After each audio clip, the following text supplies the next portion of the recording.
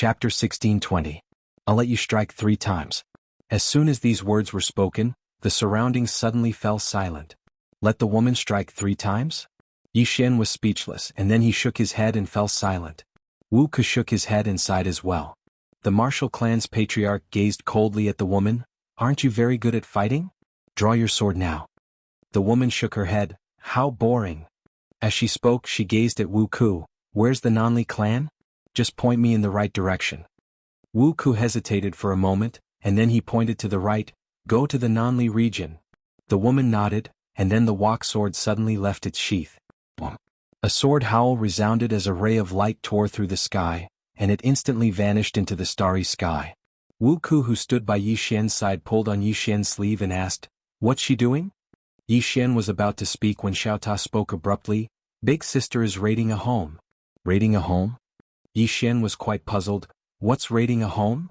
Xiao Ta fell silent for a moment before he said, "Young master, I'm just a pagoda. Don't ask me everything. What do you expect a pagoda to know?" Yi Xian was dumbfounded by what he heard. Wuxia shook his head and smiled. "The Xiao Ta is really quite amusing." The middle-aged man gazed at the woman and smiled. "Can that strike of yours annihilate my Nanli clan?" The woman didn't look at the middle-aged man, and she gazed at Yi Xian instead. "I'm leaving." Yi Xian hesitated for a moment and said, "To search for the laws of the universe?" The woman nodded. "That's only one of them. I have to find that person who killed before me." Yi Xian thought for a moment and said, "All right." The woman walked over to Yi Xian, and then she patted Yi Xian lightly on the shoulder and spoke gently. "I'll appear when the laws of the universe appear once more. Take care of yourself." Yi Xian smiled and said, "Qing, are you too?" The woman nodded and was about to leave. Meanwhile, the middle-aged man suddenly smiled and said, "You're leaving? Did you ask me?" The plainly dressed woman glanced at the middle-aged man. "Why don't you turn around and look?" The middle-aged man was about to speak when an old man suddenly appeared in front of him. The middle-aged man said in a trembling voice, "Clan leader, the Nanli clan is gone. The Nanli tribe was gone." The middle-aged man frowned. "What's gone?" The elder said with a trembling voice, "The Nanli tribe is gone." The middle-aged man glared at the old man. "What nonsense are you spouting?"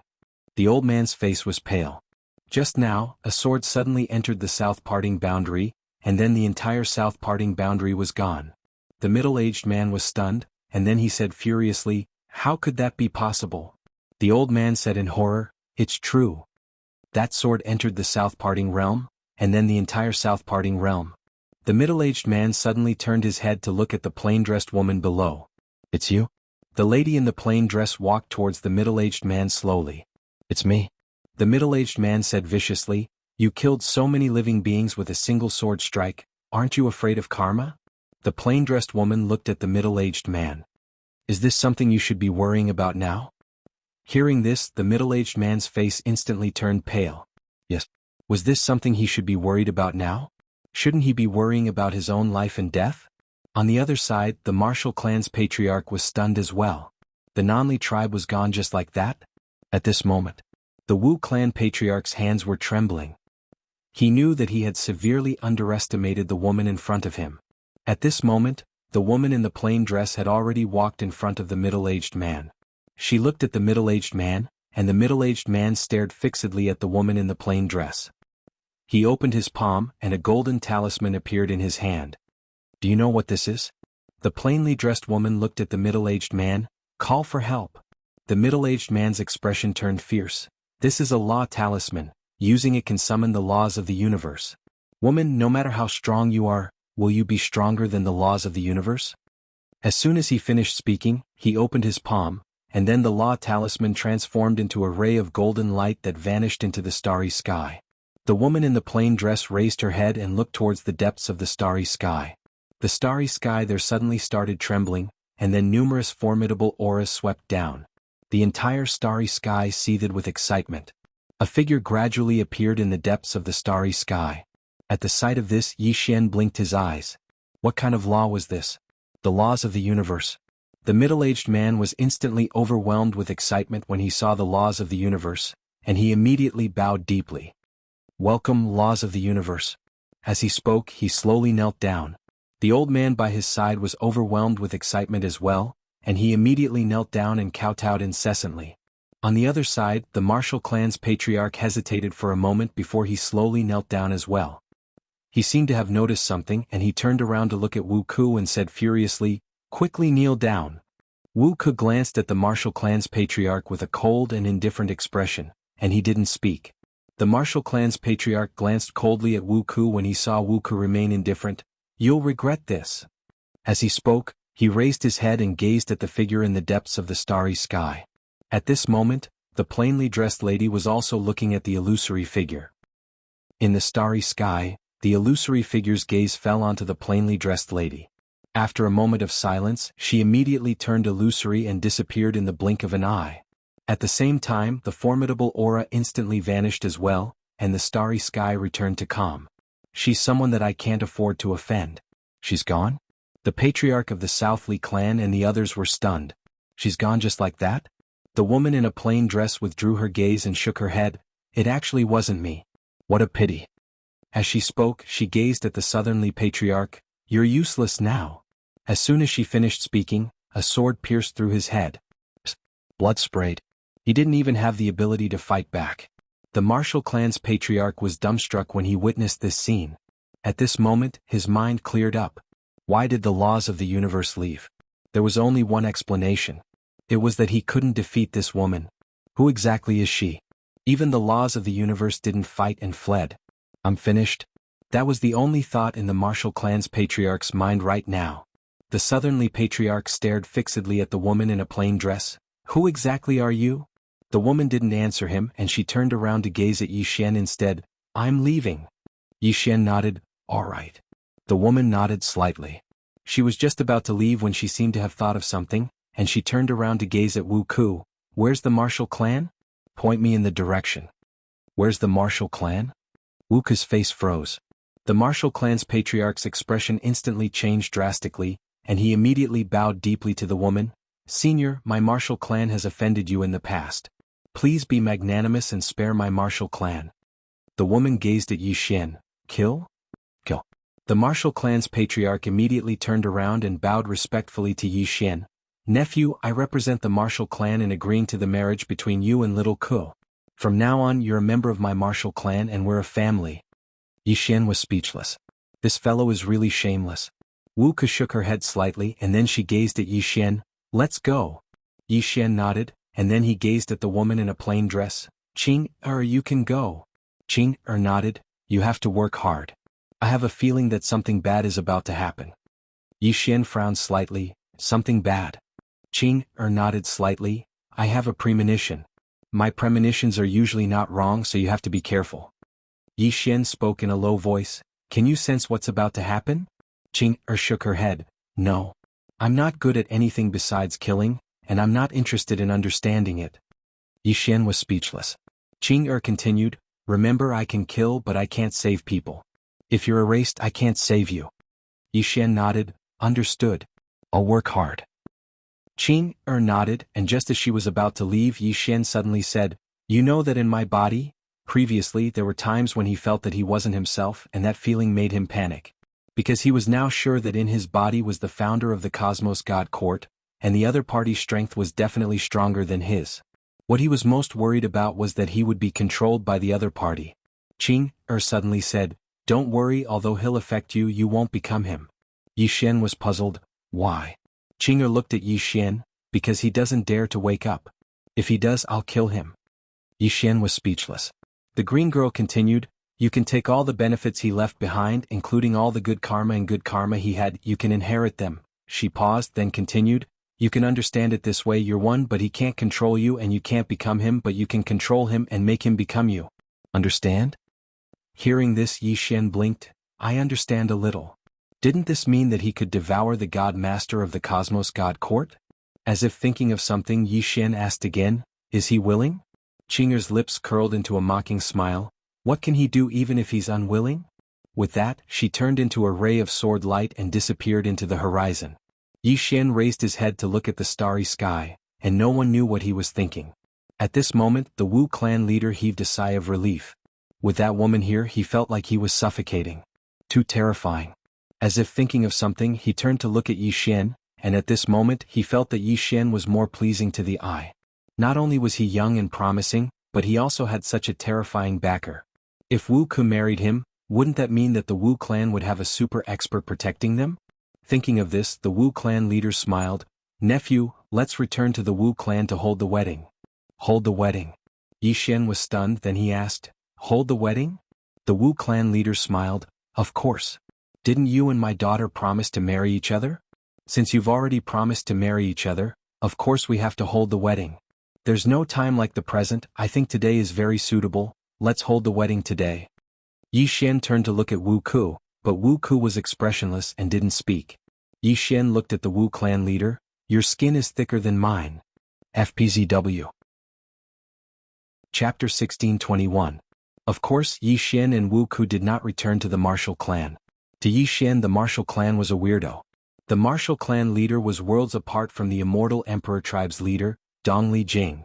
He could not understand why there was such a huge difference in intelligence when they were both clan leaders.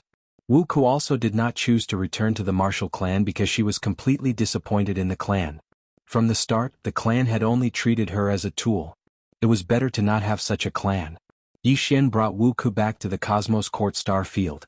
Although the Cosmos Court had been destroyed, there were still many people under the Cosmos Court. However, the middle and top forces of the Cosmos Court were all dead. Yi Xian found Yan Xiaoxiao. There was a woman beside her. She was the intelligence chief of the Cosmos Court, Ji Qing. Upon seeing Yi Xian, Yan Xiaoxiao said in a low voice, many star fields below are in complete chaos after knowing that the Cosmos Court was destroyed. Yi Xian frowned slightly. It's a complete mess? Yan Xiaoxiao nodded.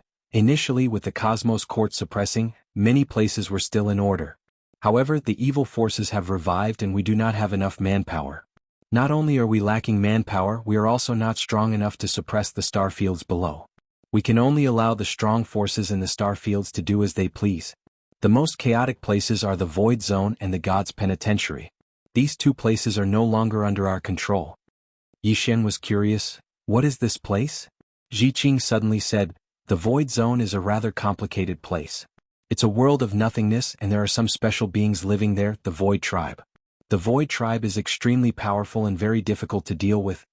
Yi Xian suddenly asked, why do we have to deal with them? Ji Qing shook her head and smiled, it is not that we are purposely targeting them. The Void Tribe has a terrifying ability. They can turn the outside world into a void world. In other words, they can devour the outside world. If we let them out, the star fields outside will be devoured by them bit by bit. After devouring, they will become very strong. Therefore, the master of the Cosmos Court had no choice but to suppress them in the Void Zone. Yi Xian said in a deep voice, can't you suppress it now?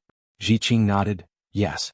Most importantly, they know that the Cosmos Court has been destroyed. Therefore, they are preparing to leave their nest. Once they come out, it will be a huge disaster for the outside world. After a moment of silence, Yi Xian asked, what about the God's Penitentiary? Ji Qing said, a prison. There are some extremely evil people living there. There are also people on the Cosmos God Court's wanted list. Yi Xian thought for a while. Then he said, can I not care about that? Yan Xiaoxiao immediately shook her head, no. Yi Xian was confused. Why? Yan Xiaoxiao looked at Yi Xian, you are the founder of the Cosmic Divine Court and the first Divine Master. Also, you were the one who sealed the outermost Void Zone back then. Once you release them, they won't let you off. Yan Xiaoxiao continued, you have to interfere. If you don't, the entire universe will be filled with demons. Yan Xiaoxiao continued, you have to care. If you don't, the entire universe will be filled with demons. Yan Xiaoxiao stared at Yi Xian, you don't want to interfere? Yi Xian nodded. He really didn't want to interfere. The Void Zone and the God's Penitentiary had nothing to do with him. Yi Xian nodded. He really did not want to get involved. The Void Realm and the Divine Penitentiary had nothing to do with him. Yan Xiaoxiao nodded, since you don't want to interfere, then leave. Yi Xian turned to leave. At this moment, Yan Xiaoxiao said, if the Void Zone comes out, no one will be able to stay out of it. Especially you. Yi Xian was puzzled, why? Yan Xiaoxiao looked at Yi Xian, like I said, you were the one who sealed them. Do you think they will let you go? Moreover, you can stay out of it, but what about your friends? For example, the nine-dimensional universe. Once the Void Tribe comes out, the entire universe will be their target. Moreover, if they are allowed to devour more worlds, their strength will grow stronger. Yi Xian was silent. At this moment, Ji Qing suddenly said, the seal is gone. Hearing this, everyone looked at Ji Qing. Ji Qing's expression was dark. I just received news that the seal that sealed the strongest member of the Void tribe has disappeared. Yin Xiaoxiao frowned. How is that possible? Ji Qing said solemnly, someone helped them. Yin Xiaoxiao asked, who? Azure City Yi Family Ancestral Shrine. Ancestors, Yi Xian has no talent and no virtue. From this moment on, Yi Xian's position as crown prince will be replaced by Yi Lang. The one who spoke was an old man in a black robe. Not far behind the old man stood a youth with a faint smile on his face. This person was Yi Lang. On both sides were the Yi Mansion elders. What? At this moment, a timid voice suddenly sounded in the ancestral shrine. Everyone turned to look and saw a little girl standing at the door. She was about 12 or 13 years old, and her hands were tightly gripping the hem of her skirt. Her face had a sickly pallor and she looked a little weak. There was even a trace of fear in her eyes. This little girl was called Yi Ling, Yi Xian's younger sister. When she heard that the family wanted to remove Yi Xian, she rushed over despite her illness. The black-robed old man frowned. Yi Ling, what are you doing? The little girl called Yi Ling bowed to everyone in the ancestral shrine and said timidly, Grand Elder, my brother Yi Xian is the crown prince. Why did you cripple him for no reason? The Grand Elder looked coldly at Yi Ling. This is a family matter. What are you interrupting for? Leave. Yi Ling was clearly a little fearful. She did not dare to look the Great Elder in the eye, but she did not leave. Instead, she mustered up her courage and walked into the ancestral hall. She bowed to the elders on both sides of the hall and said, Elders, my brother is currently fighting with the Li family for the mining rights of the mine in Nanshan. He is now fighting for the family, and it is unknown whether he is alive or dead. However, the family has used a groundless excuse to remove his position as the crown prince. Impudent. The Grand Elder suddenly raged. Whether he's stripped or not, it's not up to a little girl like you to decide. Men drag her away. At this time, the new crown prince Yi Lang suddenly laughed. He should be flogged 30 times as a warning to others. The Grand Elder coldly replied, then flog him 30 times. Very quickly, 2 Yi Mansion guards rushed in. Yi Ling clenched her fists and said angrily, this is unfair. My brother has risked his life for the family for so many years. Even now he's fighting for the family. The family is unfair to him. One of the guards glanced at the new crown prince Yi Lang. He knew that this was his chance to shine. The guard sneered, young master Yi Lang inherits the title of crown prince. What are you shouting about? As he spoke, he raised his hand and slapped Yi Ling's face. Slap. A crisp slap sounded. Yi Ling's right cheek instantly turned red and swollen. However, she did not cry. She only covered her cheek tightly. Yi Lang looked at the guard and smiled. What's your name? The guard hurriedly bowed. This subordinate, Zhang Mu, greets the crown prince. Yi Lang nodded. You're not bad. After I become the crown prince, I need 10 guards. From now on you'll be my guard. Hearing this, Zhang Mu was overjoyed. He hurriedly bowed deeply. This subordinate will go through fire and water for the crown prince. I'm willing to risk my life for you. Yi Lang nodded. Drag him away. This person is causing trouble in the ancestral hall. Do not hold back. Understood? Zhang Mu glanced at Yi Lang. When he saw the killing intent in Yi Lang's eyes, he understood. He immediately grabbed Yi Ling's hair and dragged her out. At this time, Zhang Mu seemed to have seen something and stopped. Within the ancestral hall, everyone turned their heads to look outside. Not far from the ancestral hall, a young man was walking towards the ancestral hall. He was dressed in a tight-fitting robe that was tattered and covered in blood. This person was Yi Xian, who had rushed back from the Nanshan. Seeing Yi Xian, Yi Lang's lips curled into a cold smile. Within the ancestral hall, all the elders frowned. The Great Elder narrowed his eyes. His face was dark and gloomy. No one knew what he was thinking. From afar, when Yi Xian saw Zhang Mu dragging Yi Ling, his face turned savage. Who gave you the guts to touch my sister? When Zhang Mu saw Yi Xian, his face changed. He quickly looked at Yi Lang and was about to speak. At this time, Yi Xian leaped in front of him like a ferocious tiger. Before the latter could react, Yi Xian's fist landed on his face. Zhang Mu felt his head spin and he stumbled and fell. Yi Lang did not stop there. He charged towards Zhang Mu again. At this time, Yi Lang suddenly roared, Yi Xian, he's my man. How dare you? Yi Xian suddenly stepped on Zhang Mu's chest. Zhang Mu spat out a mouthful of blood.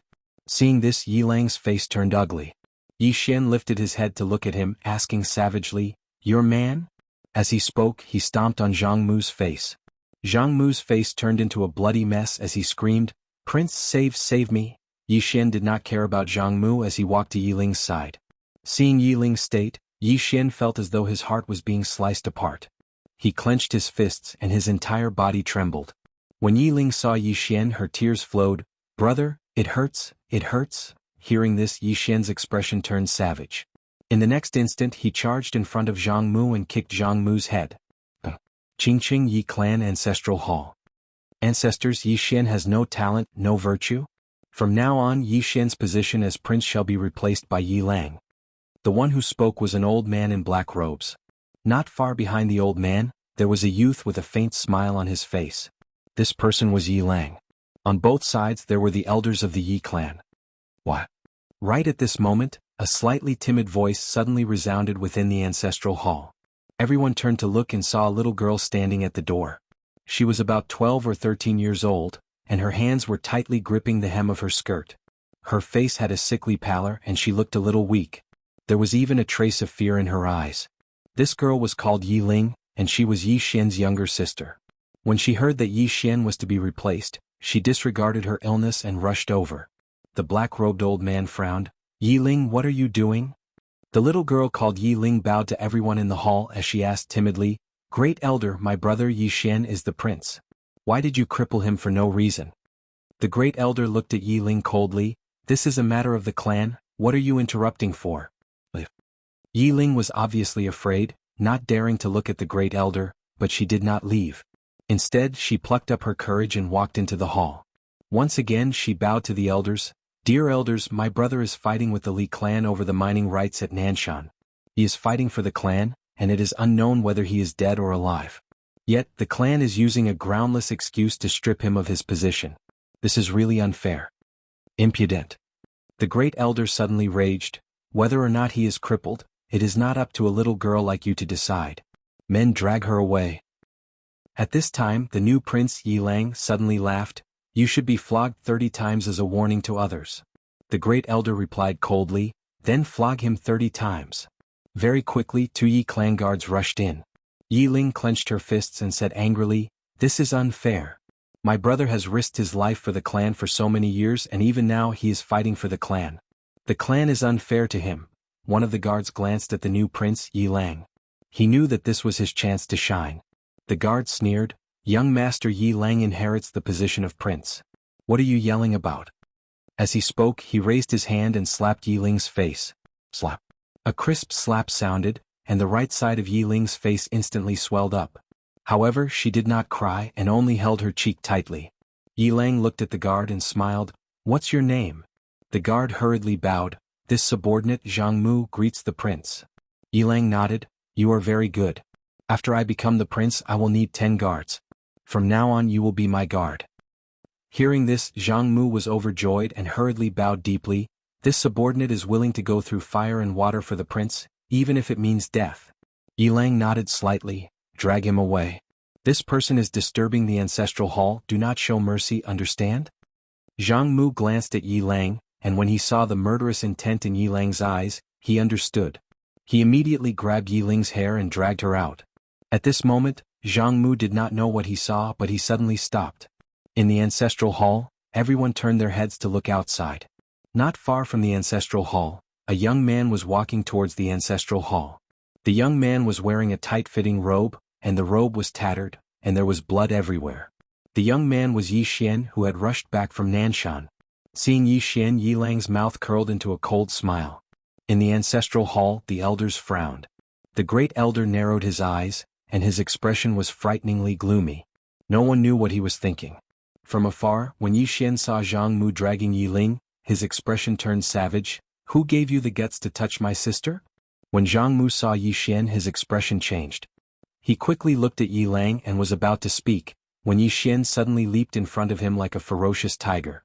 Before the latter could react, Yi Xian's fist landed on his face. Zhang Mu's head spun and he stumbled and fell. Yi Lang did not stop there and he rushed towards Zhang Mu again. At this time Yi Lang suddenly roared, "Yi Xian, he's my man, how dare you?" Yi Xian suddenly stepped on Zhang Mu's chest. Zhang Mu spat out a mouthful of blood. Seeing this, Yi Lang's expression turned ugly. while Yi Xian lifted his head to look at him, asking savagely, "Your man?" As he spoke, he stomped on Zhang Mu's face. Zhang Mu's face turned into a bloody mess as he screamed, "Prince, save me!" Yi Xian did not care about Zhang Mu as he walked to Yi Ling's side. Seeing Yi Ling's appearance, Yi Xian felt as though his heart was being sliced by a knife. He clenched his fists and his entire body trembled. When Yi Ling saw Yi Xian, her tears flowed. "Brother, it hurts, it hurts." Hearing this, Yi Xian's expression turned savage. In the next instant he charged in front of Zhang Mu and kicked Zhang Mu's head. Puh. Chapter 1622. Hearing Xiao Ta's words, Yi Xian almost went berserk. This fellow has been very naughty recently. He needs to be taught a lesson. At this moment, Yan Xiaoxiao suddenly said, "You can forge this imperial divinity armor." Yi Xian looked at Yan Xiaoxiao and Yan Xiaoxiao said in a low voice, "This armor can't stop the lady in the plain dress or the laws of the universe. However, not many people below them can easily break this armor." Ji Qing also said, "This little one is saying that if you can really forge this armor, your combat strength will reach a very abnormal level." Yi Xian asked, "Is it easy to forge this armor?" Yan Xiaoxiao shook her head. "No. It's very difficult. Unless the Earth Spirit clan is willing to help with the entire clan. Even if they use their entire clan, I'm afraid they aren't 100% confident." Yi Xian frowned slightly. "Is it that difficult?" Yan Xiaoxiao looked at Yi Xian. "It's much more difficult than you think." Yi Xian thought for a moment and said, "I'll make a trip to the Earth Spirit clan." He still decided to forge this imperial divinity armor. Although the experience with the divine war armor wasn't good, it was undeniable that it was very abnormal. When he had the divine war armor, he basically beat up mortal destroyers like they were his children. It was very useful. However, he couldn't encounter experts at the level of the laws of the universe. Apart from experts at this level, this armor was basically invincible. Now, the laws of the universe wouldn't easily appear. Therefore, this armor was worth forging. Yi Xian immediately brought everyone to the Earth Spirit clan. Because they had the universal instrument, they arrived at the Earth Spirit world in a short while. After arriving at the Earth Spirit clan, Yi Xian saw Shan Qiu and the left and right elders. After seeing Yi Xian's blueprint, Shan Qiu immediately called for a meeting. Almost all the legendary blacksmiths in the entire Earth Spirit clan came. There were really a lot of them. There were a total of 39 legendary blacksmiths. At this moment, all the blacksmiths were surrounding Yi Xian's blueprint. Everyone's hearts were filled with excitement and fanaticism. It was as if a man who had been single for decades had suddenly seen a naked beauty. Hunger and thirst. Inside the hall, everyone spoke up one after another. It was extremely intense. Yi Xian and the others were dumbfounded. Right at this moment, an angry shout suddenly resounded from within the hall. "All of you get out of the way." Yi Xian turned to look. Not far away, a long-bearded old man walked into the hall. The long-bearded old man wore a thick set of iron armor, and in his hand was a large hammer that emitted lightning. The blacksmiths in the hall were enraged when they heard the angry shout, but they fell silent when they saw that it was the long-bearded elder, Mountain Iron. He was the #1 blacksmith of the Earth Spirit clan. He had already created 3 perfect-level legendary divine items. In the Earth Spirit clan, his forging technique was #1. Shan Tai quickly walked to the front of the hill and carefully looked at the blueprint. A moment later he became excited. After a long time he suddenly took a deep breath and said, "The person who designed this blueprint is truly the #1 genius in history." Shan Qiu said in a deep voice, "Elder Shan Tai, is it possible for the Earth Spirit clan to forge this item?" After a moment of silence, Shan Tai said, "It requires all of us to work together. Besides that, the materials are a huge problem because the Earth Spirit clan doesn't have some of the materials required. Moreover, in order to forge this, we have to go to the fire world and use the natural advantages there. The most difficult part is still the materials and rune spells, because this armor requires a large number of rune spells and some ancient formations, which are our Earth Spirit clan's weakness in this area." As he spoke, he shook his head. "It's difficult." Shan Qiu's face sank when he heard that. At this moment, Yan Xiaoxiao suddenly said, "In terms of the materials, the Cosmos Court and the Earth Spirit clan should have enough. Even if it's not enough, we can use our power to search for them. So, it's not a huge problem. Besides that, the fire world that Elder mentioned just happens to be under the control of the Cosmos Court. The Earth Spirit clan can move there. That's not a huge problem either. As for the talisman techniques and formations, I can help with that." Everyone looked at Yan Xiaoxiao and Yan Xiaoxiao said, I think the most difficult part is the technique. If the Earth Spirit clan thinks that the technique is fine, then the other problems are not too big. The technique.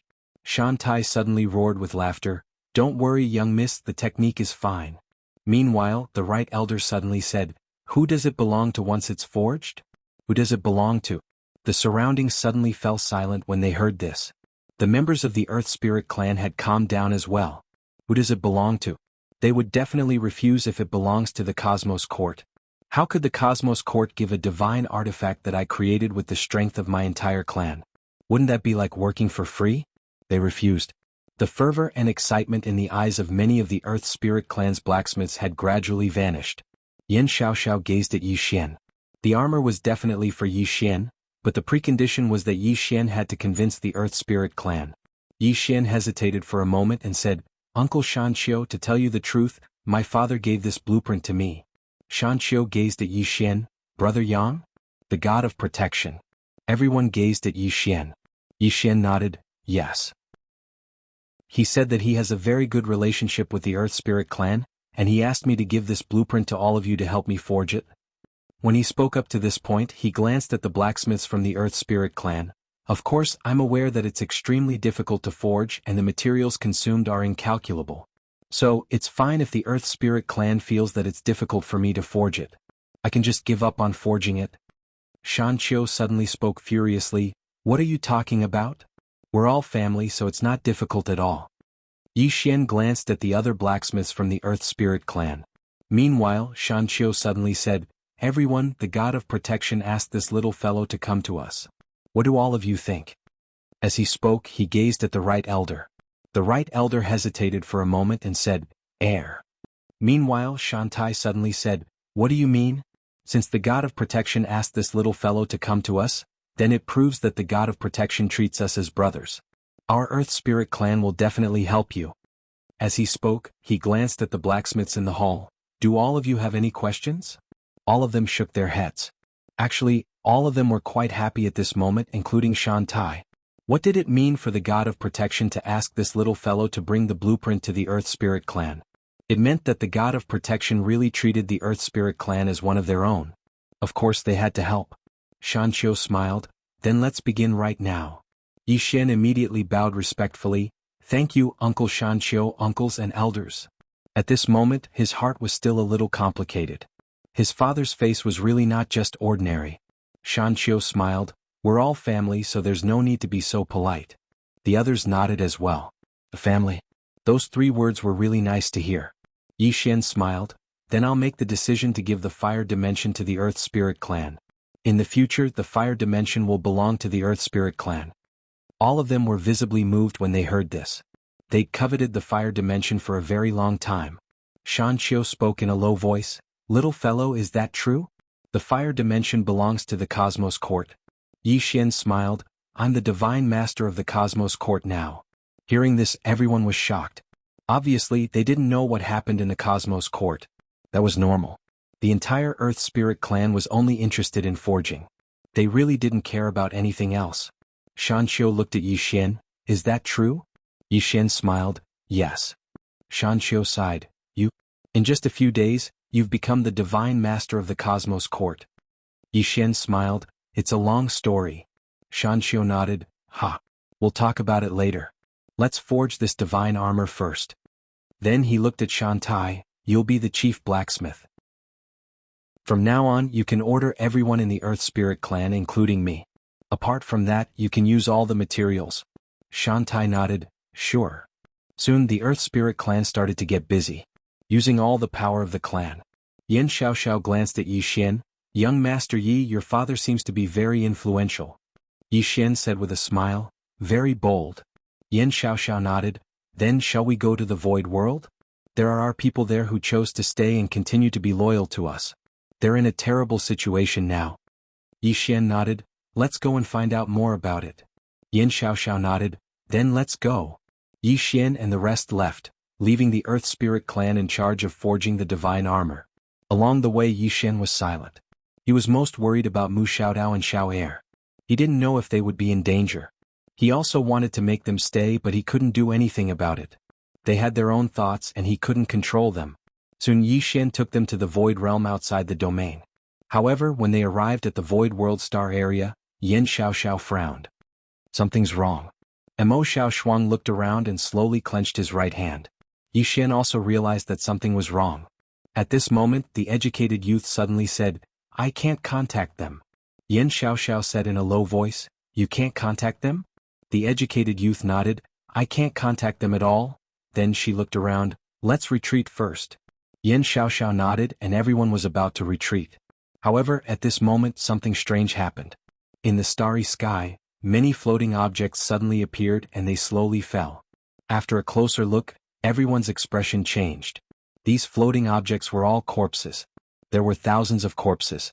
The educated youth looked at the corpses and said softly, "Our people are all gone." At this moment, a coffin suddenly fell from the sky and landed near Yi Xian in the blink of an eye. There was nothing in the coffin. At this moment, a woman suddenly appeared in front of everyone. The woman was wearing a pure white robe. She looked at Yi Xian and smiled, "Young Master Yi, this is the first time we've met. Take this coffin as a greeting gift. Do you like it? P.S. Reader Egg, take this monthly ticket as a meeting gift. Do you like it? Green Phoenix, I love it. I like it a lot. Happy National Day. Love you all." Chapter 1623. Looking at the coffin in front of him, Yi Xian was silent for a long time before saying, "Before coming here, I wanted to see if we could talk. Now it seems like there's no way." The white-robed woman smiled. "Talk? Young Master Yi, as you said, there's really nothing to talk about." Yi Xian looked at the white-robed woman. "The life edict has fallen." The white-robed woman nodded. "I know." Yi Xian smiled. "So, we still don't want to talk?" The white-robed woman smiled. "No. Unless you die." Yi Xian nodded. "Then we won't talk." As soon as he finished speaking, a cold light suddenly appeared in front of the white-robed woman. The one who attacked was Xiao Mu. Since they were not going to talk, they would naturally kill. However, Xiao Mu's attack missed. The white-robed woman had appeared thousands of feet away. She looked at Yi Xian and smiled. "Young Master Yi, after hundreds of thousands of years of suppression, this enmity cannot be resolved with your death. We'll meet again in the 9th dimension." As soon as she finished speaking, her body became illusory. At the same time, the surrounding starry sky suddenly disappeared bit by bit. Completely disappeared. Seeing this, Yin Xiaoxiao's expression sank. "They're devouring this world. They're even devouring their own world." Mo Xiaoshuang said softly, "They're not leaving any path of retreat for themselves." Yi Xian said, "Let's go." As soon as he finished speaking, he activated the universal apparatus and disappeared with everyone. His top priority now was to return to the 9th dimension. The 9th dimension still did not know about this powerful void tribe. He had to let the Undying Emperor tribe know first. Otherwise, if they fought in the future, the Undying Emperor tribe would suffer a great loss. Not long after Yi Xian and the others left, the entire void realm turned into nothingness and completely disappeared. For this world to recover, it would take at least hundreds of thousands of years. Time passed. In the 9th dimension. After Yi Xian brought everyone back to the 9th dimension, Yi Xian went to find Dong Lijing. In the hall, Dong Lijing was silent. The rest of the Undying Emperor clan's elders also had grave expressions on their faces. After a long time, Higashi Yasushi suddenly said, "So, the Void Race's objective is the entire universe?" Yin Xiaoxiao nodded. "The entire universe. The more worlds they devoured, the stronger they would become. If they were allowed to devour the known universe, their strength would reach a terrifying level. No, we have to stop them now. If we let them devour all the way to the 9th dimension, they will be even more powerful than they are now." Dong Lijing shook his head. "Miss Yin, if the Void Tribe is really as you say, then we might not be able to stop them. In the past, the Cosmos God Court was able to suppress them because the Cosmos God Court's founder had set up a seal in the Void Zone, as well as the suppression of the Cosmic Maxim. But now the Cosmic Maxim is on their side. And on our side, the three swords aren't here, and the Cosmos God Court's founder." At this point, she glanced at Yi Xian. "Can you recover your memory and strength now?" Yi Xian shook his head. "No. There's no chance of winning," Higashi Yasushi said helplessly. Yin Xiaoxiao nodded. "Indeed, the chance of winning isn't great. However, this isn't a matter of whether we have a chance of winning or not. The Void Tribe's target isn't just Lord God Yi, but the entire universe. No one will be spared." Higashi Yasushi nodded. "We have to fight." With that, she looked at Yi Xian. What do you think? Yi Xian thought about it, then looked at Ji Qing. Miss Ji Qing, I need to understand the Void Tribe's situation in detail, including their overall strength. Ji Qing nodded. Leave this to me. With that, she took out a voice transmission stone and handed it to Yi Xian. With this, you can contact me at any time. If there's anything you want to know, you can ask me. Yi Xian put away the voice transmission stone, and Ji Qing said, We must go to the God Penitentiary now. That place is still under our control. If the people imprisoned there come out, it will be very troublesome. Yi Xian nodded and stood up. Let's go now. With that, he led everyone and disappeared from the hall. Yi Xian also understood that when he inherited the benefits of the Cosmos God Court's founder, he would also inherit the Cosmos God Court's founder's grudges. This was something that could not be helped. In the beginning he wanted to escape, but he knew very well that he could not escape at all. When he admitted that he was the Cosmos God Court's lord, he had to accept some karma and grudges even if he did not want to. At this time he could not be indecisive. If they were enemies, and if they were friends, he had to do it. If he hesitated, many people would die. After Yi Xian and the others left, Higashi Yasushi walked to the entrance of the hall. She looked at the sky outside the hall with a trace of worry in her eyes. At this time Higashi Jean said softly, Are you worried about the Undying Emperor clan's future? Higashi Yasushi nodded. We chose him, but at the same time he brought us many unknown karma. Higashi Jean smiled. Do you regret it? Higashi Yasushi shook her head. No. Because he has the Undying Emperor clan's blood. Higashi Jean said softly. The Undying Emperor clan's future, from now on, is unknown. Higashi Yasushi nodded. Pass down my orders. Level 1 alert. All clansmen return to the Undying World immediately and prepare for battle. Prepare for battle. Very soon, the experts of the Undying Emperor clan rushed back to the Undying Emperor clan. God Prison. With the universal apparatus, it was easy for Yi Xian to go anywhere. Under normal circumstances, it would take a long time for them to travel from the 9 dimensions to the God Prison. However, with the universal apparatus, they reached the God Prison in less than an hour. After arriving at the God Prison, Yi Xian instantly felt many powerful auras. At the side, Yen Xiao Dao said, This is the God Prison. There are many powerful people in the star field imprisoned here. And now, this place is about to go out of control. At this time, a middle-aged man suddenly appeared in front of Yi Xian and the others. When the middle-aged man saw Yen Xiao, his expression relaxed. Lady Yen. As he spoke, he gazed at Yi Xian, hesitated for a moment and then bowed slightly. Greetings, divine leader. Yi Xian nodded. What's the situation here? The middle-aged man spoke in a low voice. After those fellows found out about the changes in the divine court, they started to break the seals. We lack manpower here, so we can't maintain it at all. At most, the seals will vanish in half a day. Yi Xian suddenly said, Who's the strongest person imprisoned here? The middle-aged man hesitated for a moment before he said, Madwoman. Yi Xian frowned slightly. Madwoman. Yen Xiao Dao said, The person ranked second on the universe wanted list. An expert at the Peri-Celestial realm. Yi Xian knew that above the mortal destroyer realm was the Peri-Celestial realm, and above the Peri-Celestial realm was the Supreme God realm. That woman with the spear and Lanjing was a Supreme God realm expert. Yi Xian fell silent for a moment before he said, Take me to see her. The middle-aged man immediately shook his head. It's too dangerous. Yi Xian smiled and said, It's fine. Yen Xiao Dao said, Take us there. If it was only Yi Xian, she would definitely be worried. Although Yi Xian was strong, he would definitely not be able to fight against an expert at the Peri-Celestial realm. The reason why she was not worried was that Yi Xian had Xiao Mu by his side. Who was this person? This was a person who could fight against the avatar of the law of the universe. An ordinary Peri-Celestial realm expert was really not a match for Xiao Mu. She could even fight against the Supreme God realm expert. Of course not like Lanjing. Lanjing could not fight against the avatar of the law of the universe, but she could beat the avatar of the law of the universe. Xiao Mu was at a disadvantage when facing the avatar of the law of the universe. There was still a difference. Under the middle-aged man's lead, everyone came to a mountain wall. The middle-aged man silently chanted a spell, and the mountain wall suddenly split open. Everyone saw a woman. The woman was wearing a red dress and her long hair fluttered in the wind. At this moment she was dressing in front of a mirror. The woman was very beautiful and she even had a smile on her face.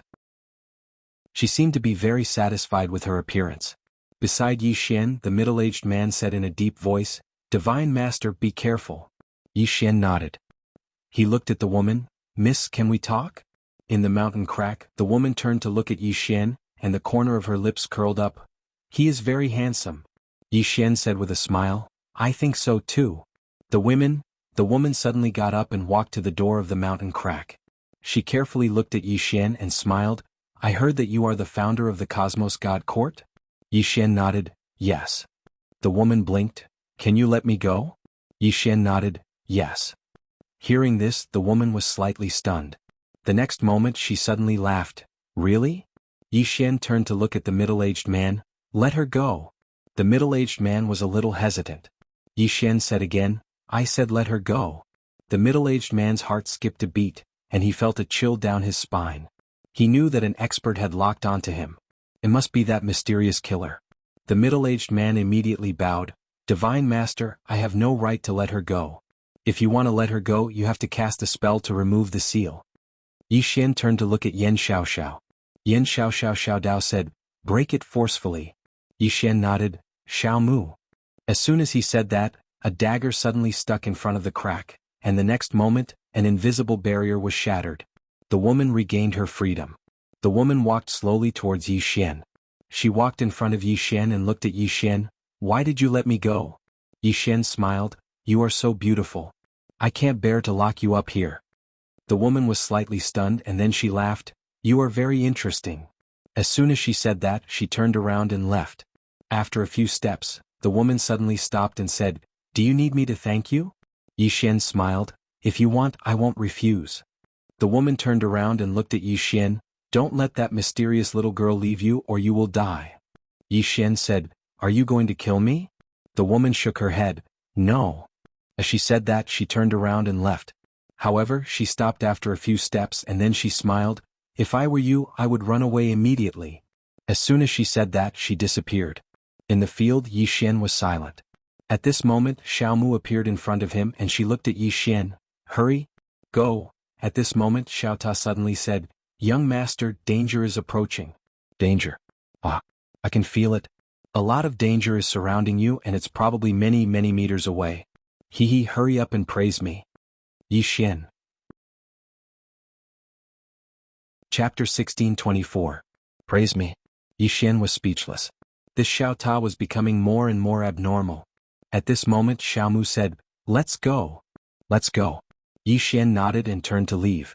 He knew that anyone who could make Xiao Mu so serious was definitely not an ordinary person. However, just as they left the prison, a cold light suddenly shone from Yan Xiaoxiao's back. Yan Xiaoxiao's pupils shrank as she felt the aura of death approaching her. She could not resist at all. At this moment, another cold light appeared behind her. Boom. A muffled sound rang out and a shadow retreated rapidly. Xiao Mu appeared beside Yan Xiaoxiao. A few hundred feet in front of her, the shadow gradually disappeared as it retreated. It disappeared. Yan Xiaoxiao said solemnly, "It's an assassin." Yi Xian looked around. "Let's go." Everyone retreated immediately. At this moment, countless shadows appeared in front of them. These afterimages were illusory and real, like ghosts and spirits, extremely strange. This was not the main point. The main point was that they were all at the mortal termination stage. Xiao Mu, who was beside Yi Xian, held a dagger in her hand. Her eyes swept across the shadows but she did not make a move. She did not dare to leave Yi Xian's side. Without her, Yi Xian and the rest could not withstand these assassins. Actually, Yi Xian was still fine. Although he did not have the God of War armor, he still had a full set of divine equipment. However, Yan Xiaoxiao and the young man could not withstand them. At this moment, Mo Xiaoshuang suddenly said, "We have to retreat." Yi Xian shook his head. "We can't." As he said this, the sword sheath suddenly appeared behind him. The next moment 12 swords flew out. 12 rays of sword light tore through the sky, yet they struck empty air because those afterimages had already vanished without a trace. Seeing this, Yi Xian's face darkened. Mortal termination stage was not scary. Mortal termination stage assassins were scary. As if he thought of something, Yi Xian's pupils shrank. Not good. They are trying to hold us back. The 9-dimensional universe is in danger. The expressions of the other women changed when they heard this. Yi Xian wanted to leave immediately. However, at this moment, an afterimage suddenly appeared in front of him. However, it was blocked by Xiao Mu. In the next moment, several afterimages appeared. These afterimages weren't just extremely swift, they didn't possess any auras, so it was utterly impossible to sense them with divine sense. So, they were in an extremely passive state when facing these assassins because they could only counterattack when the assassins attacked. Yi Xian immediately said, "Xiao Mu, stop them." As he spoke, the space beneath his feet trembled slightly, and he directly used the spacetime shuttle boots to disappear on the spot. He could not use the universal apparatus here because the universal apparatus needed some time to teleport, and these assassins would not give him that time. When Yi Xian had disappeared, the space around him suddenly started to tremble. Apparently, someone wanted to chase after Yi Xian. However, at this moment Xiao Mu suddenly disappeared. Chi wrong. Rays of cold light suddenly appeared in the surrounding tens of thousands of zhang. Only the voice could be heard but not the person. Yan Xiaoxiao turned to look at Mo Xiao Shuang. "Miss Xiao Shuang, immediately send your people to the 9 dimensions." Mo Xiao Shuang nodded, "I have already informed them. My people are rushing to the 9 dimensions at full speed." Yan Xiaoxiao glanced at the densely packed cold lights in the distance and said in a deep voice, "Let's go." Little Mu had already stopped those assassins, and the few of them would only be a burden if they stayed here. The 3 women immediately retreated. On the other side, Yi Xian appeared in an unknown star field. He immediately took out the universal apparatus and was about to teleport. However, at this moment, his pupils suddenly shrank and he suddenly turned around and slashed down with his sword. The sword slashed down but there was nothing. Yi Xian squinted his eyes. "Xiao Ta, help me sense it." After a moment of silence, Xiao Ta said, "I can't sense it." Yi Xian was speechless. At this moment, Yi Xian's pupils shrank, and he turned to the side and slashed down with his sword. Boom! The sword light shattered, and Yi Xian directly retreated thousands of zhang away. However, there was nothing in front of him. Yi Xian looked around but he could not sense anything. Hee. At this moment, a strange laughter suddenly appeared in the surroundings. Although the laughter appeared in the surroundings, it also felt like it was right next to his ears. Yi Xian said in his heart, "Xiao Ta, put in more effort." Xiao Ta said, "Young master, I am just a Ta." Yi Xian suddenly opened his palm, and Xiao Ta appeared in his hand. At this moment Yi Xian suddenly turned around and Xiao Ta blocked in front of him. Boom! Xiao Ta trembled violently, and then directly flew out with Yi Xian. This time they directly flew thousands of zhang away. Xiao Ta wailed, "Young master, what are you doing?" Yi Xian said calmly, "I feel that we should share blessings and difficulties together, what do you think?" Xiao Ta grumbled, "You are bullying Ta." Yi Xian looked around, "I don't care, you think of a way to help me get rid of this mysterious killer." Xiao Ta said in shock, "Young master, what can I do?" Yi Xian hesitated, then said, "How about you stay behind and I go first?"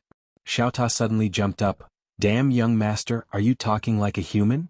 Yi Xian said in a deep voice, "Xiao Ta, I must return to the 9 dimensions." What he was most worried about now was the 9 dimensions. These killers must be here to stop him from returning to the 9 dimensions. After a moment of silence, Xiao Ta said, "Xiaoniu, come out and help me." Xiaoniu said, "I am asleep." Xiao Ta, Yi Xian was speechless, "You are asleep and you still talk."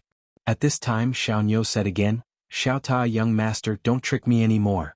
I'm just a cow, an honest cow." Yi Xian looked around, there was no movement around, he immediately took out the cosmological apparatus, and was about to activate it. At this moment, a ghost suddenly appeared in front of him. Yi Xian pulled out his sword and slashed. Boom! The sword slashed through the air, there was nothing. Yi Xian's face darkened. Now he was even more certain that the other party was stopping him, not letting him return to the 9 dimensions. Yi Xian directly activated the spacetime boots and disappeared. In the blink of an eye, he disappeared at the end of the starry sky. As he was traveling, he took out the cosmological apparatus and was about to activate it, but at this moment, a fist suddenly flew towards him. Yi Xian had to stop and his sword stabbed out. Boom! Yi Xian was directly sent flying thousands of feet away, and as soon as he stopped, a laughter sounded around him. Yi Xian's face darkened as if he had thought of something, he suddenly strangely disappeared. Invisible armor. After activating the invisible armor, his whole body directly entered that unknown world.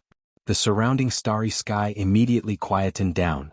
Yi Xian directly took out the cosmological apparatus, but it could not be activated in this unknown world. Yi Xian frowned, How is this possible? As he spoke, he looked around. Could it be that this world is different from our world? He tried a few more times, but he could not activate the cosmological apparatus at all. Seeing this scene, Yi Xian's face darkened. He looked out at the outside world. The starry sky outside was very calm, the stars were bright, and the galaxy was brilliant. It was too beautiful to behold. But he knew that the mysterious person was definitely still here. At this moment he did not dare to wander around because this place was too strange. Yi Xian looked up, he saw those white dots again. In fact, he was a bit curious because those white dots were very likely to be teleportation arrays. If they were really teleportation arrays, then where did they lead to? Yi Xian suddenly said, "Xiaota, do you want to go and explore?" Xiaota suddenly became anxious. "Young master, what's wrong with you recently? Why do you always want to trick Pagoda?" Yi Xian said with a smile, "You are the #1 pagoda in the universe, what are you afraid of?" Xiaota said indifferently, "Young master, don't try to trick me. I will not be fooled. Although I am only a pagoda, I am a pagoda with intelligence." Yi Xian. At this moment, a voice suddenly sounded in his mind, "The 9-dimensional universe is in danger, return quickly." It was the voice of an educated youth. Hearing this, Yi Xian's face sank. He directly left that unknown world, and when he appeared in the starry sky, that strange laughter sounded again. At this moment, a voice sounded in Yi Xian's mind, "Little guy, go. I will stop this person for you." Hearing this, Yi Xian was stunned, then overjoyed. Yi Xian directly took out the universal apparatus, and when he was about to activate it, the ghostly shadow appeared again, but at this moment, a claw suddenly slapped the space in front of Yi Xian. Boom! The space in front of Yi Xian directly collapsed, and an afterimage retreated rapidly, this time retreating thousands of feet. At this moment, Yi Xian had already disappeared. At Yi Xian's original position, a demon beast appeared. Qiongqi. Qiongqi coldly looked into the distance. At this moment, the strange afterimage suddenly became illusory, it was about to disappear. Qiongqi once again slapped down. Boom! The starry sky within tens of thousands of miles directly exploded, and the afterimage frantically retreated from the shattered spatial black hole. 9-dimensional universe, undying world. On this day, in the sky above the undying world, a white-robed woman with a cinnabar dot between her eyebrows suddenly appeared. Opposite the white-robed woman was Dongli Jing. The woman looked at Dongli Jing and smiled. "Do you know who I am?" Dongli Jing said, "The Nihility tribe." The woman nodded, "Su Wuxin. That is my name." Dongli Jing looked at Su Wuxin. "Do you want to destroy my undying emperor tribe?" The woman smiled, "No. We want to devour your undying emperor tribe bloodline." As soon as she finished speaking, the space behind her suddenly disappeared bit by bit. Devour the undying world. Dongli Jing stared at Su Wuxin. "You also have a special bloodline." Su Wuxin smiled, "Yes. Your bloodline is too tempting. Devouring your bloodline, my Nihility tribe will become even stronger because we can obtain your undying power." After a moment of silence, Dongli Jing said, "Open the ancestral shrine, please invite all the ancestors' souls."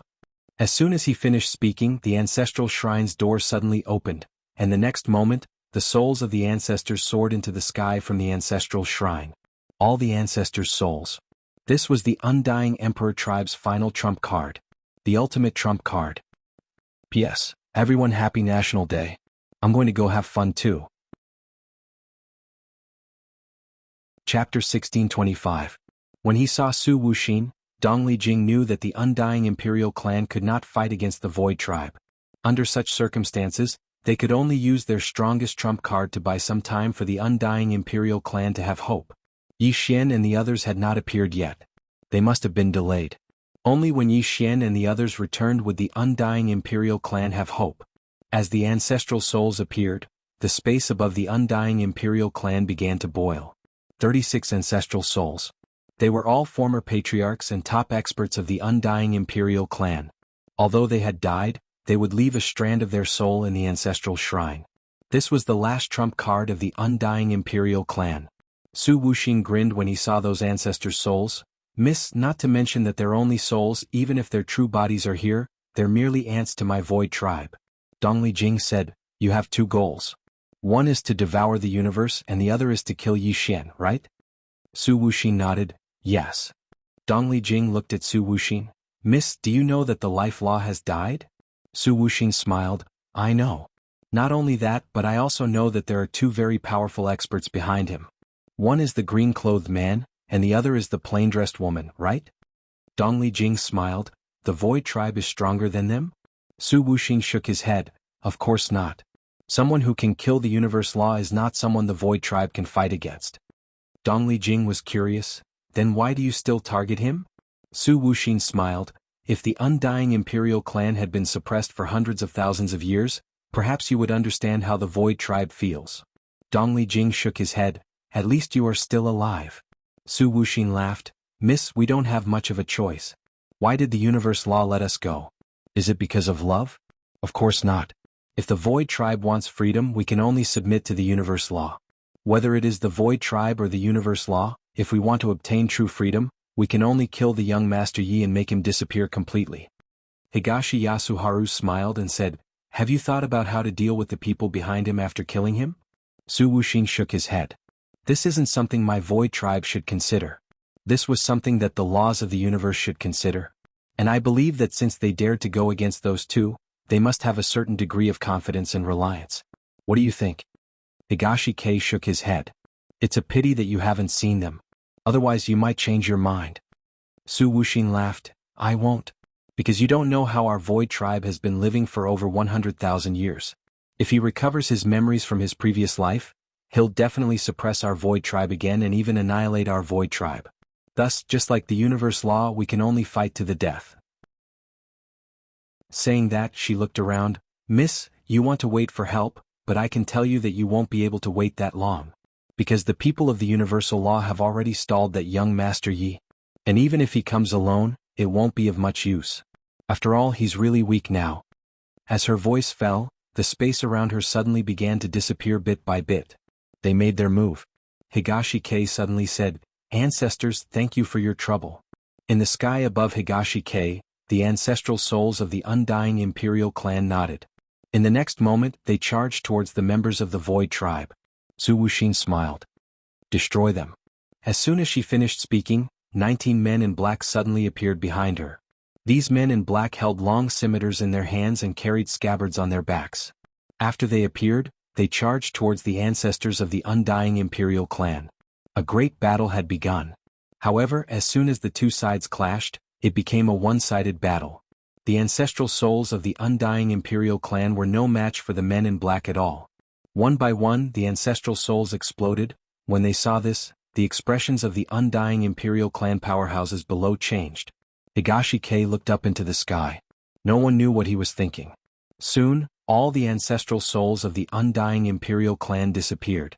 However, not a single one of the men in black died. After killing the ancestral souls of the undying imperial clan, the 19 men in black respectfully retreated behind Su Wuxing.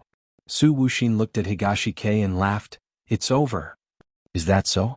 At this moment, a voice came from the side. In the next moment, Yi Xian appeared in front of everyone. When he saw that the undying imperial clan was still here, Yi Xian heaved a sigh of relief. If the undying imperial clan had made any mistakes, he would never forgive himself.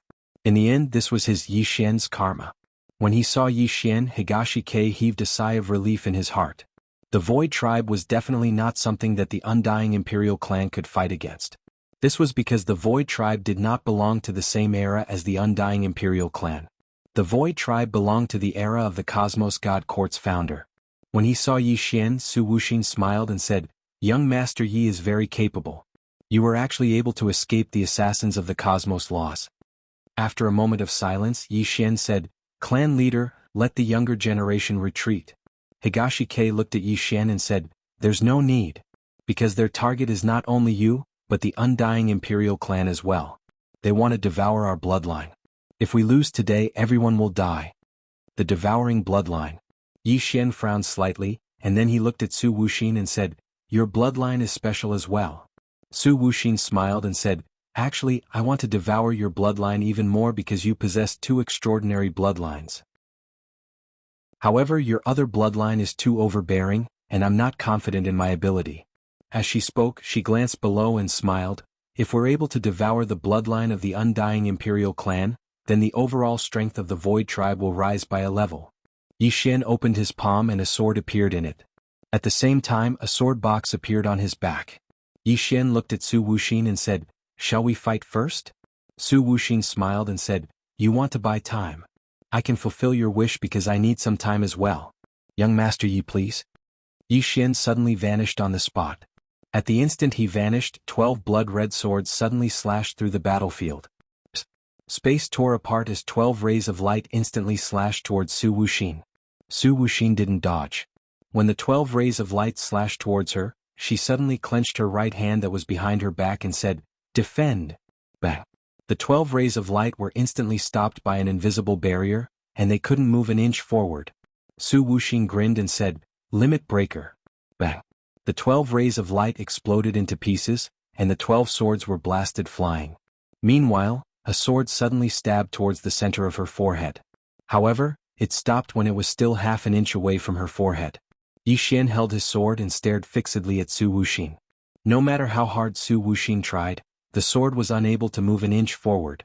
Su Wuxin grinned, and then he suddenly opened his right hand and clenched it. Bang! In an instant, Yi Xian was blasted flying along with his sword. Meanwhile, Su Wuxin suddenly took a step forward and punched through the air. A fist smashed towards Yi Xian from afar, and Yi Xian hurriedly raised his sword to block it. Bang! Yi Xian and his sword were instantly blasted over 10 kilometers away. As soon as Yi Xian stopped, the space in an area of over 10,000 kilometers started to crack inch by inch. However, Su Wuxin's fist was still there and hadn't vanished. Yi Xian wiped the blood from the corner of his mouth. His body was extremely weak right now because it had been shattered earlier, and his Dao physique was practically gone. Yi Xian didn't rely too much on his body, and he just looked at Su Wuxin. Su Wuxin smiled and said, "Your sword Dao realm is too low. You're no threat to me." Yi Xian smiled, "Is that so?" As soon as he finished speaking, he suddenly vanished on the spot. In the distance, Su Wuxin suddenly clenched her right hand, and Yi Xian's sword was stopped an inch away from her forehead. Su Wuxin looked at Yi Xian, "When I fight you, it's because of the suppression of our realms. Our realms aren't on the same level. Do you understand?" As soon as she finished speaking, she waved her right hand lightly. Bang!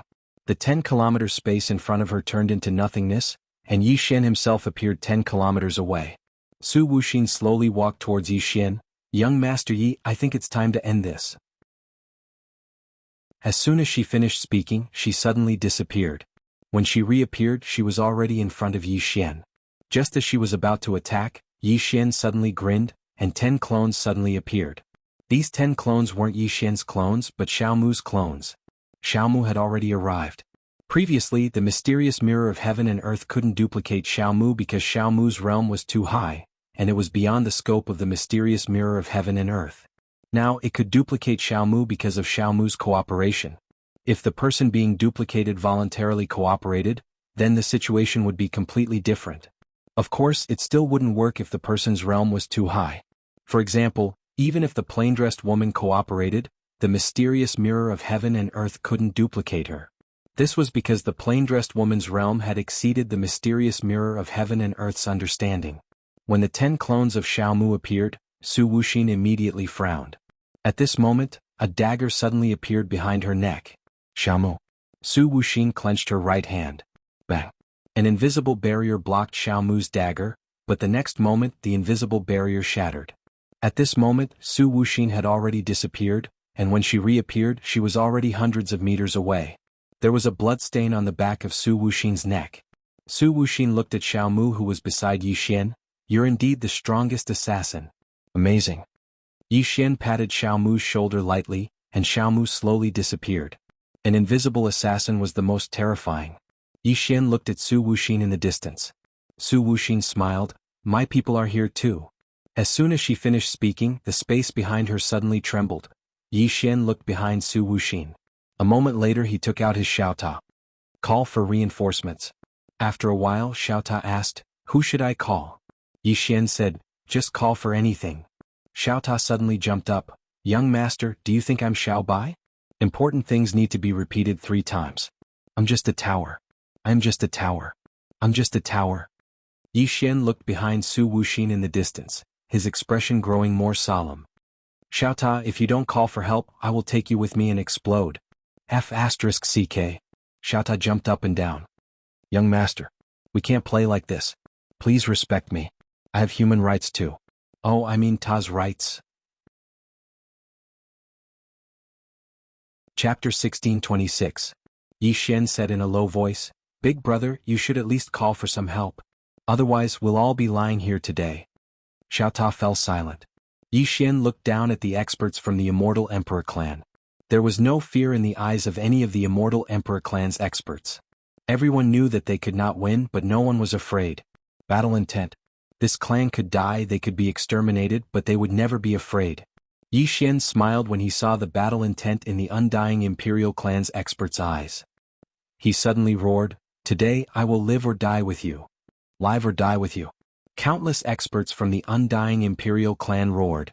Their voices were like thunder shaking the clouds. Their morale soared. Yi Xian turned around to look at Su Wuxin. A large group of black-armored experts had appeared behind Su Wuxin. These black-armored experts were all clad in thick pitch-black armor. It was unknown what the black armor was made of, but it was as smooth as a mirror and shone brightly. These black-armored experts held long spears in their hands. There were more than 10,000 of them. The weakest among them was at the mortal realm. 10,000 mortal realm experts. This lineup could only be described as terrifying. The 12 black-robed men holding sickles behind Su Wuxin were all at the mortal extinguisher stage. This lineup crushed the undying Imperial clan's side. Su Wuxin looked at Yi Xian. "Young Master Yi, I can see the shock in your eyes. However, I can tell you that what you're seeing now is only the tip of the iceberg for my Void Tribe. Although my Void Tribe has been trapped in the Void Zone for hundreds of thousands of years, we have not wasted our time. Hatred has made my Void Tribe even stronger." Yi Xian looked at Xiao Ta in his hands. "Xiao Ta, go find my father. Let him avenge me." Then he looked up at Su Wuxin and grinned. "Cut the crap.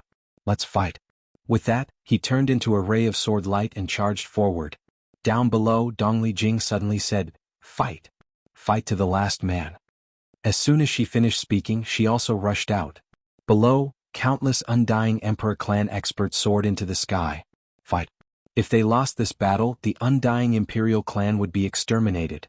The undying Imperial clan had no other choice but to fight. Yi Xian, who was at the forefront, directly activated his Mad Demon bloodline. In the instant that his Mad Demon bloodline was activated, the entire sky turned into a sea of blood. Su Wuxin was expressionless. "Kill." As her voice rang out, the 12 black-clothed people behind her rushed out. Their target was not Yi Xian, but the undying Imperial clan experts below. As for Yi Xian, he had Xiao Mu's doppelganger stand in front of them. These mortal extinguishing experts were not people that the undying Imperial clan could contend against. If he didn't stop these people, these mortal extinguishing realm experts would deal a destructive blow to the undying Emperor clan. Although those clones only had less than 60% of Xiao Mu's strength, they were still very terrifying. The 10 doppelgangers were actually able to suppress the black-robed men. As for Yi Xian himself, he rushed in front of Su Wuxin and slashed down with his sword. This sword was much stronger than before because it had the support of the Mad Demon bloodline. Su Wuxin's expression was calm. She clenched her right hand lightly. Boom. An invisible barrier blocked Yi Xian's sword. The space around them exploded instantly. However, the space where Su Wuxin was completely unscathed. At this time, Yi Xian slashed down again. Su Wuxin suddenly punched out. Boom. The sword light shattered, and Yi Xian was instantly sent flying. Su Wuxin also retreated dozens of zhang. She had just stopped when a flying sword pierced through the air towards her. Su Wuxin stepped forward and punched out again. A fist imprint slammed into the flying sword. Boom. The flying sword was forced to a stop by the fist imprint. At this time, Yi Xian suddenly appeared in front of Su Wuxin like a ghost. Su Wuxin's speed was even faster, and she directly kneed him. Boom. This knee caused the space in front of her to collapse, and Yi Xian was instantly sent flying. But the next moment, another sword slashed down. Su Wuxin suddenly stretched out her right hand, and then stretched out 2 fingers and pinched. Boom. Between the 2 fingers, a ray of sword light appeared. Her 2 fingers had actually caught Yi Xian's sword. Su Wuxin took advantage of the situation to grab Yi Xian's sword and then slashed forward. A ray of sword energy suddenly descended from the sky, heading straight for Yi Xian in the distance. This was also a sword, and it seemed to split the universe. In the distance, Yi Xian did not dare to forcibly take this attack because he was not a sword body. He opened his right hand and a sword appeared in his palm. He also slashed down. Head on. A ray of blood-red sword energy shot up to the sky. Boom. The two rays of sword energy exploded apart upon contact, and then countless strands of sword energy shot towards the surroundings while an area of over 100 kilometers of space was instantly shattered into pieces. Su Wuxin was just about to attack again when she suddenly frowned. Because the black-armored experts of the Void Tribe were collapsing one by one. An assassin. Yi Xian hadn't asked Little Mu to kill Su Wuxin, and he'd asked her to kill the black-armored experts instead. Because in that way the losses of the undying Imperial clan could be minimized. Su Wuxin's face immediately fell when she saw Little Mu slaughter the experts of the Void Tribe. Besides her, no one here could stop Little Mu. Even she had to be extremely careful. Su Wuxin immediately turned around and looked towards the distance. If all of you don't stop her, then I'll retreat immediately. After a short moment of silence, numerous black shadows suddenly appeared in the distance, and then they vanished on the spot. Assassins. These assassins weren't members of the Void Tribe. They were assassins that the laws of the universe had nurtured in secret, and only they could resist Little Mu. When the mysterious assassins vanished, Little Mu had suddenly vanished as well. Moreover, the assassins had vanished as well. But it didn't take long for another expert of the Void Tribe to perish. It was Little Mu. However, Little Mu immediately fled after killing one of them, and she didn't give the assassins any chance to stop her. Su Wuxin's face fell when she witnessed this scene. All of you go kill the members of the Undying Imperial clan. Those assassins immediately turned around to deal with the experts of the Undying Imperial clan. Yi Xian's face fell when he witnessed this scene. He had no other choice but to ask Little Mu to stop those assassins. Even though Little Mu had stopped those assassins, she'd been pinned down as well. The situation was even more disadvantageous to the Undying Imperial clan. In midair, Su Wuxin gazed at Yi Xian and was about to speak when Yi Xian suddenly stomped his right foot against the ground, and then his figure transformed into a ray of blood-red light that shot forward explosively. He had to kill Su Wuxin. Su Wuxin laughed coldly, took a step forward and then punched forward. Bang! This punch forcefully blocked Yi Xian's attack. Yi Xian was just about to attack again when Su Wuxin suddenly charged forward and smashed her fist towards Yi Xian's throat. It was swift like a bolt of lightning. Yi Xian instinctively moved to the side and avoided this punch. But in the next moment, Su Wuxin's right fist suddenly swept horizontally. Bang! This sweep transformed space into nothingness. On the other hand, Yi Xian was already 300 m away. Space-time shoes. Su Wuxin gazed at Yi Xian. I underestimated you. As soon as she finished speaking, she suddenly charged forward. The space in front of Yi Xian exploded apart, and then a fist smashed towards him. A wisp of a savage smile arose on the corners of Yi Xian's mouth. He took a step forward, and his sword domain enveloped Su Wuxin. At the same time he suddenly drew his sword and slashed. At the instant he drew his sword, an expanse of blood-red light instantly drowned him and Su Wuxin. Bang! An explosion resounded like a thunderclap, and then countless rays of blood-red light and sword light shot towards the surroundings while Yi Xian was blasted flying.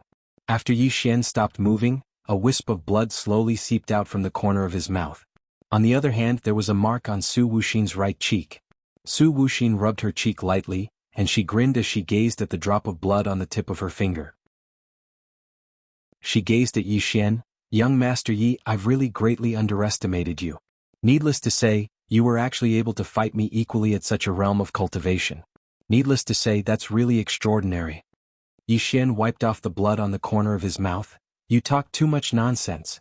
We're fighting a life-and-death battle, not a romantic battle. As soon as he finished speaking, he charged forward. A ray of blood-red light flashed through the battlefield. In the distance, Su Wuxin suddenly punched out. Bang! Yi Xian was blasted back to where he stood earlier, and the space in front of him had been shattered and obliterated. At this moment, Su Wuxin suddenly punched out. A fist instantly arrived in front of Yi Xian. Yi Xian activated the space-time boots, and at this moment Su Wuxin suddenly punched to the right. Rumble. Space shattered, and Yi Xian retreated several hundred zhang away. Just as he stopped and was about to attack, he seemed to have discovered something. Turning his head, he saw that in the distance, countless members of the Undying Emperor clan were falling one after another. After Xiaomu was held up, the Undying Emperor clan was at a complete disadvantage. The difference in cultivation was too great. If not for the fact that many Undying Emperor clan members possessed powerful Undying bloodlines, there would have been even more deaths. Seeing that the Undying Emperor clan was at a disadvantage, Yi Xian's expression sank. He looked toward Xiaomu's position. At this moment even he couldn't sense Xiaomu. All he knew was that there were at least 20 super assassins holding Xiaomu back. Xiaomu couldn't escape at all. Suddenly the space in the surroundings split apart, and then hundreds of black-robed experts charged out. Yi Xian's face instantly turned pale when he saw the thousands of black-robed experts. Even the weakest was at the transcending mortal realm. How could the Void Tribe have so many transcending mortal realm experts? Dongli Jing's face instantly turned pale when she saw so many transcending mortal realm experts. A short moment later, a trace of resolve flashed in her eyes and she looked at Yi Xian. The Undying Emperor clan can't protect you anymore. You must live well in the future. As she spoke, she turned to look at the Undying Emperor clan members and roared furiously, "All the elders of my Undying Emperor clan, detonate yourself immediately. Even if we die, we won't allow anyone to devour our bloodlines. As long as we live, our blood will exist. If we die, our blood will die." As soon as she finished speaking, she turned around and charged towards the Void Tribe members in front of her. Her body was burning, and strands of powerful aura surged out incessantly from her. Self-detonation. Yi Xian's eyes almost popped out of their sockets when he saw this. Clan leader. He wanted to stop her, but he was stopped by Su Wuxin. In the distance, Dongli Jing's voice suddenly rang out again. "Yi Xian, let the Undying Emperor clan continue to exist. I'm counting on you." As soon as she finished speaking, boom. In the distance, an explosion suddenly resounded like a clap of thunder, and the entire starry sky trembled. At this moment, all the Undying Emperor clan members were dumbfounded. The clan leader was gone. Below, Dongli Zhan looked at the exploding space in the horizon with a dazed expression. After a moment of silence, he suddenly said, "All Undying cavalry fight." Behind Dongli Zhan, a group of cavalry suddenly charged out. The leader of the cavalry roared angrily, "Everyone detonate yourself."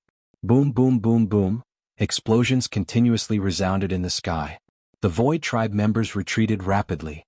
Below, Dongli Zhan looked at the sky with an expressionless face, "Everyone fight." At this moment, apart from the Undying Emperor clan's younger generation, all the Undying Emperor clan members charged out. "All Shadow Guards detonate yourself. All Undying Dao soldiers detonate yourself. All Feather Divine Guards, detonate yourself. All Imperial Divine Guards, detonate yourself." Dongli Zhan, "I'll leave first. Clan leader Jing, we're here. There are no cowards in the Undying Emperor clan, ha. There are still many things that I haven't done." Within the Undying Emperor clan Soul Hall, soul wood exploded one by one. Soon tens of thousands of soul tablets disappeared. The hall was empty. The people were there and the blood was there. The people were there and the blood was there. P.S. People are wandering outside. Chapter 1627. One by one the Undying Imperial Clan powerhouses died. With so many Void Tribe powerhouses self-destructing, the Void Tribe powerhouses were forced to retreat. The power produced by the self-destruction was simply too powerful. It was the final attack of countless Undying Imperial Clan powerhouses. All the Void Tribe powerhouses retreated and chose to avoid it for now. Yi Xian felt like his heart was being cut by a knife when he sensed the Undying Imperial Clan powerhouses self-destructing. He attacked madly with his sword, and rays of blood-red sword light slashed at Su Wuxin. Su Wuxin did not choose to fight head-on. He chose to retreat as he fought. Therefore Yi Xian had no chance at all. The self-destruction lasted for almost 15 minutes. The entire Undying Star region shook as countless powerhouses looked at the Undying world with fear in their eyes. What exactly happened? When everything calmed down, only a group of young people remained in the Undying world. Less than 100. All of them were the prodigies of the Undying Imperial Clan. At this moment, Dongli Zhan looked at Yi Xian. "Take care of them." With that, he walked slowly towards the Void Tribe powerhouses in the distance. Yi Xian roared furiously, "No!" As he spoke he was about to stop Dongli Zhan. Right at this moment, Dongli Zhan suddenly spoke in a soft voice.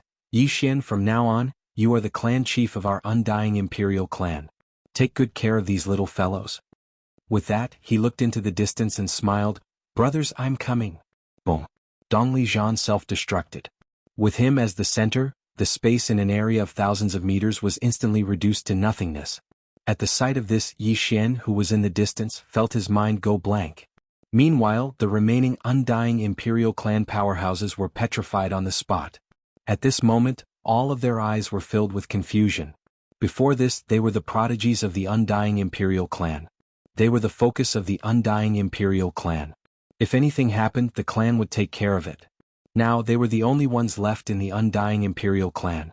What should we do? At this moment, besides confusion, there was also despair in the eyes of these prodigies. All the elders and their close relatives were dead. They were the only ones left. In the distance, Su Wuxin looked at the empty undying world in silence. All the Void Tribe powerhouses were extremely shocked at this moment. They never expected that the undying Imperial clan would be this decisive. They all chose to self-detonate. No one chose to escape. Meanwhile, Su Wuxin spoke softly, "It's a race worthy of respect." As she spoke, she looked to the geniuses and demon-level geniuses of the undying Imperial clan. Capture them alive. The people in front of him were all core members of the undying Imperial clan. They possessed the purest undying bloodline. Although it was a little less, it was better than nothing. Upon hearing Su Wuxin's words, the surrounding Void Tribe powerhouses immediately charged towards the undying Imperial clan freaks. Below, Dong Liqing, who was the leader, suddenly said fiercely, "Everyone get ready." At this time Yi Xian suddenly appeared in front of Dong Liqing. Dong Liqing looked at Yi Xian with bloodshot eyes. "The patriarchs are all dead." Yi Xian nodded. "I know." With that, he turned to look at the Void Tribe powerhouses who were charging at him. "Listen up, you can only self-destruct after I die. If I'm not dead, don't you dare self-destruct."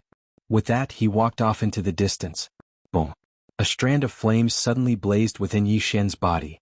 He wasn't burning his soul, he was burning his lifespan. He still had a trump card, the life sword. Burning his lifespan to obtain great power. As he burned his lifespan, Yi Xian's aura grew stronger and stronger.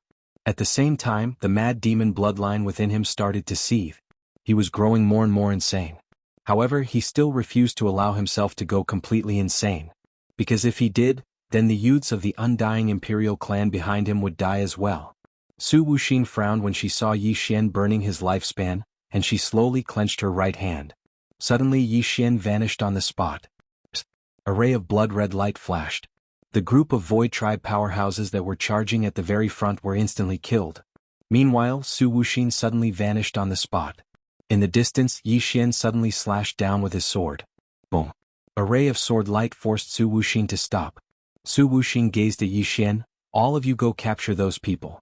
I'll stop him." As soon as she finished speaking, the Void Tribe experts behind her charged towards the geniuses of the undying Imperial clan who stood behind Yi Xian. Yi Xian was about to attack when Su Wuxin charged forward and smashed her fist towards Yi Xian. At this moment, a giant creature suddenly appeared in front of Yi Xian. Qiongqi. Qiongqi slapped his palm down. Bang. Su Wuxin was blasted 3 kilometers back. Meanwhile, Yi Xian had arrived in front of Dong Liqing and the others. He suddenly roared furiously as the sword spirit in his hand flew out. In an instant, a blood-red flying sword tore through the sky and tore through everything. Bloody heads fell incessantly from the sky. The Void Tribe experts immediately stopped when they witnessed this scene. At this moment, Yi Xian was like a god of death. Yi Xian's aura was growing stronger and stronger. He was still burning his lifespan. After his breakthrough, his lifespan was over 10,000 years. At this moment he was burning nearly 1,000 years of his lifespan. Madly burning. Yi Xian glared at the Void Tribe experts. His eyes were filled with a sea of blood. At this moment his killing intent had reached a critical point. Kill. Yi Xian slowly closed his eyes. He could not go completely berserk. He still had people to protect. Even if he died, he had to send these geniuses of the undying Imperial clan to a safe place. These people were the last hope of the undying Imperial clan. No matter what, the undying Imperial clan would survive. Otherwise, even if he died, he would not forgive himself. In the distance, Su Wuxin looked at Qiongqi with a solemn expression. This demonic beast was exceptionally powerful. Qiongqi looked at Su Wuxin. "Xiao Ta, send those kids into the pagoda." At this moment, Xiao Ta appeared before the geniuses of the undying Imperial clan. However, Dong Liqing shook his head. "We're not leaving." Yi Xian suddenly turned and roared, "Go!" Dong Liqing looked at Yi Xian with bloodshot eyes. "The clan leader and the elders are all dead. They've all died in battle. How can we escape? Is it because of the so-called inheritance? They're all dead.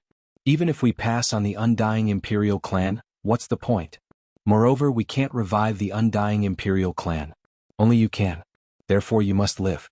Only with you alive can the undying imperial clan have hope. There's no point in us living. Yi Xian suddenly turned and walked up to Dong Liqing. He grabbed Dong Liqing's collar and said fiercely, "I'm the clan leader now. Dong Liqing, I'm ordering all of you to enter the pagoda. If I die, you'll be the clan leader of the undying imperial clan. At that time you can choose to self-destruct.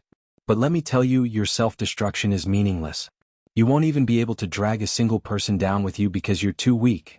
Even if you want to self-destruct, can't you become stronger before self-destructing?"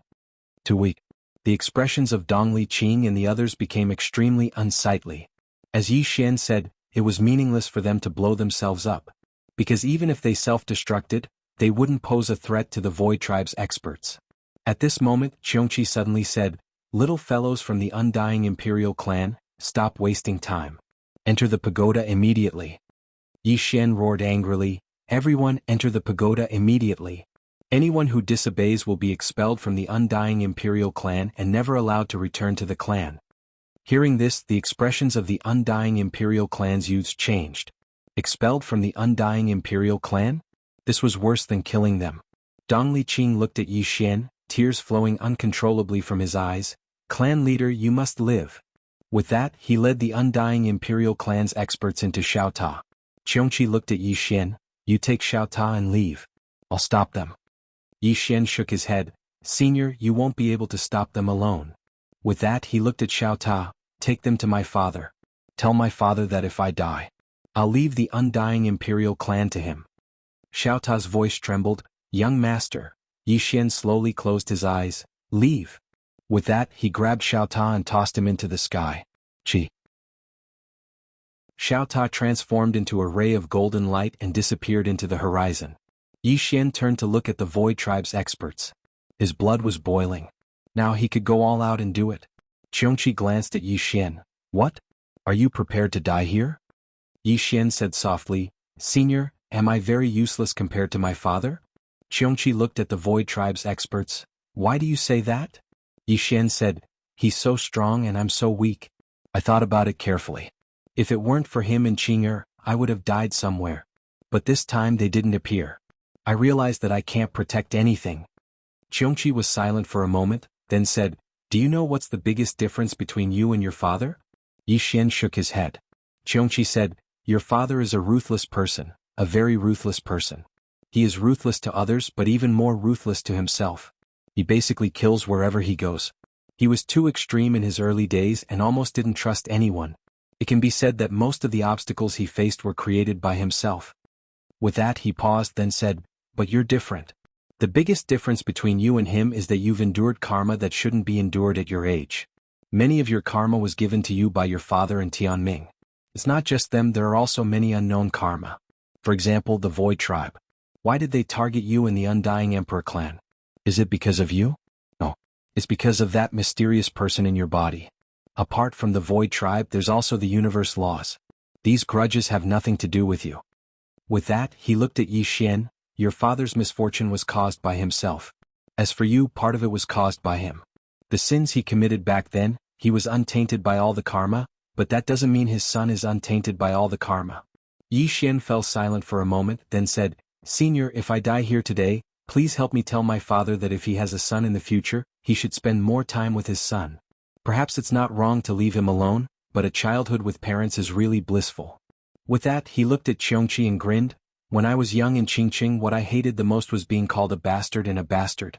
Also, after I die, tell him and Qing'er not to reverse reincarnation for me. This world is too bitter. I don't want to live it again." With that, he walked towards the Void Tribe experts in the distance. P.S. I was scolded by a reader just now. They don't treat me like a human. Chapter 1628. He doesn't want to live. At this moment, Yi Xian was filled with despair, and his lifespan was burning up madly. Qiongqi gazed silently at Yi Xian. He knew that Yi Xian didn't intend to live at all. Qiongqi sighed softly when he thought up to this point. The annihilation of the undying imperial clan had been a huge blow to this little fellow. In the distance, Su Wuxin watched as Yi Xian walked over, and she slowly clenched her right hand. With the current strength of the Void Tribe, killing Yi Xian was really too easy.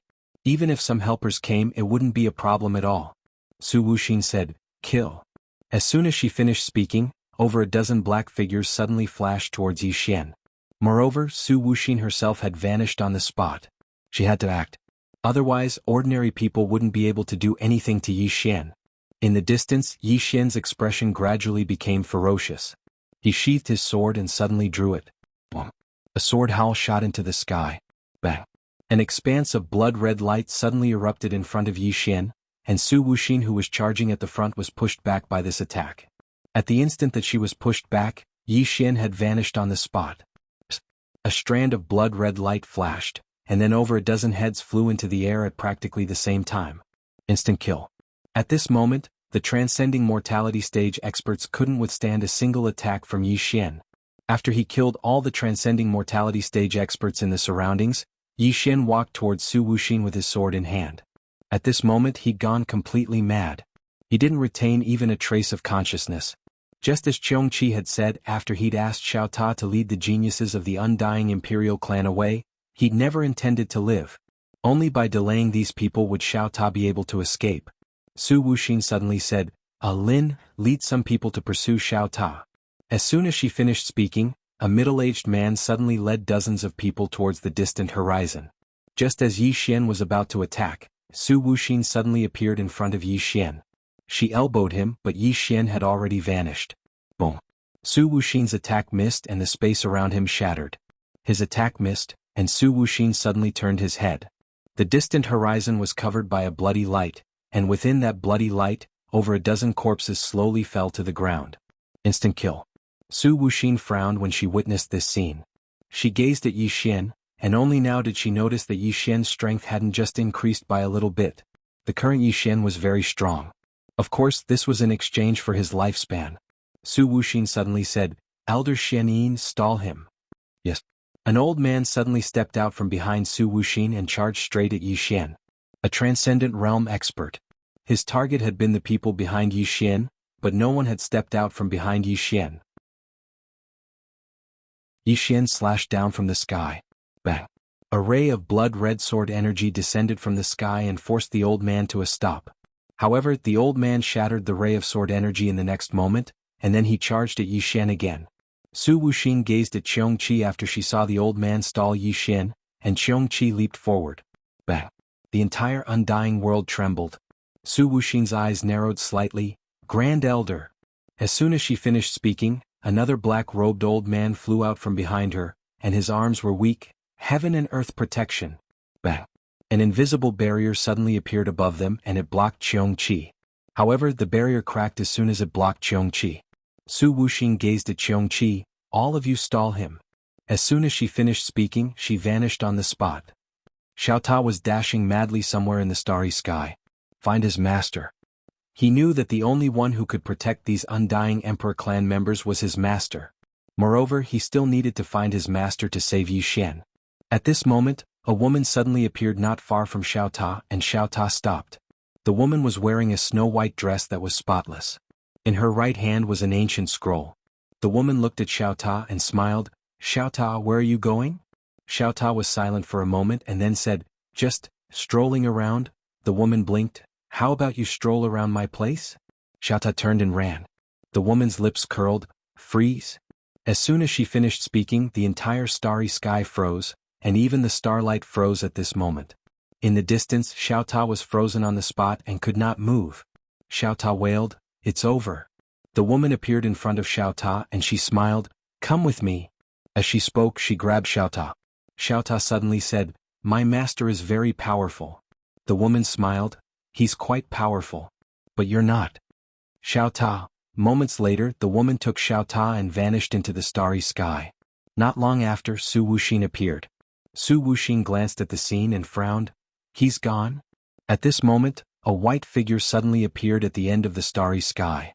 Su Wuxin looked at the white figure, and his eyes were extremely solemn. The white figure smiled, "Kill Yi Xian and I'll revive your father and restore your Void Tribe's freedom." Apart from that, this universe will belong to your Void tribe in the future, and the entire universe will be devoured by your Void tribe. Su Wuxin looked at the white figure. Do I have a choice? The white figure walked into the distance. Miss, I didn't remove Master's seal for you to play. If he doesn't die, your Void tribe will die. As soon as he finished speaking, the white figure had vanished into the starry sky. Su Wuxin fell silent. At this moment, a sense of sorrow arose in her heart. The seemingly powerful Void tribe was only a pawn of someone else. However, if they wanted to live, they could only be someone else's pawn. After a while, Su Wuxin turned around and left. Undying world. At this moment, Yi Xian was getting stronger as he fought, and the peri-celestial powerhouse was finding it difficult to resist him. Although Yi Xian was only at the breaking mortal realm, with the power of his bloodline and the burning of his lifespan, his current combat strength could suppress a peri-celestial powerhouse. Of course, this was obtained by burning his lifespan, and it was only a flash in the pan. After all, once his lifespan was burned, he would be gone. On the other hand, Qiongqi was even more ferocious. He was holding back countless Void tribe powerhouses by himself. In fact, the most important person was Little Mu. She had forcefully held back nearly 20 super assassins. During the battle, she had already killed 6 super assassins, and the number of assassins on the battlefield was decreasing. In fact, she was much more powerful than these assassins, but there was nothing she could do about it. These assassins would not fight her head-on, and they would only attack when she wanted to help Yi Xian. These assassins' goal was very simple. They wanted to hold back Little Mu, not kill her. At this moment, Yi Xian suddenly struck the mysterious elder with his sword. Just as he was about to attack again, a shadow flashed behind him, and he instinctively turned around and slashed down with his sword. Boom! The space in front of Yi Xian exploded, and a middle-aged man appeared in front of him. The middle-aged man's fist collided with Yi Xian's sword. The middle-aged man stared at Yi Xian, and then he suddenly spun. Boom! A wave of blood-red sword light exploded, and Yi Xian retreated over 1 kilometer with his sword. Meanwhile, the mysterious elder suddenly appeared in front of him and slammed his fist towards Yi Xian's head. At the same time, the middle-aged man who had just appeared behind Yi Xian as well. A pincer attack. Yi Xian's space-time shoes suddenly activated, and he vanished on the spot. When he appeared again, he was behind the middle-aged man, and he stabbed his sword towards the back of the middle-aged man's neck. The middle-aged man reacted extremely quickly, and he turned around and punched again. Boom! The middle-aged man was blasted flying by Yi Xian's sword strike. At this moment, Yi Xian's strength had far surpassed the peri-celestial stage. The middle-aged man stared at Yi Xian. His entire right arm had split open, and his fist had been sliced open. Yi Xian's attack had almost crippled his entire arm. At this moment, the mysterious elder suddenly said, "He won't be able to hold on for much longer." The middle-aged man nodded. At this moment, Yi Xian was madly burning his lifespan. Even though he'd obtained boundless energy, he wouldn't be able to maintain it for long. It wouldn't be long before he perished on the spot.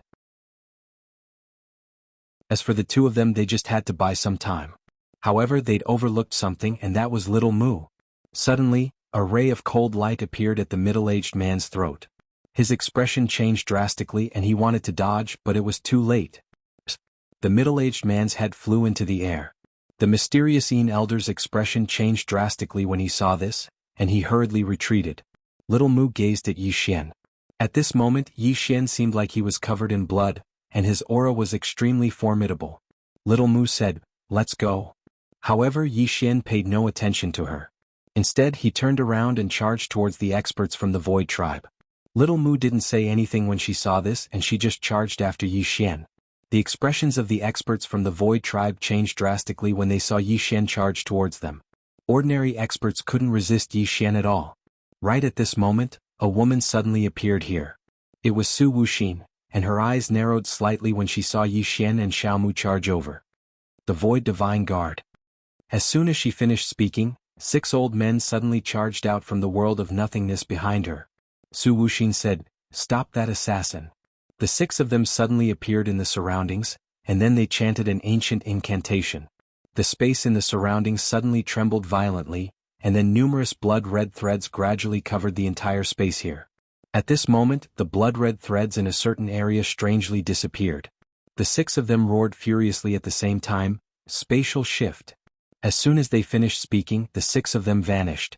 Little Mu had vanished along with them as well. They couldn't do anything to Little Mu at all, so they could only choose to take Little Mu away.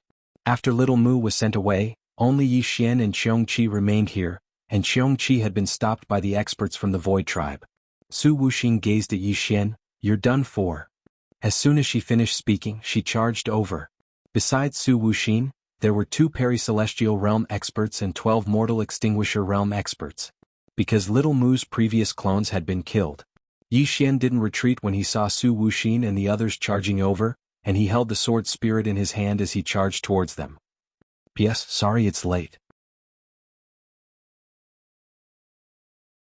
Chapter 1629. At this moment Yi Xian had truly forgotten about life and death. No, he was seeking death. When he saw countless experts of the undying Imperial clan self-destruct, he felt extremely guilty. If not for Yi Xian, the undying Imperial clan might not have ended up like this. Karma. Because of Yi Xian's karma, he had implicated the undying Imperial clan. At this moment, half of his hair had turned white. Because he was still burning his lifespan. At this moment he had less than 100 years left. The moment Yi Xian charged out, Qiongqi's expression changed and he roared angrily, "Brat, don't tell me you're really seeking death." He realized that something was wrong. At first, he had thought that Yi Xian only wanted to kill a few people and then retreat. But now it seemed that was not the case. This brat was simply seeking death. He could not let this brat die here. Otherwise, the entire universe would disappear. Ignoring the brat's father, if Tianming knew that the brat had died here, Qiongqi did not dare to think about it. That woman would really bury the entire universe with Yi Xian. And if that woman went crazy, no one would be able to stop her. As if remembering something, Qiongqi suddenly said, "Sword spirit. Take him away." Sword spirit. The sword in Yi Xian's hand trembled slightly. However, she did not take Yi Xian away. Instead, she actively cooperated with Yi Xian. Seeing this, Qiongqi roared angrily, "What are you doing?" In the distance, Yi Xian slashed down with his sword. Su Wuxing, who was in the lead, was pushed back several thousand zhang. The instant Su Wuxing retreated, Yi Xian slashed out with his sword again. A bloody head flew into the air. Mortal Extinguisher Realm Expert. Yi Xian brandished his sword as fast as lightning. Every time he brandished his sword, a bloody head would be cut off. At this moment he was killing Mortal Extinguisher Realm experts like dogs. In just a few breaths, more than a dozen experts had died. Most of them were at the Mortal Extinguisher state. Yi Xian was also covered in wounds. Su Wuxing suddenly spoke furiously when he witnessed this scene, "Just keep him busy." She knew that Yi Xian was currently overdrafting his life. As long as this dragged on for a while, Yi Xian himself would die. Around them, the Void Tribe powerhouses were no longer attacking. Instead, they surrounded them without attacking. Yi Xian suddenly raised his sword and leaped, slashing at Su Wuxing. In the distance, Su Wuxing clenched his right hand. "Defend." Boom. A shapeless barrier appeared above her. However, the barrier was instantly shattered by Yi Xian's sword strike. Rumble. Su Wuxing was pushed back. While she was being pushed back, Yi Xian dashed forward again. Then he swung his sword down again. A ray of blood-red sword light slashed down and tore through everything. Su Wuxing's pupils constricted when she saw this attack. She opened her right hand, and a black shield suddenly appeared in her grasp. In the next moment, the black shield suddenly appeared above her head. Boom. When Yi Xian's sword strike struck the black shield, the entire shield trembled, and then a shapeless force swept towards the surroundings. The space in an area of over 100 kilometers cracked apart. The force of Yi Xian's attack was dispersed into the surroundings, and this expanse of space bore the brunt of it. Meanwhile, Yi Xian slashed down once more. Boom. The black shield trembled violently, and the surrounding space collapsed. Su Wuxing was blasted 30 kilometers away along with the shield. After she stopped, Su Wuxing slowly clenched her right hand. She stared fixedly at Yi Xian. His right hand behind him had cracked apart. It wasn't just his right hand. Her internal organs had cracked as well. Yi Xian was much stronger than before. After all, she'd been suppressing Yi Xian in the beginning. Yet now she'd been suppressed instead. Meanwhile, the Void Tribe experts in the surroundings were about to attack when Su Wuxing suddenly said, "Stand down." The Void Tribe experts in the surroundings retreated in unison. Asking these Void Tribe experts to deal with Yi Xian now would only be sacrificing themselves for nothing. Su Wuxing walked slowly towards Yi Xian. She relaxed her right hand, and the black shield appeared once more in her palm. At this moment Yi Xian dashed forward and thrust his sword out. A ray of sword light shot towards Su Wuxin. Su Wuxin's right foot was in a half-squat position as she raised the shield in her right hand and blocked it. Bang! This time, the black shield forcefully blocked Yi Xian's sword. At practically the exact same moment, Su Wuxin flipped over and swept her leg towards Yi Xian's head. Yi Xian didn't dodge and he stabbed his sword at Su Wuxin instead. Bang! Yi Xian's figure was swept over 10 kilometers away while Su Wuxin moved 3 kilometers back as well. There was a mark on her chest. Over 3 kilometers away, Yi Xian's entire left hand was gone. When Su Wuxin's right leg swept towards him, he'd used his left hand to block it, and the price he paid was his hand. In the distance, Su Wuxin glanced at her stomach and there was a hole there. There was a strand of sword chi raging within her body, but she'd suppressed it. Su Wuxin gazed coldly at Yi Xian. Meanwhile Yi Xian suddenly vanished. His figure was nowhere to be seen, and only a ray of sword light could be seen. The space-time shoes. Su Wuxin's pupils constricted when she saw Yi Xian's sword slash towards her, and she immediately placed the black shield in front of her. Bang! A ray of blood-red light exploded apart, and then the black shield instantly shattered while Su Wuxin was blasted flying. Even Su Wuxin couldn't endure the strength of Yi Xian's attack. Meanwhile Yi Xian charged forward again. Obviously he intended to kill Su Wuxin first. Su Wuxin's eyes flashed ferociously. "Let's see how long you can last." As soon as she finished speaking, she vanished on the spot like a bolt of lightning. Space was torn apart. Su Wuxin chose to fight Yi Xian head-on. Because she realized that defending would only put her in a more passive position. Su Wuxin slammed her fist forward and light flickered on her fist. The space where Su Wuxin's fist descended was transformed into a huge dent, and the ray of light within the dent was distorted. Rumble. As an explosion rang out, the space around the two of them turned into nothingness at this moment. At this moment, the entire undying world started to shatter. Actually, the entire undying world was already in pieces. When the Undying Emperor clan's experts had self-destructed, they had heavily damaged the world. Therefore, the world could no longer endure Su Wuxin and Yi Xian's power. The entire undying world was crumbling and being destroyed. Just then Yi Xian disappeared on the spot. In the distance, Su Wuxin frowned slightly, and then she suddenly slammed her fist forward. Rumble. A powerful force swept out from her fist like a mountain torrent, and this force forcefully shattered the ray of light. But at this moment Yi Xian appeared in front of her, and his sword stabbed towards her throat. Su Wuxin slammed her hands together and this time she blocked Yi Xian's sword. Rumble. Su Wuxin's hands trembled violently, and she spat out a mouthful of blood. Su Wuxin's expression turned fierce, and she stomped her right foot, releasing Yi Xian's sword. She tilted her head, and her right fist slammed towards Yi Xian's abdomen. At this moment Yi Xian's sword changed from a stab to a slash. Boom. Yi Xian's entire body arched as he was sent flying, and Su Wuxin's right arm was also sent flying. In the distance Yi Xian had just stopped and he spat out a mouthful of blood. His entire body had been torn apart. If it weren't for the violet aura and the undying bloodline, this punch would have been enough to kill him. Even with the violet aura and the undying bloodline, he still felt terrible. This was because he no longer had a powerful physical body. In the distance Su Wuxin was extremely weak. She'd exhausted a great deal of her strength, and she'd been heavily injured by Yi Xian's sword. Most importantly, she didn't have the terrifying regenerative abilities that Yi Xian possessed. Su Wuxin wiped the blood from the corner of her mouth, and then she looked up at Yi Xian. Meanwhile, the surrounding experts of the Void Tribe were about to attack, but Su Wuxin stopped them. Although Yi Xian looked extremely weak right now, he still had the strength to attack. But now, there were not many people present who could withstand Yi Xian's sword. Even a peri-celestial realm expert couldn't stop it. After overdrafting his vitality and coupled with the terrifying power of his bloodline, Yi Xian's strength had far surpassed the peri-celestial realm and was close to the transcendent god realm. Su Wuxin walked slowly towards Yi Xian. In the distance, Yi Xian stood with his sword in hand, and his aura was growing stronger and stronger to an abnormal degree. Su Wuxin suddenly punched from afar.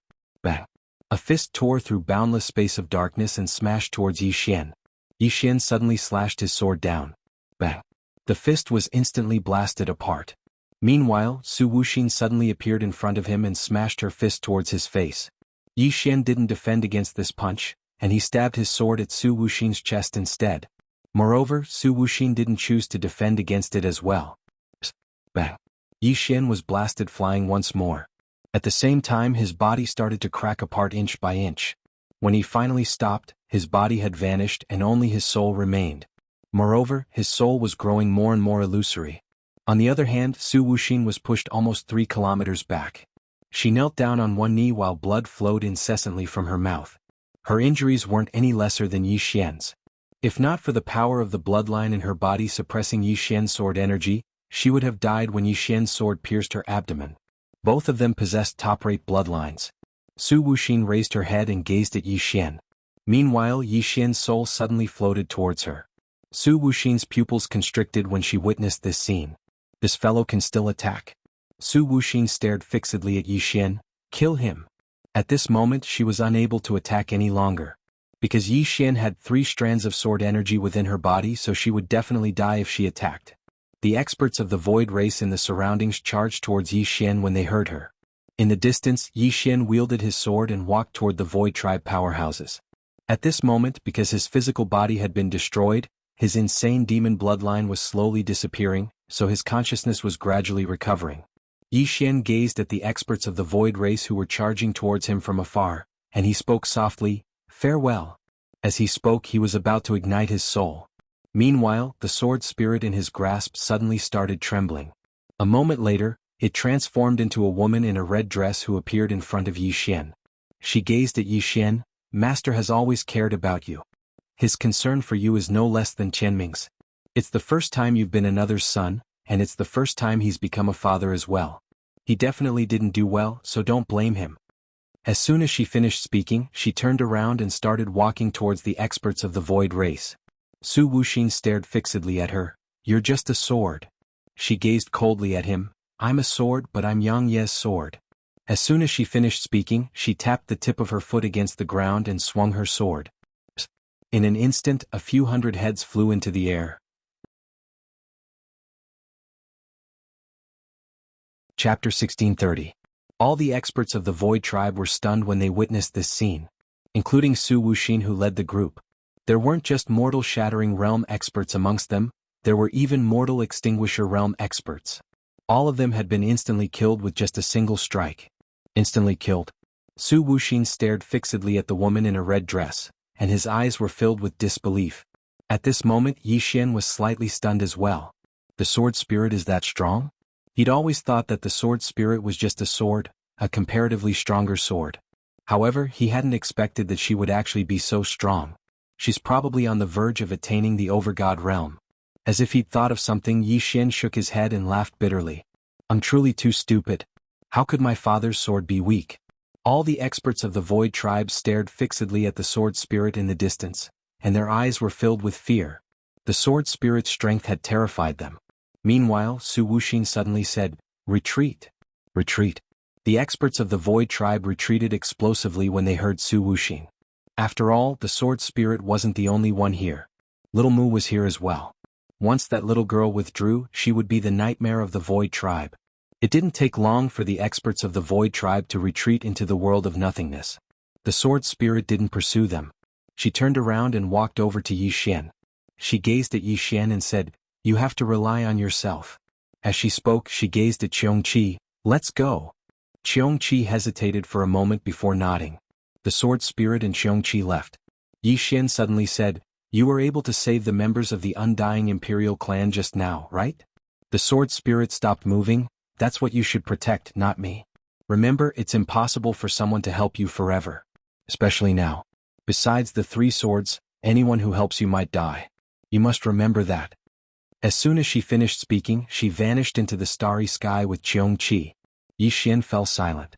Qiongqi said, "Are you really not going to help him?" The sword spirit gazed into the distance. "I can help him now, but can I help him forever?"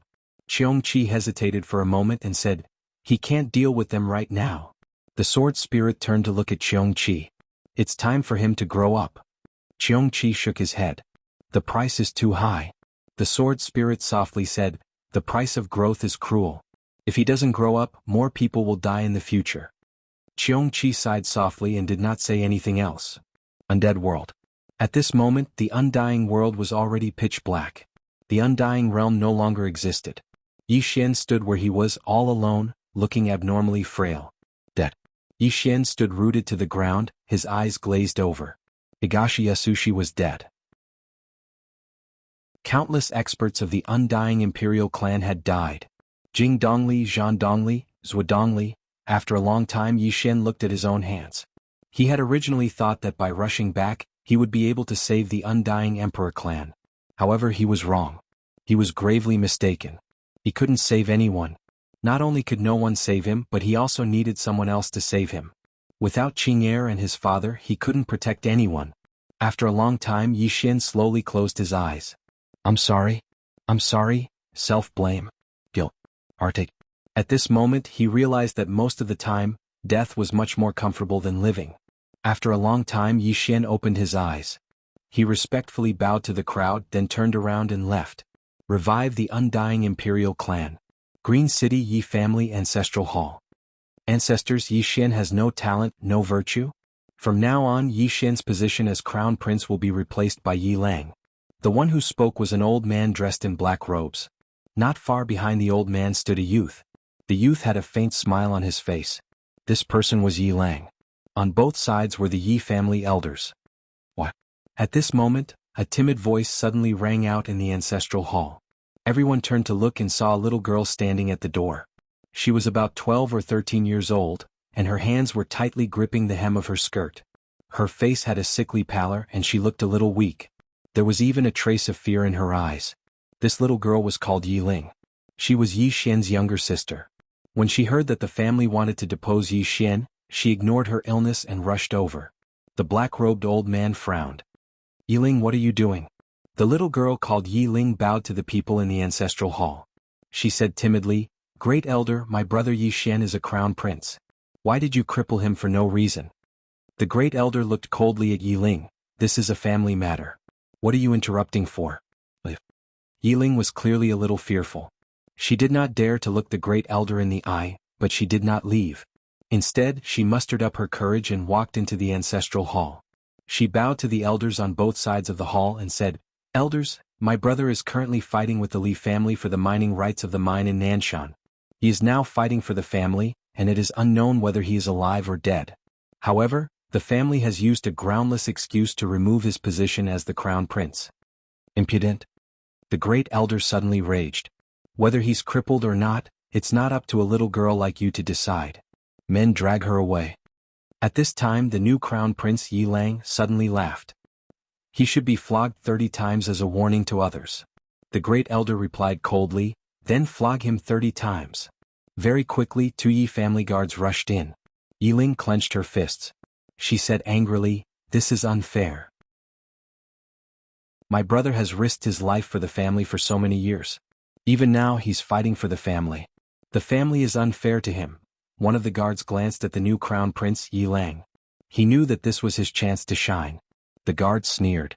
Young Master Yi Lang inherits the title of crown prince. It's everyone's wish. What are you yelling about? As he spoke, he raised his hand and slapped Yi Ling's face. Slap. A crisp slap sounded.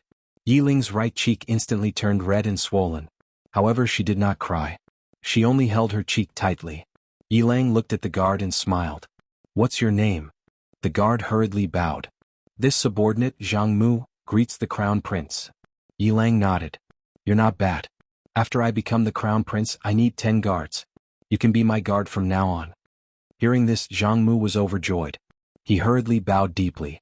This subordinate will go through fire and water for the crown prince. I'm willing to die 1,000 deaths. Yi Lang nodded. Drag him away. This person is causing trouble in the ancestral hall. Do not hold back. Understood?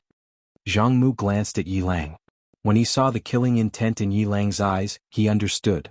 He immediately grabbed Yi Ling's hair and dragged her out. At this time, Zhang Mu seemed to have seen something and stopped. Within the ancestral hall, everyone turned their heads to look outside.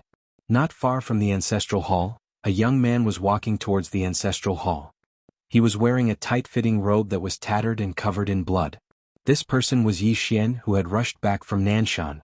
Seeing Yi Xian, Yi Lang's lips curled into a cold smile. Inside the ancestral hall, all the elders frowned. The Great Elder narrowed his eyes. His face was dark and gloomy. No one knew what he was thinking. From afar, when Yi Xian saw Zhang Mu dragging Yi Ling, his face turned savage. Who gave you the guts to touch my sister? When Zhang Mu saw Yi Xian, his face changed. He quickly looked at Yi Lang and was about to speak. At this time, Yi Xian leaped in front of him like a ferocious tiger. Before the latter could react, Yi Xian's fist landed on his face. Zhang Mu felt dizzy and he stumbled and fell. Yi Lang did not stop there. He charged towards Zhang Mu again. At this time, Yi Lang suddenly roared, "Yi Xian, he's my man. How dare you?" Yi Xian suddenly stepped on Zhang Mu's chest. Zhang Mu spat out a mouthful of blood. Seeing this, Yi Lang's face turned ugly. Yi Xian lifted his head to look at him, asking savagely, "Your man?" As he spoke, he stomped on Zhang Mu's face. Zhang Mu's face turned into a bloody mess as he screamed, "Prince, save me!" Yi Xian did not care about Zhang Mu as he walked to Yi Ling's side. Seeing Yi Ling's state, Yi Xian felt as though his heart was being sliced apart. He clenched his fists and his entire body trembled. When Yi Ling saw Yi Xian, her tears flowed. "Brother, it hurts, it hurts." Hearing this, Yi Xian's expression turned savage. In the next instant, he charged in front of Zhang Mu and kicked Zhang Mu's head. Qingqing Yi Clan Ancestral Hall. Ancestors, Yi Xian has no talent, no virtue? From now on, Yi Xian's position as prince shall be replaced by Yi Lang. The one who spoke was an old man in black robes. Not far behind the old man, there was a youth with a faint smile on his face. This person was Yi Lang. On both sides there were the elders of the Yi clan. What? Right at this moment, a slightly timid voice suddenly resounded within the ancestral hall. Everyone turned to look and saw a little girl standing at the door. She was about 12 or 13 years old, and her hands were tightly gripping the hem of her skirt. Her face had a sickly pallor and she looked a little weak. There was even a trace of fear in her eyes. This girl was called Yi Ling, and she was Yi Xian's younger sister. When she heard that Yi Xian was to be replaced, she disregarded her illness and rushed over. The black-robed old man frowned. "Yi Ling, what are you doing?" The little girl called Yi Ling bowed to everyone in the hall as she asked timidly, "Great elder, my brother Yi Xian is the prince.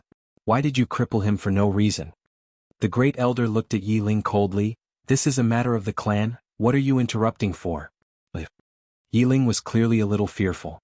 She did not dare to look the great elder in the eye, but she did not leave. Instead, she mustered up her courage and walked into the ancestral hall. She bowed to the elders on both sides of the hall and said, "Elders, my brother is currently fighting with the Li family for the mining rights of the mine in Nanshan. He is now fighting for the family, and it is unknown whether he is alive or dead. However, the family has used a groundless excuse to remove his position as the crown prince. This is truly unfair. Impudent." The great elder suddenly raged. "Whether he's stripped or not, it's not up to a little girl like you to decide. Men, drag her away." At this time, the new prince Yi Lang suddenly laughed. "He should be flogged 30 times as a warning to others." The great elder replied coldly, "Then flog him 30 times. Very quickly, 2 Yi clan guards rushed in. Yi Ling clenched her fists and said angrily, "This is unfair. My brother has risked his life for the clan for so many years, and even now he's fighting for the clan. The clan is unfair to him." One of the guards glanced at the new prince Yi Lang. He knew that this was his chance to shine. The guard sneered, "Young master Yi Lang inherits the position of prince. What are you yelling about?" As he spoke, he raised his hand and slapped Yi Ling's face. Slap.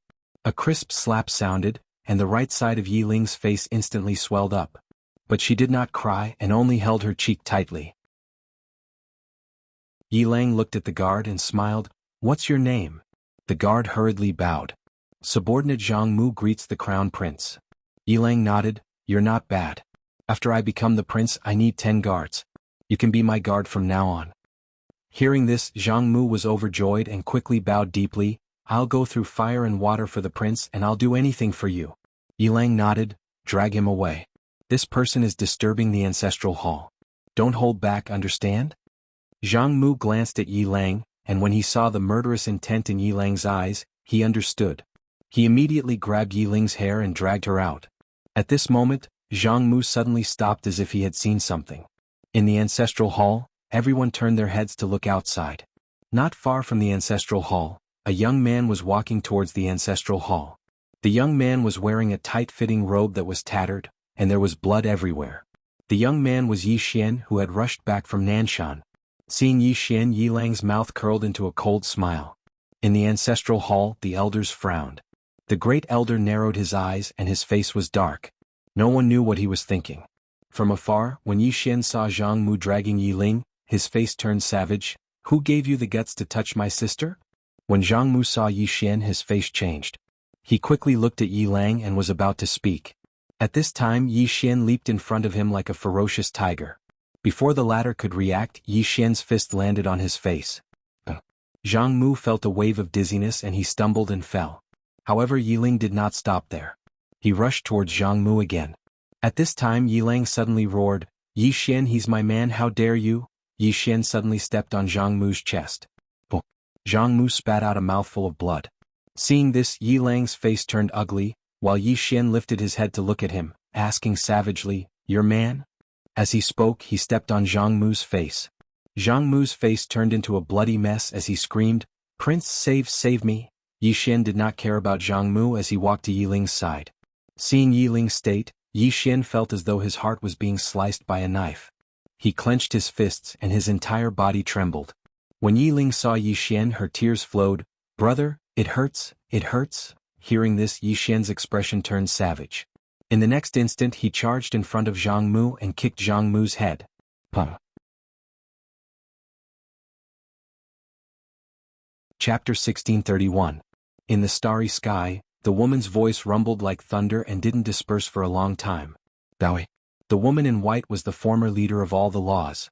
And the woman in black was the second strongest law of destiny, Ah Ming. Daoi chuckled, "Ah Ming, I don't understand. You're a law of destiny, so why don't you have any thoughts of controlling your own destiny? Master is dead and you've escaped his control. Isn't that a good thing?"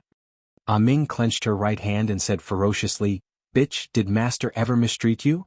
Daoi shook her head, "No. He was very good to me. He was the person who treated me the best in the world." Ah Ming roared, "Then why did you join forces with the other dimensional people to kill him? Has your conscience been eaten by dogs?" Daoi smiled, "Let's not talk about this, all right?" Ah Ming's expression was ferocious. "Daoi, Master liked you the most and valued you the most. He was prepared to let you take over his position, but he never imagined that the person he trusted the most, the person he loved the most, would betray him." As she spoke, she pointed at Daoi. "Bitch, if it wasn't for you, how could Master have perished?" As soon as she finished speaking, she suddenly blasted her fist forward. Bang! In an instant, the starry sky was covered in strange runes. Grandao laws. This punch contained boundless Grandao laws, and it could easily destroy a universe in the outside world. In the distance, Dao Yi's expression was calm as she slowly stretched out her right hand and pressed it down. The starry sky seemed to freeze, and in the next moment, the strange runes gradually turned illusory before vanishing. Right at this moment, a strange scene appeared in the surrounding space, and the strange runes that had vanished suddenly reappeared in the starry sky. Time was reversed. Time had been reversed to 3 breaths of time ago. All the runes suddenly converged to form a huge runic fist, and it instantly blasted towards Dao Yi. Dao Yi's expression was still calm as she pointed forward with her finger. Bang! As soon as her finger descended, the runic fist instantly vanished. But in the next moment, time flowed backward once more, and the runic fist appeared once more. Not only that, but before Dao Yi could even make a move, the runic fist had already landed on her body. Boom! Dao Yi's body trembled in fear and became a little more illusory. It wasn't his main body. This was not her real body. Dao Yi turned her head and saw a woman standing a few hundred feet to her right. The woman was wearing a simple cotton dress. Her right hand was hidden in her sleeve, and her left hand was placed in front of her chest. At this moment she was also looking at Dao Yi. Time law. Among the 9 great laws it was ranked 3rd. Dao Yi glanced at the laws of time and smiled. "Third brother, I didn't expect you to be able to use the laws of time to such an extent. No wonder Master often praised you." The life law shook its head. "Dao Yi, please don't mention Master. You're not worthy." Dao Yi smiled and said, "Don't mention it." Then she looked at the law of destiny. "Ah Ming, you should be able to feel that the boundary that Master set up is slowly disappearing. Once it disappears, you guys won't be able to defend this place." Ah Ming sneered. "Do you want us to surrender?" Dao Yi smiled. "You definitely won't."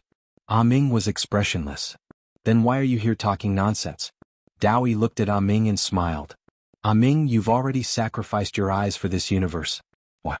Do you want to continue sacrificing your life? Qingqing Yi family's ancestral shrine. Ancestors, Yi Xian has no talent and no virtue. From now on, Yi Xian's position as the crown prince will be replaced by Yi Lang. The one who spoke was an old man in a black robe. Not far behind the old man stood a youth with a faint smile on his face. This person was Yi Lang. On both sides were the Yi family's elders. Why? At this time, a timid voice rang out in the ancestral shrine. Everyone turned to look and saw a little girl standing at the door. She was about 12 or 13 years old, and her hands were tightly gripping the hem of her skirt. Her face had a sickly pallor and she looked a little weak. There was even a trace of fear in her eyes. Her name was Yi Ling, and she was Yi Xian's younger sister. When she heard that Yi Xian was to be replaced, she ignored her illness and rushed over. The black-robed old man frowned. Yi Ling, what are you doing? The girl called Yi Ling bowed to everyone in the ancestral shrine, asking timidly, Great Elder, my brother Yi Xian is the crown prince. Why did you cripple him? The great elder looked at Yi Ling coldly. This is a family matter. What are you interrupting for? Yi Ling was obviously afraid, not daring to look at the great elder. However, she did not leave. Instead, she mustered up her courage and walked into the ancestral shrine. Once again she bowed to the elders. Dear elders, my brother is fighting with the Li family for the mining rights. He's fighting for the family and we don't know if he's dead or alive. Yet, the family is using a groundless excuse to strip him of his position. This is unfair. Impudent. The great elder suddenly raged. Whether he's stripped or not, it's not up to a little girl like you to decide. Men drag her away. At this time, the new crown prince Yi Lang suddenly laughed. He should be flogged 30 times as a warning to others. The great elder replied coldly, then flog him 30 times. Very quickly, 2 Yi family's guards rushed in. Yi Ling clenched her fists and said angrily, This is unfair. My brother has risked his life for the family for so many years. Even now he's fighting for the family. The family is unfair to him. One of the guards glanced at the new crown prince Yi Lang. He knew that his chance to shine had come. The guard sneered, Young Master Yi Lang inherits the crown prince's position. It's everyone's wish. What are you shouting for? As he spoke, he raised his hand and slapped Yi Ling's face. Slap. A crisp slap sounded, and the right side of Yi Ling's face instantly turned red and swollen. However, she didn't cry. She just held her cheek tightly. Yi Lang looked at the guard and smiled. What's your name? The guard hurriedly bowed. This subordinate, Zhang Mu, greets the crown prince. Yi Lang nodded. You're not bad. After I become the crown prince, I'll need 10 personal guards. From now on you'll be my personal guard. Hearing this, Zhang Mu was overjoyed and hurriedly bowed deeply. This subordinate is willing to go through fire and water for the crown prince. I'm willing to risk my life for you. Yi Lang nodded. Drag him away. This person is causing trouble in the ancestral hall. Don't hold back. Understood? Zhang Mu glanced at Yi Lang, and when he saw the killing intent in Yi Lang's eyes, he understood. He immediately grabbed Yi Ling's hair and dragged her out. At this time, Zhang Mu seemed to have seen something and he suddenly stopped. Inside the ancestral hall, everyone turned their heads to look outside the hall. Not far from the ancestral hall, a young man was walking towards the ancestral hall. He was wearing a tight-fitting robe that was tattered and covered in blood. This person was Yi Xian, who had rushed back from the Nanshan. Seeing Yi Xian, Yi Lang's lips curled into a cold smile. Inside the ancestral hall, all the elders frowned. The great elder's eyes narrowed and his face darkened. No one knew what he was thinking. From afar, when Yi Xian saw Zhang Mu dragging Yi Ling, his face turned savage. Who gave you the guts to touch my sister? When Zhang Mu saw Yi Xian, his face changed. He hurriedly looked at Yi Lang and was about to speak. At this time, Yi Xian was like a ferocious tiger, leaping in front of him. Before the latter could react, Yi Xian's fist landed on his face. Bang! Zhang Mu felt a wave of dizziness and he stumbled and fell. However, Yi Ling did not stop there. He rushed towards Zhang Mu again. At this time, Yi Lang suddenly roared, Yi Xian, he's my man. How dare you? Yi Xian suddenly stepped on Zhang Mu's chest. Oh! Zhang Mu spat out a mouthful of blood. Seeing this, Yi Lang's face turned ugly. Yi Xian lifted his head to look at him, asking savagely, Your man? As he spoke, he stepped on Zhang Mu's face. Zhang Mu's entire face was a bloody mess as he screamed, Prince, save me. Yi Xian did not care about Zhang Mu as he walked to Yi Ling's side. Seeing Yi Ling's state, Yi Xian felt as though his heart was being sliced by a knife. He clenched his fists and his entire body trembled. When Yi Ling saw Yi Xian, her tears flowed. "Brother, it hurts, it hurts." Hearing this, Yi Xian's expression turned savage. In the next instant he charged in front of Zhang Mu and kicked Zhang Mu's head. Pum. Qingqing Yi Clan Ancestral Hall. Ancestors, Yi Xian has no talent, no virtue? From now on Yi Xian's position as prince shall be replaced by Yi Lang. The one who spoke was an old man in black robes. Not far behind the old man, there was a youth with a faint smile on his face. This person was Yi Lang. On both sides there were the Yi clan elders. Why? Right at this moment, a slightly timid voice suddenly resounded within the ancestral hall. Everyone turned to look and saw a little girl standing at the door. She was about 12 or 13 years old, and her hands were tightly gripping the hem of her skirt. Her face had a sickly pallor and she looked a little weak. There was even a trace of fear in her eyes.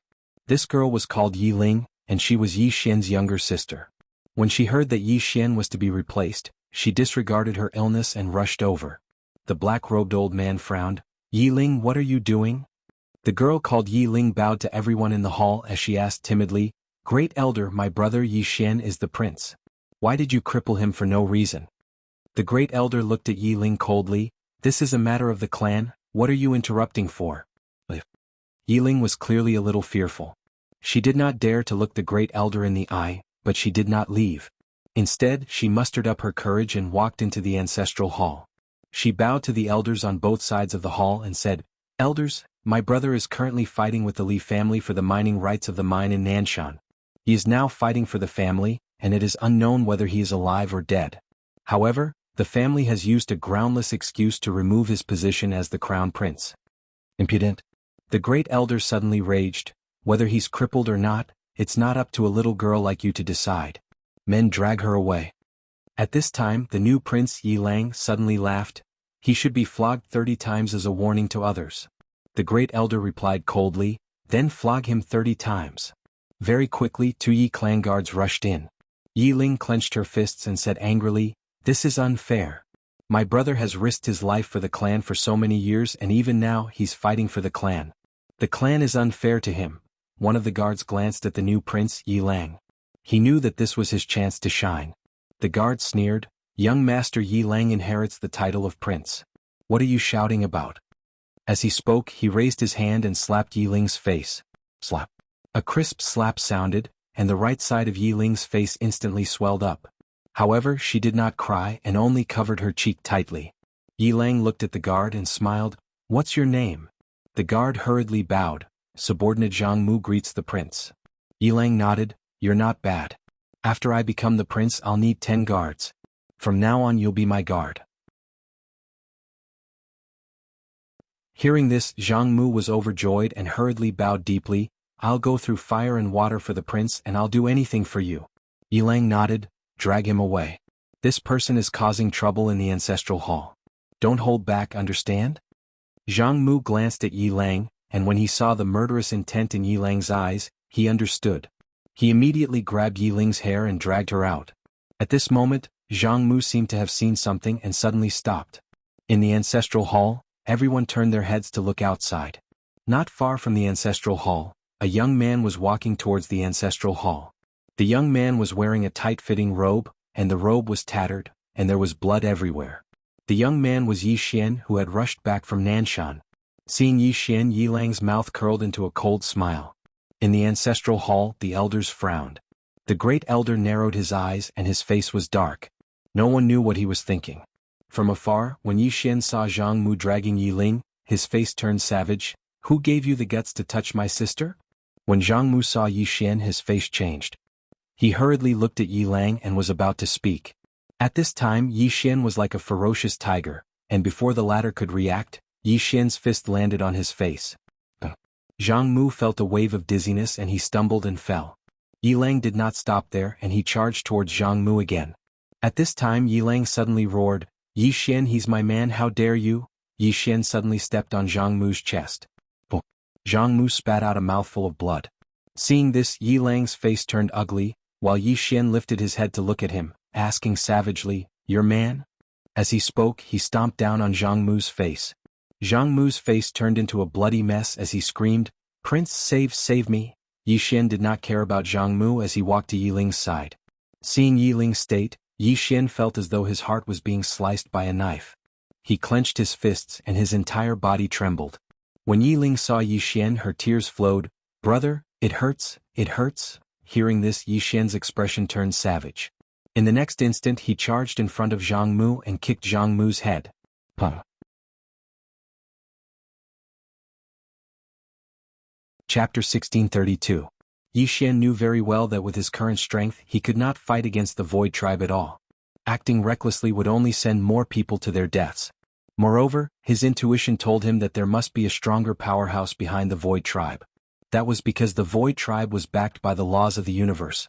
The assassins who stopped Little Mu earlier were nurtured by the laws of the universe. The laws of the universe must have nurtured transcendent powerhouses, and there were definitely many of them.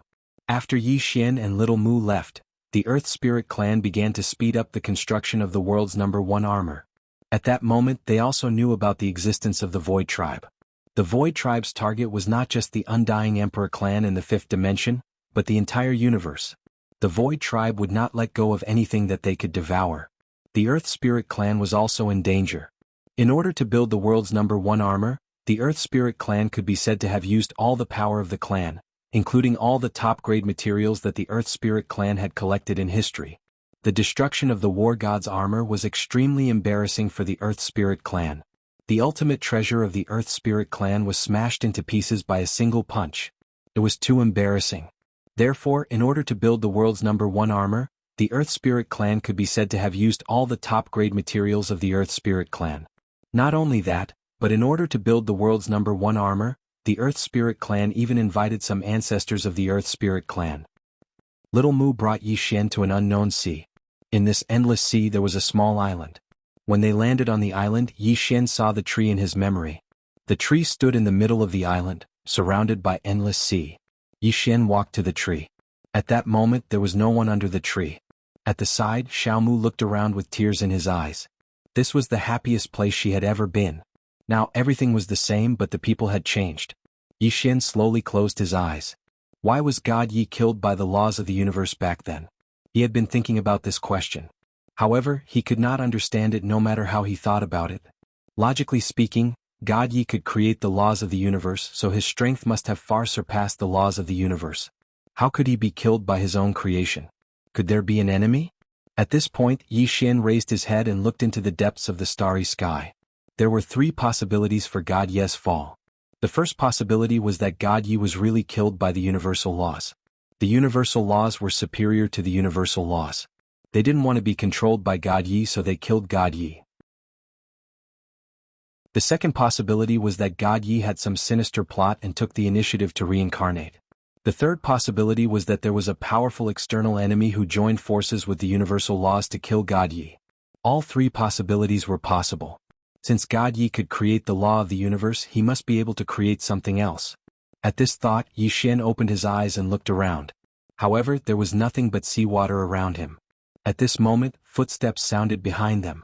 Xiaomu turned around abruptly and saw a woman in a white dress walking towards her slowly. Seeing this woman in white, Xiaomu's expression turned extremely solemn. Of course she knew this woman. Daoi, the first law of the universe. Yi Xian knew this woman as well. She was Daoi, who loved to read books. Daoi looked at Yi Xian and smiled. Should I call you Yi Xian or God Yi? Yi Xian replied, Yi Xian. Daoi smiled. That's true. Now, Green City Yi Clan Ancestral Temple. Ancestors, Yi Xian has no talent and no virtue.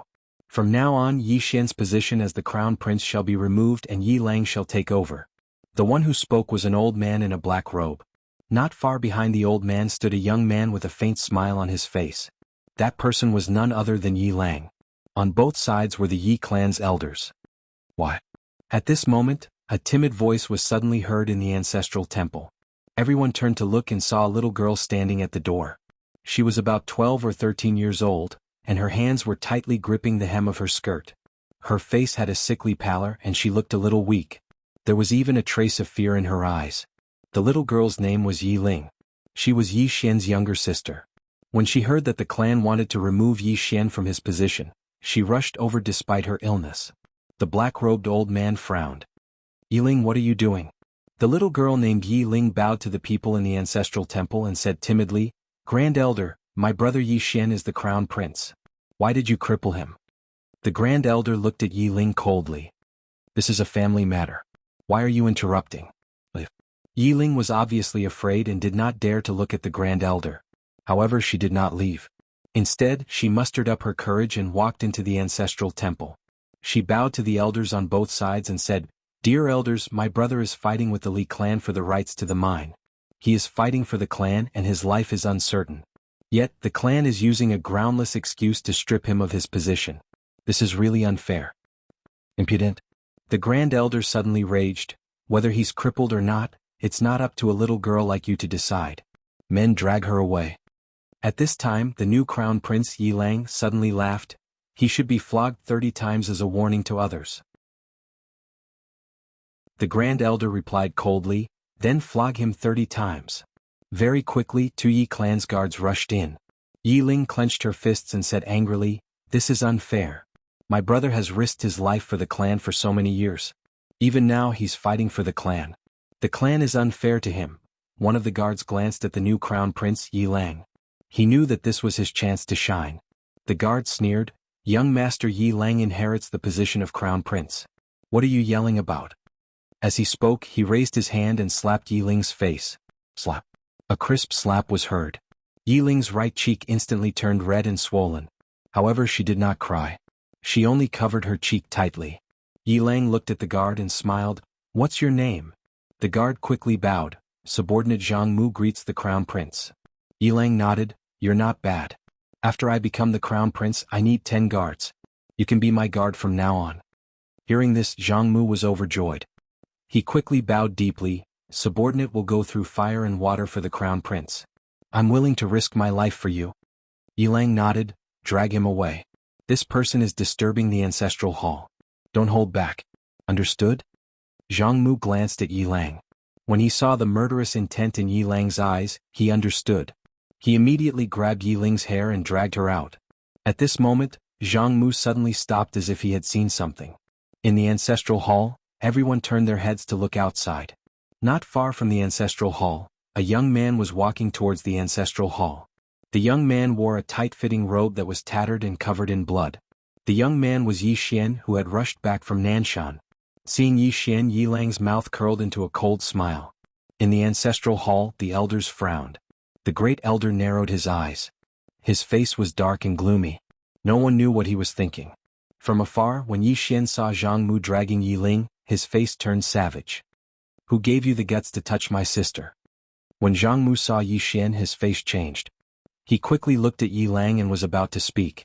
At this moment, Yixian leaped in front of him like a ferocious tiger. Before the latter could react, Yixian's fist landed on his face. Zhang Mu felt dizzy and he stumbled and fell. Yiling did not stop there. He charged at Zhang Mu again. At this time, Yiling suddenly roared, Yixian, he's my man. How dare you? Yixian suddenly stepped on Zhang Mu's chest. Zhang Mu spat out a mouthful of blood. Seeing this, Yiling's face turned ugly. Yixian lifted his head to look at him, asking savagely, Your man? As he spoke, he stomped on Zhang Mu's face. Zhang Mu's face turned into a bloody mess as he screamed, Prince, save me. Yixian did not care about Zhang Mu as he walked to Yiling's side. Seeing Yiling's state, Yixian felt as though his heart was being sliced apart. He clenched his fists and his entire body trembled. When Yiling saw Yixian, her tears flowed. Brother, it hurts. Hearing this, Yixian's expression turned savage. In the next instant, he charged in front of Zhang Mu and kicked Zhang Mu's head. Qingqing Yi Clan Ancestral Hall. Ancestors, Yixian has no talent, no virtue? From now on, Yixian's position as prince shall be replaced by Yiling. The one who spoke was an old man in black robes. Not far behind the old man, there was a youth with a faint smile on his face. This person was Yiling. On both sides there were the Yi clan elders. What? Right at this moment, a slightly timid voice suddenly resounded within the ancestral hall. Everyone turned to look and saw a little girl standing at the door. She was about 12 or 13 years old, and her hands were tightly gripping the hem of her skirt. Her face had a sickly pallor and she looked a little weak. There was even a trace of fear in her eyes. This girl was called Yi Ling, and she was Yi Xian's younger sister. When she heard that the clan wanted to remove Yi Xian, she disregarded her illness and rushed over. The black-robed old man frowned. Yi Ling, what are you doing? The girl called Yi Ling bowed to everyone in the hall as she asked timidly, Great Elder, my brother Yi Xian is the prince. Why did you cripple him for no reason? The Great Elder looked at Yi Ling coldly. This is a matter of the clan, why are you butting in? Yi Ling was clearly a little fearful. She did not dare to look the Great Elder in the eye, but she did not leave. Instead, she mustered up her courage and walked into the ancestral hall. She bowed to the elders on both sides of the hall and said, Elders, my brother is currently fighting with the Li family for the mining rights of the mine in Nanshan. He is now fighting for the family, and it is unknown whether he is alive or dead. However, the family has used a groundless excuse to remove his position as the crown prince. Impudent. The Great Elder suddenly raged, whether he's stripped or not, it's not up to a little girl like you to decide. Men drag her away. At this time, the new prince Yi Lang suddenly laughed. He should be flogged 30 times as a warning to others. The Great Elder replied coldly, then flog him 30 times. Very quickly 2 Yi clan guards rushed in. Yi Ling clenched her fists and said angrily, This is unfair. My brother has risked his life for the clan for so many years and even now he's fighting for the clan. The clan is unfair to him. One of the guards glanced at the new prince Yi Lang. He knew that this was his chance to shine. The guard sneered, Young Master Yi Lang inherits the position of prince. What are you shouting for? As he spoke, he raised his hand and slapped Yi Ling's face. Slap. A crisp slap sounded, and the right side of Yi Ling's face instantly swelled up. However, she did not cry and only covered her cheek tightly. Yi Lang looked at the guard and smiled, What's your name? The guard hurriedly bowed. Subordinate Zhang Mu greets the prince. Yi Lang nodded, You're not bad. After I become the prince I'll need 10 guards. From now on you'll be my guard. Hearing this, Zhang Mu was overjoyed and hurriedly bowed deeply, I'll go through fire and water for the prince and I'll do anything for you. Yi Lang nodded, Drag him away. This person is causing trouble in the ancestral hall. Don't hold back, understand? Zhang Mu glanced at Yi Lang, and when he saw the murderous intent in Yi Lang's eyes, he understood. He immediately grabbed Yi Ling's hair and dragged her out. At this moment, Zhang Mu seemed to have seen something and suddenly stopped. In the ancestral hall, everyone turned their heads to look outside. Not far from the ancestral hall, a young man was walking towards the ancestral hall. The young man was wearing a tight-fitting robe, and the robe was tattered, and there was blood everywhere. The young man was Yi Xian who had rushed back from Nanshan. Seeing Yi Xian, Yi Lang's mouth curled into a cold smile. In the ancestral hall, the elders frowned. The Great Elder narrowed his eyes and his face was dark. No one knew what he was thinking. From afar, when Yi Xian saw Zhang Mu dragging Yi Ling, his face turned savage. Who gave you the guts to touch my sister? When Zhang Mu saw Yi Xian, his face changed. He hurriedly looked at Yi Lang and was about to speak. At this time Yi Xian was like a ferocious tiger, and before the latter could react, Yi Xian's fist landed on his face. Zhang Mu felt a wave of dizziness and he stumbled and fell. Yi Lang did not stop there and he charged towards Zhang Mu again. At this time Yi Lang suddenly roared, Yi Xian, he's my man, how dare you? Yi Xian suddenly stepped on Zhang Mu's chest. Zhang Mu spat out a mouthful of blood. Seeing this, Yi Lang's face turned ugly, while Yi Xian lifted his head to look at him, asking savagely, Your man? As he spoke, he stomped down on Zhang Mu's face. Zhang Mu's face turned into a bloody mess as he screamed, Prince, save me. Yi Xian did not care about Zhang Mu as he walked to Yi Ling's side. Seeing Yi Ling's state, Yi Xian felt as though his heart was being sliced by a knife.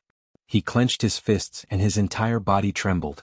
When Yi Ling saw Yi Xian, her tears flowed. Brother, it hurts, it hurts. Hearing this, Yi Xian's expression turned savage. In the next instant he charged in front of Zhang Mu and kicked Zhang Mu's head. Pum.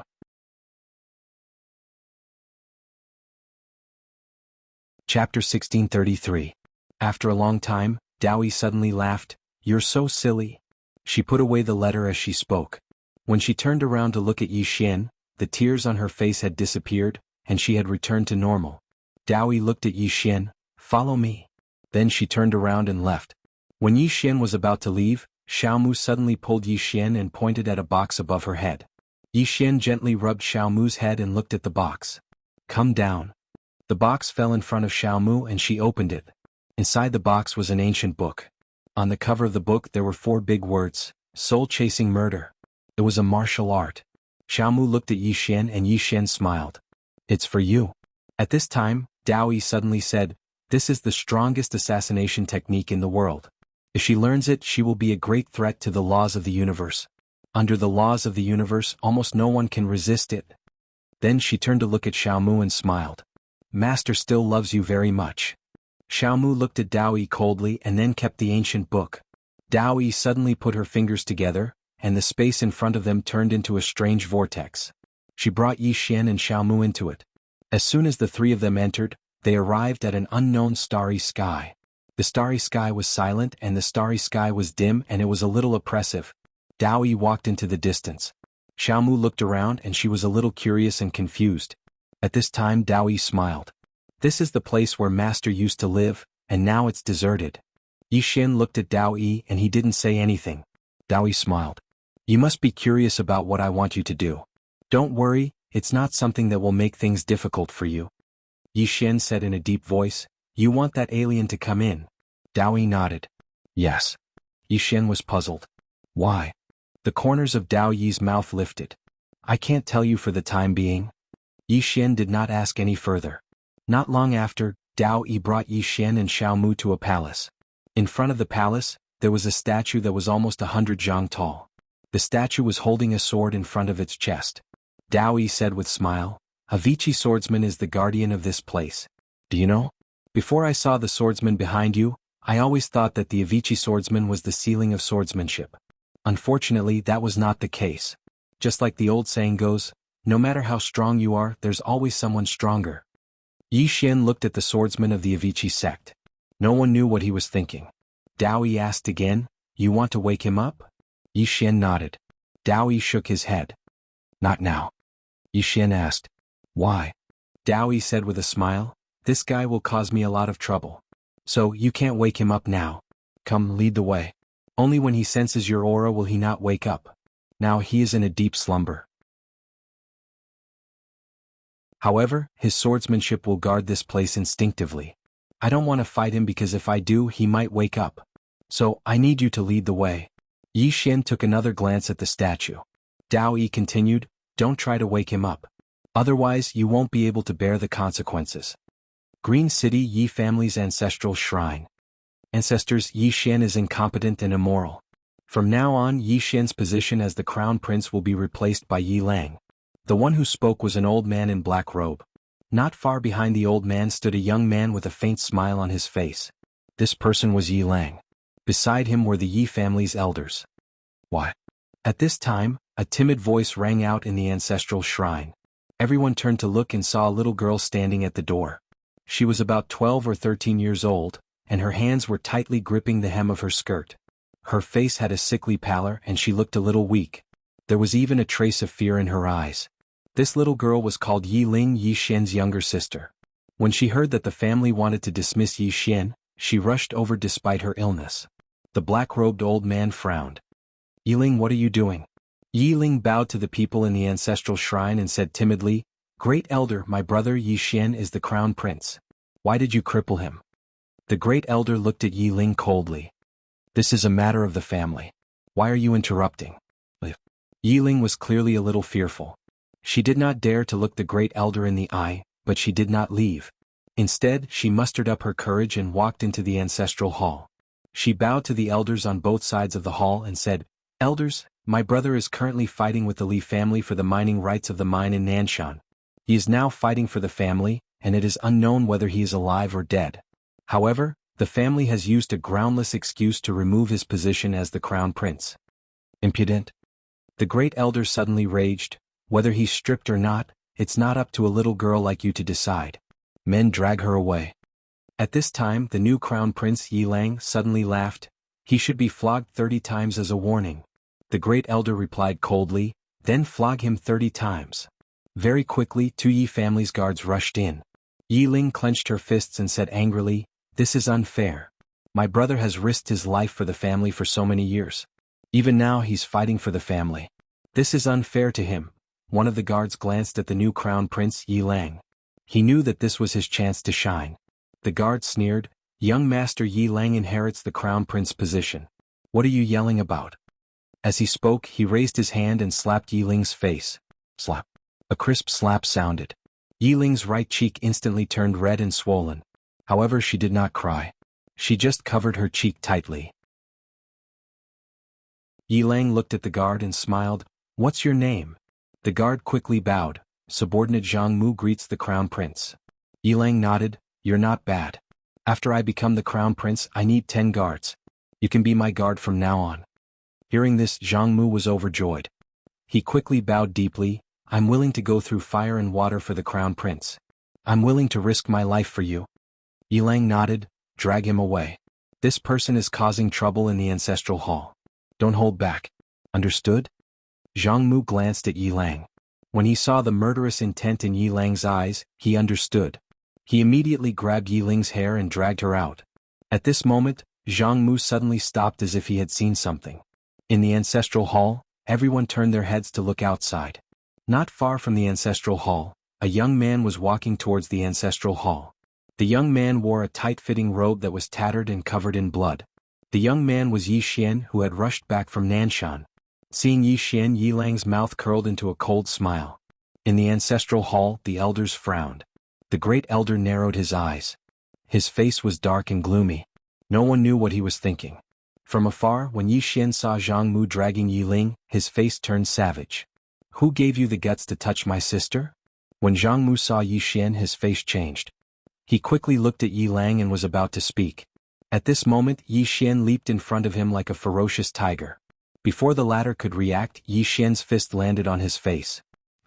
Zhang Mu felt dizzy and he stumbled and fell. Yi Lang did not stop there. He charged at Zhang Mu again. At this time, Yi Lang suddenly roared, Yi Xian, he's my man.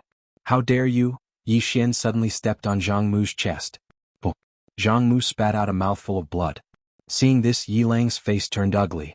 Yi Xian lifted his head to look at him, asking savagely, Your man? As he spoke, he stomped on Zhang Mu's face.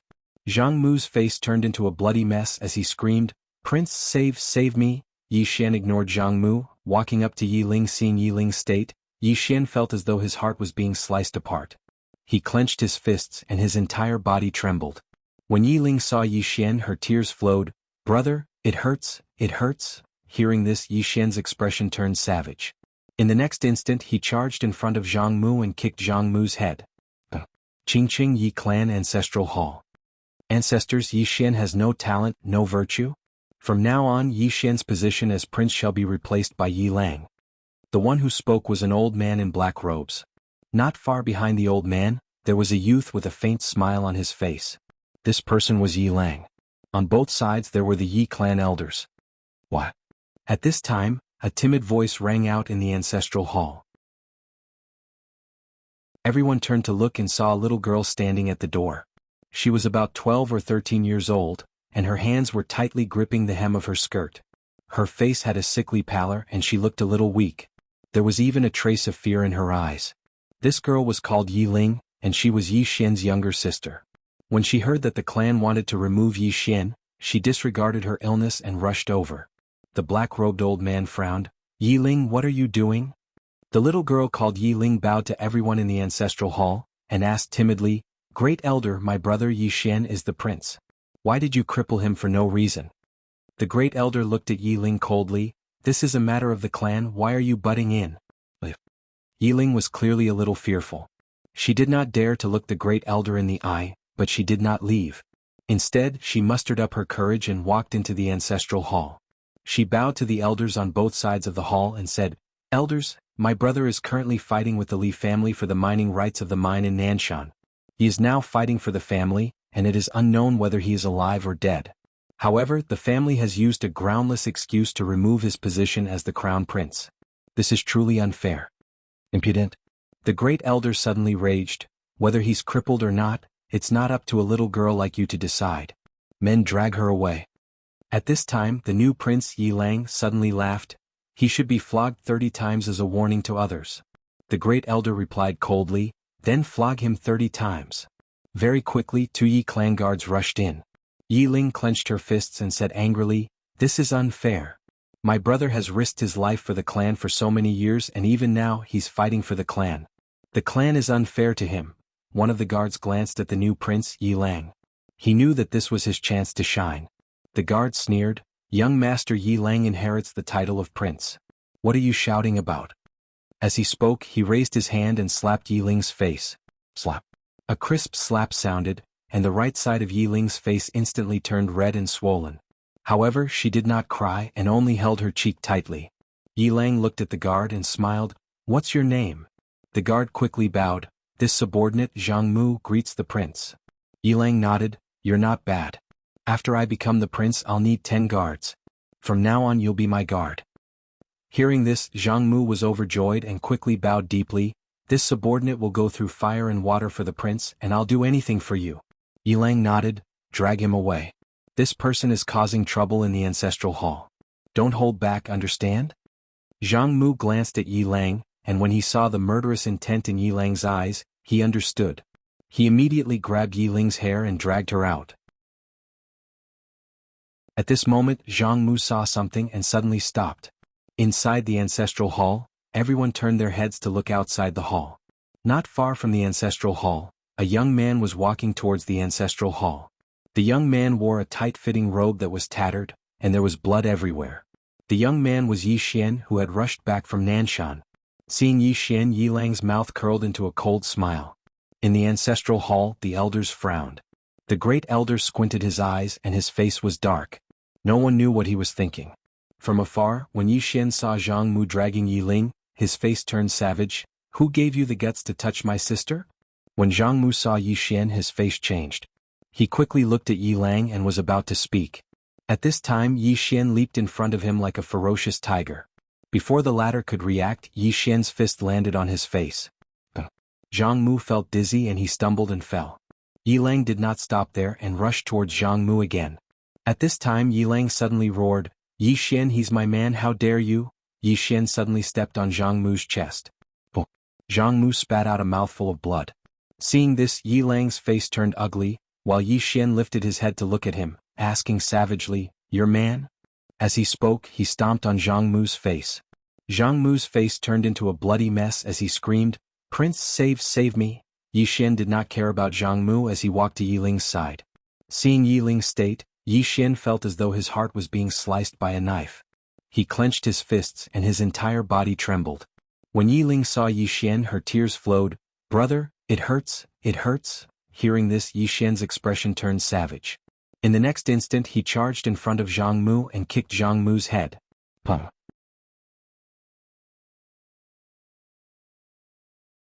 Chapter 1634. Nothing at all. Her words were like knives that cut straight to the heart. Yi Xian wanted to refute Dao Yi, but he didn't know how to retort. Without his father and Qing, or what was he? To someone like Dao Yi, he was nothing at all. Moreover, Dao Yi was right. What right did he have to complain about the unfairness of the world? There were too many unfair things in the world. Although he was born with the body of disaster, he was still alive. He still had his father and Qing. On the other hand, many people didn't even have the chance to fight back against the unfairness of fate. At least he had the chance to fight back. Dao Yi walked to the side of the palace. She looked at the distant sky and softly said, "Master, you are no longer a child. Don't call others elders just because you can't beat them." "I understand," Yi Xian said softly. Dao Yi turned to look at Yi Xian and smiled. "Do you really understand?" Yi Xian nodded. "I do." Dao Yi nodded. "It's good that you understand. If you don't, you'll suffer more in the future and lose more." With that, she walked out of the hall. In the hall, Yi Xian didn't speak for a long time. Just then, Xiaomu suddenly grabbed Yi Xian's hand. Yi Xian looked at Xiaomu, but Xiaomu held onto Yi Xian's hand tightly and didn't say a word. Yi Xian smiled. "I'm fine." With that, he held Xiaomu's hand and walked out of the hall. Outside the hall, Dao Yi looked at the two holding hands. She turned and smiled. "Let's go to the next place." Yi Xian nodded. "I'll listen to you." Dao Yi turned to Yi Xian. "Listen to me?" Yi Xian nodded. Dao Yi smiled. "It seems like you've listened to me. Let's go." With that, she turned around and left. Yi Xian dragged Xiaomu along with him. When passing by the two statues, Yi Xian didn't even look at them. He had no other ideas. This was because he knew that none of his ideas were realistic. Even if he were to awaken the two statues, they might not be able to do anything to this woman. In the starry sky, Dao Yi walked slowly while Yi Xian and Xiao Mu followed behind him. Meanwhile, Yi Xian suddenly said, "What was that ancient book just now?" Dao Yi said with smile, "Master used to like an ancient book very much." Yi Xian asked, "What ancient book?" Dao Yi said, "The Theory of Rules was written by Master. I really liked the first half." Yi Xian glanced at Dao Yi. "You don't like the back?" Dao Yi smiled. "It's not that I don't like it. I just feel that the latter part is too unrealistic. Master said that this universe must have rules. The more powerful one is, the more they should be bound by the rules. However, he never thought of a problem. What if someone is stronger than him? Moreover, he is the one who makes the rules. If he breaks the rules, who will be able to restrain him?" Yi Xian said, "Have you told him?" Dao Yi nodded. "Yes, but I can't change his mind. Master is quite stubborn at times." Yi Xian suddenly said, "What do you think?" Dao Yi Green City Yi Family Ancestral Hall. Ancestors, Yi Xian has no talent, no virtue? From now on, Yi Xian's position as crown prince will be replaced by Yi Lang. The one who spoke was an old man in black robe. Not far behind the old man stood a young man with a faint smile on his face. This person was Yi Lang. On both sides were the Yi family's elders. "Why?" At this time, a timid voice rang out in the ancestral hall. Everyone turned to look and saw a little girl standing at the door. She was about 12 or 13 years old, and her hands were tightly gripping the hem of her skirt. Her face had a sickly pallor and she looked a little weak. There was even a hint of fear in her eyes. Her name was Yi Ling, Yi Xian's younger sister. When she heard that Yi Xian was to be replaced, she rushed over despite her illness. The black-robed old man frowned. "Yi Ling, what are you doing?" The little girl called Yi Ling bowed slightly to the people in the ancestral hall. She said timidly, "Grand Elder, my brother Yi Xian is a young prince. Why did you cripple him for no reason?" The great elder looked at Yi Ling coldly. "This is a family matter. What are you interrupting for?" Yi Ling was clearly a little fearful. She did not dare to look the great elder in the eye, but she did not leave. Instead, she mustered up her courage and walked into the ancestral hall. She bowed to the elders on both sides of the hall and said, "Elders, my brother is currently fighting with the Li family for the mining rights of the mine in Nanshan. He is now fighting for the family, and it is unknown whether he is alive or dead. However, the family has used a groundless excuse to remove his position as the crown prince." "Impudent." The great elder suddenly raged, "Whether he's crippled or not, it's not up to a little girl like you to decide. Men, drag her away." At this time, the new crown prince Yi Lang suddenly laughed. "He should be flogged 30 times as a warning." The great elder coldly replied, "Then flog him 30 times. Very quickly, 2 Yi family's guards rushed in. Yi Ling clenched her fists and said angrily, "This is unfair. My brother has risked his life for the family for so many years. Even now he's fighting for the family. The family is unfair to him." One of the guards glanced at the new crown prince Yi Lang. He knew that this was his chance to shine. The guard sneered, "Young Master Yi Lang inherits the title of crown prince. What are you yelling about?" As he spoke, he raised his hand and slapped Yi Ling's face. Slap. A crisp slap sounded, and the right side of Yi Ling's face instantly swelled up. However, she did not cry. She just covered her cheek tightly. Yi Lang looked at the guard and smiled, "What's your name?" The guard quickly bowed. "Subordinate Zhang Mu greets the crown prince." Yi Lang nodded, "You're not bad. After I become the crown prince, I need 10 guards. You can be my guard from now on." Hearing this, Zhang Mu was overjoyed and quickly bowed deeply. "Subordinate will go through fire and water for the crown prince." Yi Lang nodded, "Drag him away. This person is causing trouble in the ancestral hall. Don't hold back. Understood?" Zhang Mu glanced at Yi Lang, and when he saw the murderous intent in Yi Lang's eyes, he understood. He immediately grabbed Yi Ling's hair and dragged her out. At this moment, Zhang Mu suddenly stopped as if he had seen something. In the ancestral hall, everyone turned their heads to look outside. Not far from the ancestral hall, a young man was walking towards the ancestral hall. The young man was wearing a tight-fitting robe that was tattered and covered in blood. The young man was Yi Xian, who had rushed back from Nanshan. Seeing Yi Xian, Yi Lang's mouth curled into a cold smile. In the ancestral hall, the elders frowned. The great elder's eyes narrowed and his face was dark. No one knew what he was thinking about. From afar, when Yi Xian saw Zhang Mu dragging Yi Ling, his face turned savage. "Who gave you the guts to touch my sister?" When Zhang Mu saw Yi Xian, his face changed. He quickly looked at Yi Lang and was about to speak. At this time, Yi Xian leaped in front of him like a ferocious tiger. Before the latter could react, Yi Xian's fist landed on his face. Zhang Mu felt dizzy and he stumbled and fell. Yi Lang did not stop there and charged towards Zhang Mu again. At this time, Yi Lang suddenly roared, "Yi Xian, he's my man. How dare you?" Yi Xian suddenly stepped on Zhang Mu's chest. Oh! Zhang Mu spat out a mouthful of blood. Seeing this, Yi Lang's face turned ugly, while Yi Xian lifted his head to look at him, barking, "Your man." As he spoke, he stomped on Zhang Mu's face. Zhang Mu's face turned into a bloody mess as he screamed, "Prince, save me." Yi Xian did not care about Zhang Mu as he walked to Yi Ling's side. Seeing Yi Ling's state, Yi Xian felt as though his heart was being sliced apart. He clenched his fists and his entire body trembled. When Yi Ling saw Yi Xian, her tears flowed. "Brother, it hurts, it hurts." Hearing this, Yi Xian's expression turned savage. In the next instant, he charged in front of Zhang Mu and kicked Zhang Mu's head. Qingqing Yi Clan Ancestral Hall. Ancestors, Yi Xian has no talent, no virtue? From now on, Yi Xian's position as prince shall be replaced by Yi Lang. The one who spoke was an old man in black robes. Not far behind the old man, there was a youth with a faint smile on his face. This person was Yi Lang. On both sides there were the Yi clan elders. What? Right at this moment, a slightly timid voice suddenly resounded within the ancestral hall. Everyone turned to look and saw a little girl standing at the door. She was about 12 or 13 years old, and her hands were tightly gripping the hem of her skirt. Her face had a sickly pallor and she looked a little weak. There was even a trace of fear in her eyes. This girl was called Yi Ling, and she was Yi Xian's younger sister. When she heard that the clan wanted to remove Yi Xian, she disregarded her illness and rushed over. The black-robed old man frowned. "Yi Ling, what are you doing?" The girl called Yi Ling bowed to everyone in the hall as she asked timidly, "Great elder, my brother Yi Xian is the prince. Why did you cripple him for no reason?" The great elder looked at Yi Ling coldly. "This is a matter of the clan, why are you butting in?" Yi Ling was clearly a little fearful. She did not dare to look the great elder in the eye, but she did not leave. Instead, she mustered up her courage and walked into the ancestral hall. She bowed to the elders on both sides of the hall and said, "Elders, my brother is currently fighting with the Li family for the mining rights of the mine in Nanshan. He is now fighting for the family, and it is unknown whether he is alive or dead. However, the family has used a groundless excuse to remove his position as the crown prince." Impudent. The great elder suddenly raged. "Whether he's crippled or not, it's not up to a little girl like you to decide. Men, drag her away."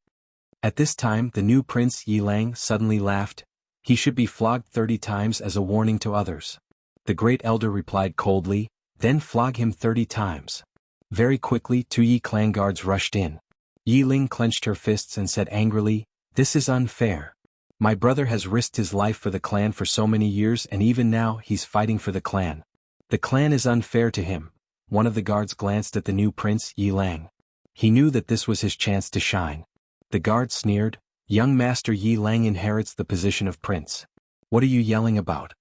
As he spoke, he raised his hand and slapped Yi Ling's face. Slap. A crisp slap sounded, and the right side of Yi Ling's face instantly swelled up.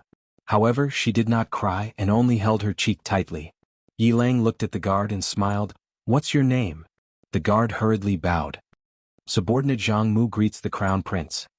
Yi Lang nodded. "You're not bad. After I become the prince, I'll need 10 guards. From now on you'll be my guard." Hearing this, Zhang Mu was overjoyed and quickly bowed deeply. "I'll go through fire and water for the prince and I'll do anything for you." Yi Lang nodded. "Drag him away. This person is causing trouble in the ancestral hall. Don't hold back, understand?" Zhang Mu glanced at Yi Lang, and when he saw the murderous intent in Yi Lang's eyes, he understood. He immediately grabbed Yi Ling's hair and dragged her out. At this moment, Zhang Mu seemed to have seen something and he suddenly stopped. Inside the ancestral hall, everyone turned their heads to look outside the hall. Not far from the ancestral hall, a young man was walking towards the ancestral hall. The young man was wearing a tight-fitting robe that was tattered, and there was blood everywhere. The young man was Yi Xian, who had rushed back from Nanshan. Seeing Yi Xian, Yi Lang's mouth curled into a cold smile. In the ancestral hall, the elders frowned. The great elder squinted his eyes and his face was dark. No one knew what he was thinking. From afar, when Yi Xian saw Zhang Mu dragging Yi Ling, his face turned savage. Who gave you the guts to touch my sister? When Zhang Mu saw Yi Xian, his face changed. He quickly looked at Yi Lang and was about to speak. At this moment, Yi Xian leaped in front of him like a ferocious tiger. Before the latter could react, Yi Xian's fist landed on his face. Zhang Mu felt a wave of dizziness and he stumbled and fell. Yi Lang did not stop there and charged towards Zhang Mu again. At this time Yi Lang suddenly roared, "Yi Xian, he's my man, how dare you?" Yi Xian suddenly stepped on Zhang Mu's chest. Zhang Mu spat out a mouthful of blood. Seeing this, Yi Lang's face turned ugly, while Yi Xian lifted his head to look at him, asking savagely, "Your man?" As he spoke, he stomped on Zhang Mu's face. Zhang Mu's face turned into a bloody mess as he screamed, "Prince, save me!" Yi Xian did not care about Zhang Mu as he walked to Yi Ling's side. Seeing Yi Ling's state, Yi Xian felt as though his heart was being sliced by a knife. He clenched his fists and his entire body trembled. When Yi Ling saw Yi Xian, her tears flowed. "Brother, it hurts, it hurts." Hearing this, Yi Xian's expression turned savage. In the next instant he charged in front of Zhang Mu and kicked Zhang Mu's head. Puh.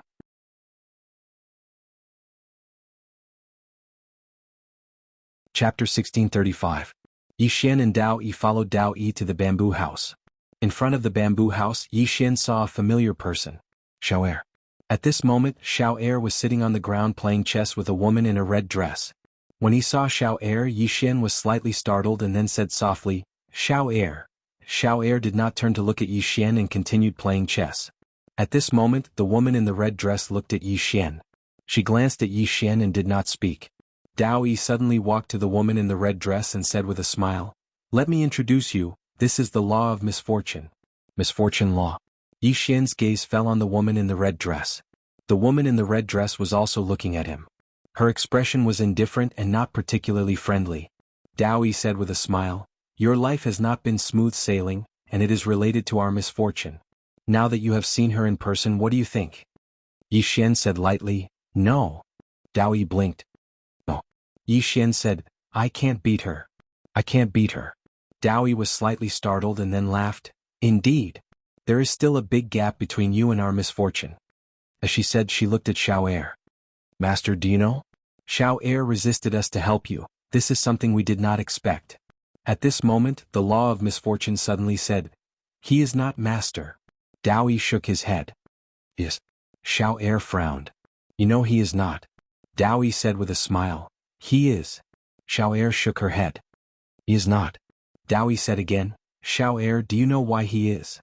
Xiao Er looked at Dao Yi. "What?" Dao Yi said with a smile, "Because his fate is one with master and, it is not as simple as reincarnation. He would eventually remember everything that had happened in the past. The only difference is that he has the memory of this life." Xiao Er was silent. Dao Yi smiled. "Show him some respect." Xiao Er still said nothing. At this moment Yi Xian walked up to Xiao Er. He looked at Xiao Er. "I'm very happy to see you." Xiao Er looked at Yi Xian. "What are you doing here?" Yi Xian said, "Dao Yi asked me to come." Xiao Er looked at Dao Yi and Dao Yi smiled, "Don't worry, I won't kill him." Xiao Er looked at Dao Yi. Xiao Er lowered his head and did not speak. Dao Yi gently rubbed Xiao Er's head and said with smile, "Little girl, you really care about him. However, this fellow isn't a single-minded person. Moreover, when it comes to matters of the heart, he practically avoids it and never deals with it seriously. Hence, if you have any other thoughts about him, you might end up hurting yourself in the end." Yi and Dao Yi said, Xiao Yi." Dao Yi said, "But this guy is not a single-minded person. He always avoids relationships and never deals with them seriously. If you have other thoughts about him, you will hurt yourself." She looked at Yi Xian. "How do you feel about Xiao Er?" Yi Xian hesitated and did not speak. Dao Yi shook his head. "You are a coward. At least, you are a coward when it comes to relationships." Yi Xian was about to speak when Dao Yi said, "According to my investigation, you have many women around you. Most of them are interested in you. But what about you? You have never given them a clear attitude. For example, Miss An who came from Qing City with you. Did you give her a promise? No. And Miss Xiao Jiao from Qing City? And King Tuoba from Jiang Country? Do you remember her?" Yi Xian nodded. "I remember." Dao Yi smiled.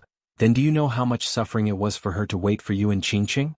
You did not give her a promise and did not contact her. In her world, it is as if you have disappeared. But she is still waiting for you alone. Yi Xian lowered his head and did not speak. Dao Yi continued. Initially I wanted to teach you a lesson. But after seeing how pitiful she is, I gave up. My good master, ask yourself. Are you worth her waiting for? Yi Xian lowered his head and remained silent. Dao Yi smiled. Xiao Er is willing to fight against the adversity for you. But what about you? Have you taken the initiative to look for her? But would she be in danger if she did? Master, ask yourself honestly, have you ever really cared about her?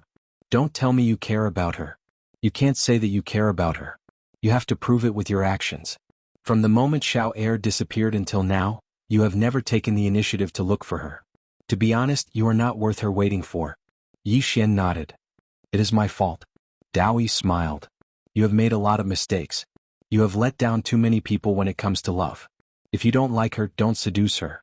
Because when a woman falls in love with a man but cannot get the man's love, it is very painful. Then she shook her head. Whether it is the past life or this life, you have always been like this. You have always avoided love. Yi Xian looked at Dao Yi. Why did you look for me? Dao Yi smiled. Don't change the topic. I'm not finished. Shouldn't you say something to Xiao Er? Yi Xian was silent for a moment. He walked to Xiao Er and said softly. In the beginning I treated you as an enemy. I was always thinking about how to kill you. Later on I slowly treated you as a friend. When I saw you destroyed your body because of me, I was very touched. But I know that touching is not love. I like you more than a friend but less than a lover. That is how I feel about you. Xiao Er was silent for a long time. After a long time she said, Me too. Yi Xian smiled. Now I feel that I like you a little more. Xiao Er looked at Yi Xian and did not say anything. Yi Xian said softly. I did not come to find you. Do you blame me? Xiao Er looked at Yi Xian. Strange. Yi Xian said. I'm sorry. Then she took out a small wooden doll and put it in Xiao Er's hand. The wooden doll looked exactly like Xiao Er. It even had a smile on its face. Xiao Er looked at the wooden doll and did not say anything. Yi Xian said again. I am sorry. Xiao Er kept the wooden doll. I forgive you. Dao Yi smiled. Looks like Xiao Er's heart knot has been untied.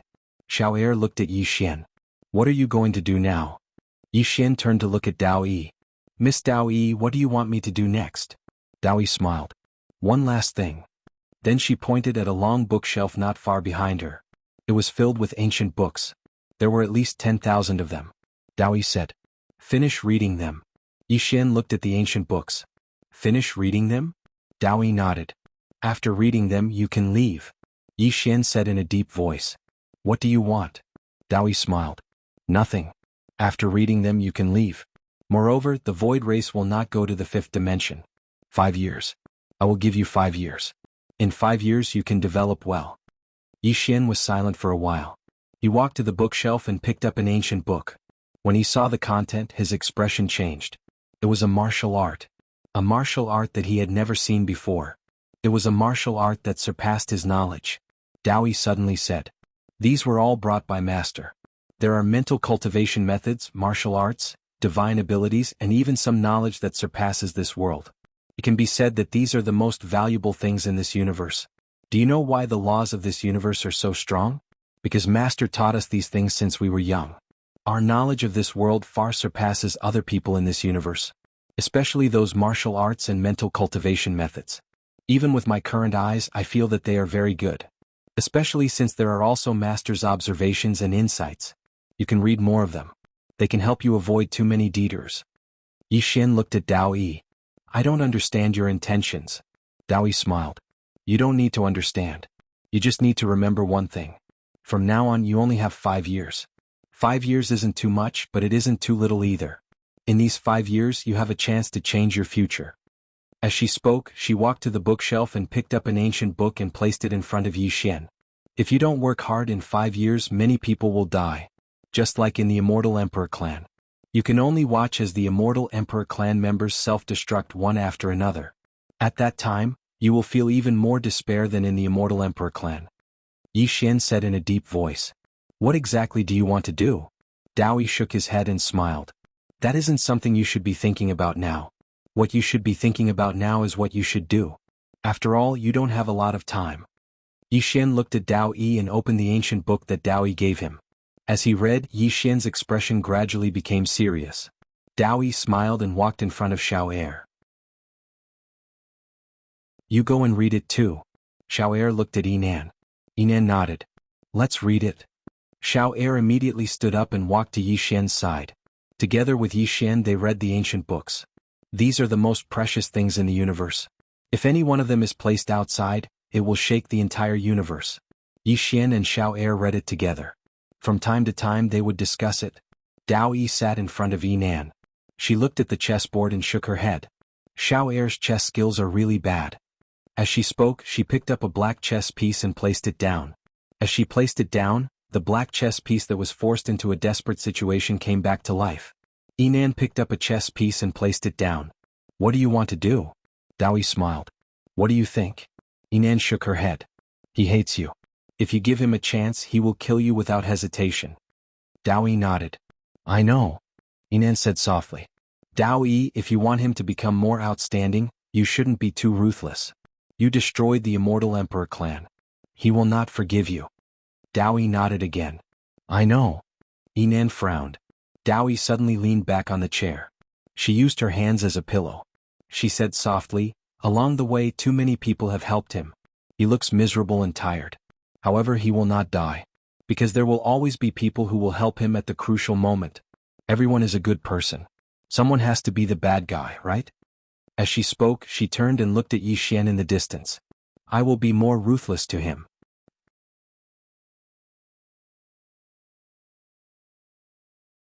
Chapter 1636. Outside the bamboo house, it had started raining, bringing with it a slight chill. Inside the bamboo house, Yi Xian and Xiao Er were quietly reading a book. Both of them were very serious. On the side, Dao Yi and Disaster were quietly playing chess. Very quiet.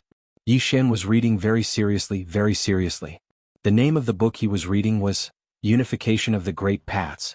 It described the essence of countless great paths, including the way of the sword. In the past, he did not have a direction, nor did he have a place to learn, but now he did.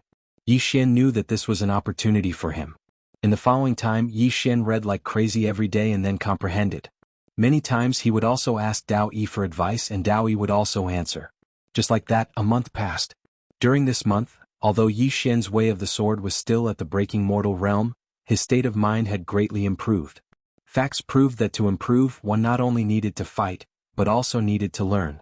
Because learning could let one know many of one's shortcomings, it would let one find a direction that one could work towards. Fighting blindly would not work. Of course, just learning without actual combat would not work either. In short, in the past month, Yi Xian had gained a lot. However, he had a feeling that he was very ignorant of this world's martial path, ignorant of the way of the sword. The more he improved, the more ignorant he felt. At this moment, Yi Xian also understood why the universal laws were so powerful. Because those universal laws had received this kind of martial path education since childhood. How could they not be powerful? On this day Dao Yi left the bamboo house and no one knew where he went. After reading an ancient book for a long time, Yi Xian suddenly walked in front of Disaster. Disaster looked at Yi Xian but did not say anything. Yi Xian hesitated, then said, "Where is Dao Yi?" In fact, he did not like Disaster. After all, the reason why he had been so miserable along the way was because of this woman. Doom said indifferently, "He went to take care of some matters." Yi Xian glanced at Disaster. "Can I ask a question?" Anan looked at Yi Xian and did not say anything. Yi Xian placed the ancient book on the table. It says that the great Tao is oneself. I've read this part before, but I know that the true meaning of this book is definitely not what I know. Can you explain it to me in detail? Misfortune said nothing. Yi Xian nodded. Sorry to bother you. As he spoke, he picked up the book and left.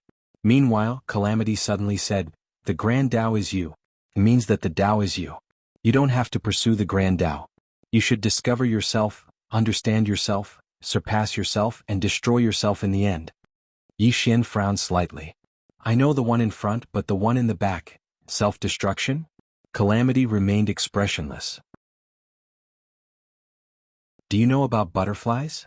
Yi Xian nodded. I know. Calamity suddenly asked, what was before butterflies? Hearing this, Yi Xian's pupils suddenly shrank. His right hand clenched the ancient book tightly. After a long time he said softly, I understand. Metamorphosis. Metamorphosis. Destroying oneself was not to kill oneself, but to metamorphose. Thinking of this, Yi Xian's thoughts became clear. He did not directly reach the mortal extinguishing realm. He was still at the mortal breaking realm. However, at this moment his state of mind was completely different. He was only a thin sheet of paper away from the mortal extinguishing realm. Yi Xian got up and walked out of the bamboo house. He looked at the lake in the distance. A pupa needs to turn into a cocoon to become a butterfly. Humans also need to metamorphose to become another, themselves. Mortal extinguishing realm. Yi Xian sat cross-legged on the ground and slowly closed his eyes. Calm down and focus. Meditate.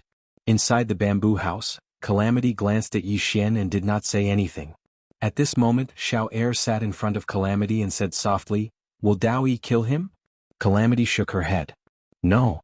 Xiao Er asked again, "What does she want to do?" Calamity said softly, "Do you think she's scary?" Xiao Er nodded. Calamity turned to look at Yi Xian, who was sitting quietly in the distance. "There's someone scarier than her. If Master can't even deal with her, then 5 years later, he'll be very miserable, 100 times worse than now." Xiao Er said in a deep voice, "Alien?" Calamity said, "Just one of them." Xiao Er suddenly said, "How strong does he have to be for him to not be so miserable?" Calamity lowered her head and looked at the chessboard in front of her. After a long time she said softly, "I don't know. Dowie doesn't know either. The only thing we know is that he's currently very weak, very weak." Xiao Er turned to look at Yi Xian, and a trace of heartache flashed in her eyes. Her intuition told her that no matter how hard Yi Xian worked, his enemy would always be much stronger than him. The current him was invincible among those in the same realm. However, who was his enemy? It was the void race, the universal law. Forget about the universal law, he couldn't even defeat the void race, and even if he could defeat the void race, there was still the universal law. However, she knew that even if Yi Xian reached the transcendent God realm, he still couldn't defeat the universal law. In front of the universal law, a transcendent God realm powerhouse was still very weak. And even if he could defeat the universal law, but there were still the alien people waiting for him. No matter how hard he worked, no matter how much he risked his life, the enemy would always be much stronger than him.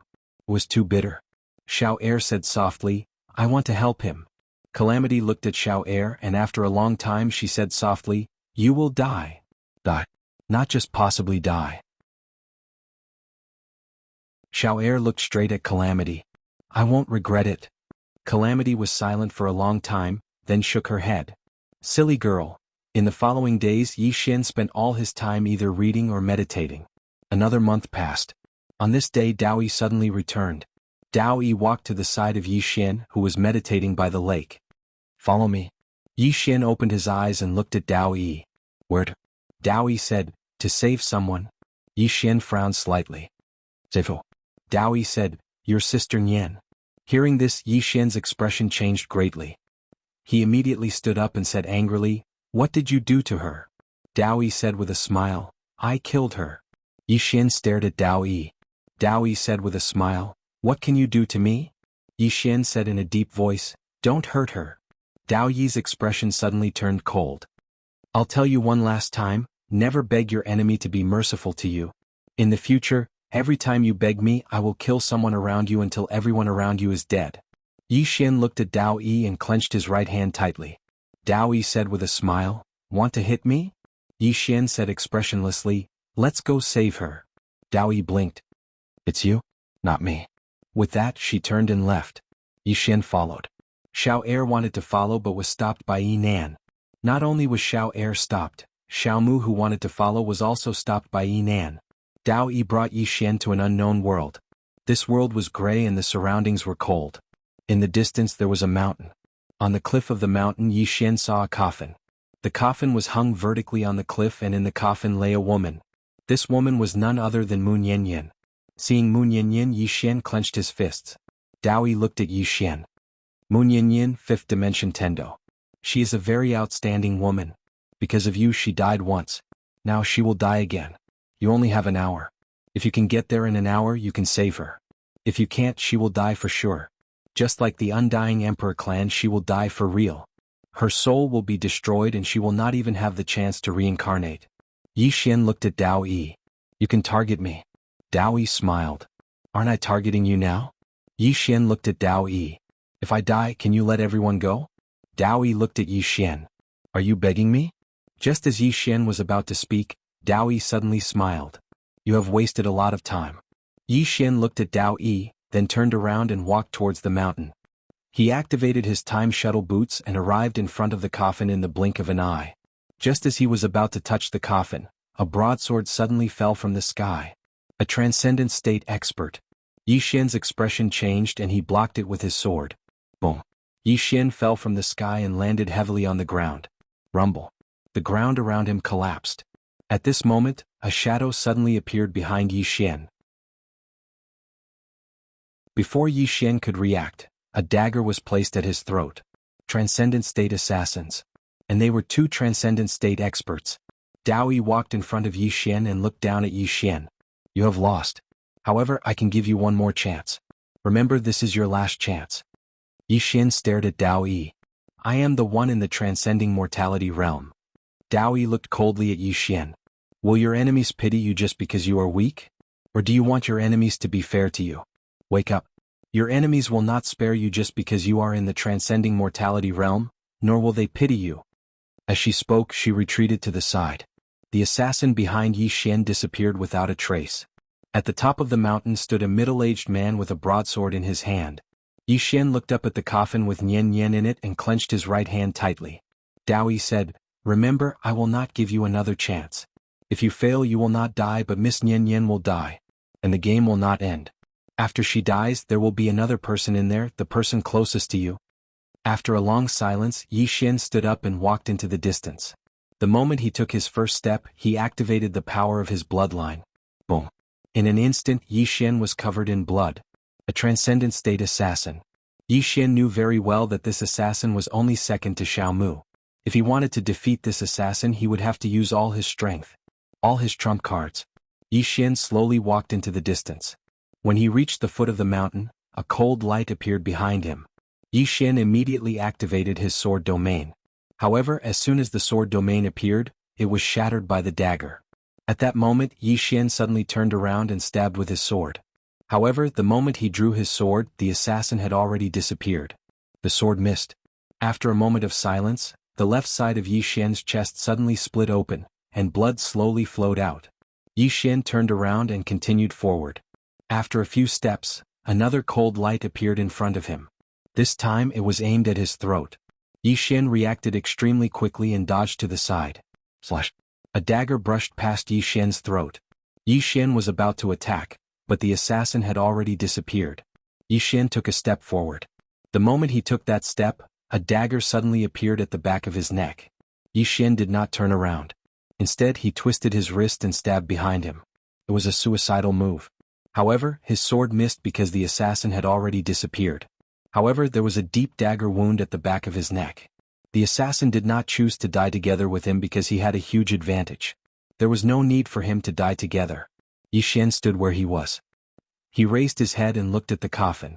He did not have much time left. He knew that Dao Yi was not trying to scare him. She would really kill Sister Nian. After a while, Yi Xian said softly, Dao Yi, do you mean what you said? Dao Yi looked at Yi Xian. I'll let her go if you touch the coffin. Yi Xian nodded. All right. As soon as he said that, boom, Yi Xian's body started burning. He was not burning his lifespan but his soul. Dao Yi was stunned when she saw this. A life for a life. He was going to use his life to save Mu Nianyan's life. Soul ignition. It had to be said that Dao Yi was indeed a little confused. She did not expect Yi Xian to choose to burn his soul. At this moment, Yi Nan suddenly appeared next to Dao Yi. Yi Nan looked at Yi Xian who was burning his soul and said softly, You're too much. Dao Yi did not say anything. In the distance, after Yi Xian burned his soul, he stomped his right foot and shot into the sky. Buzz. The sound of a sword soared into the sky. Die. At this moment, Yi Xian was really asking for death. It was not that he wanted to die but he had to die. Facing two transcendent state experts, he really had no other way but to burn his soul. If there was even a little way he would try his best. However, he really had no other way. He was only at the breaking mortality stage. Facing two transcendent state experts, he really had no other way but to burn his soul. He could only choose to burn his soul and fight to the end. If he could save Sister Nian, that would naturally be for the best. If not, then he would die with Sister Nian. Soon Yi Xian arrived in front of the coffin. At this moment, a large saber slashed towards him. Yi Xian stabbed out with his sword. He staked his life on this sword. Boom. The sword light shattered and Yi Xian fell from the sky. In the air, Yi Xian looked at the coffin containing Mu Nian, blood continuously flowing from the corner of his mouth. Sister Nian, I'm sorry. I tried my best. I'm sorry. As he spoke, 2 streams of tears flowed from his eyes. He had many concerns.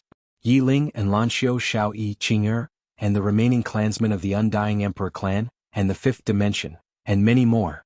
He also wanted to live, wanted to protect those he cared about, wanted to see Yi Ling, wanted to see wanted to see Lanxiu, wanted to see Zhang Wenxiu, wanted to see Tuoba Yen, who was still far away. However, there was really no other way. He tried his best. He really tried his best. Gradually, everyone became more and more blurry. Yi Xian slowly closed his eyes. Qing, oh, don't save me anymore. I'm really tired. I want to rest. P.S. Early outburst.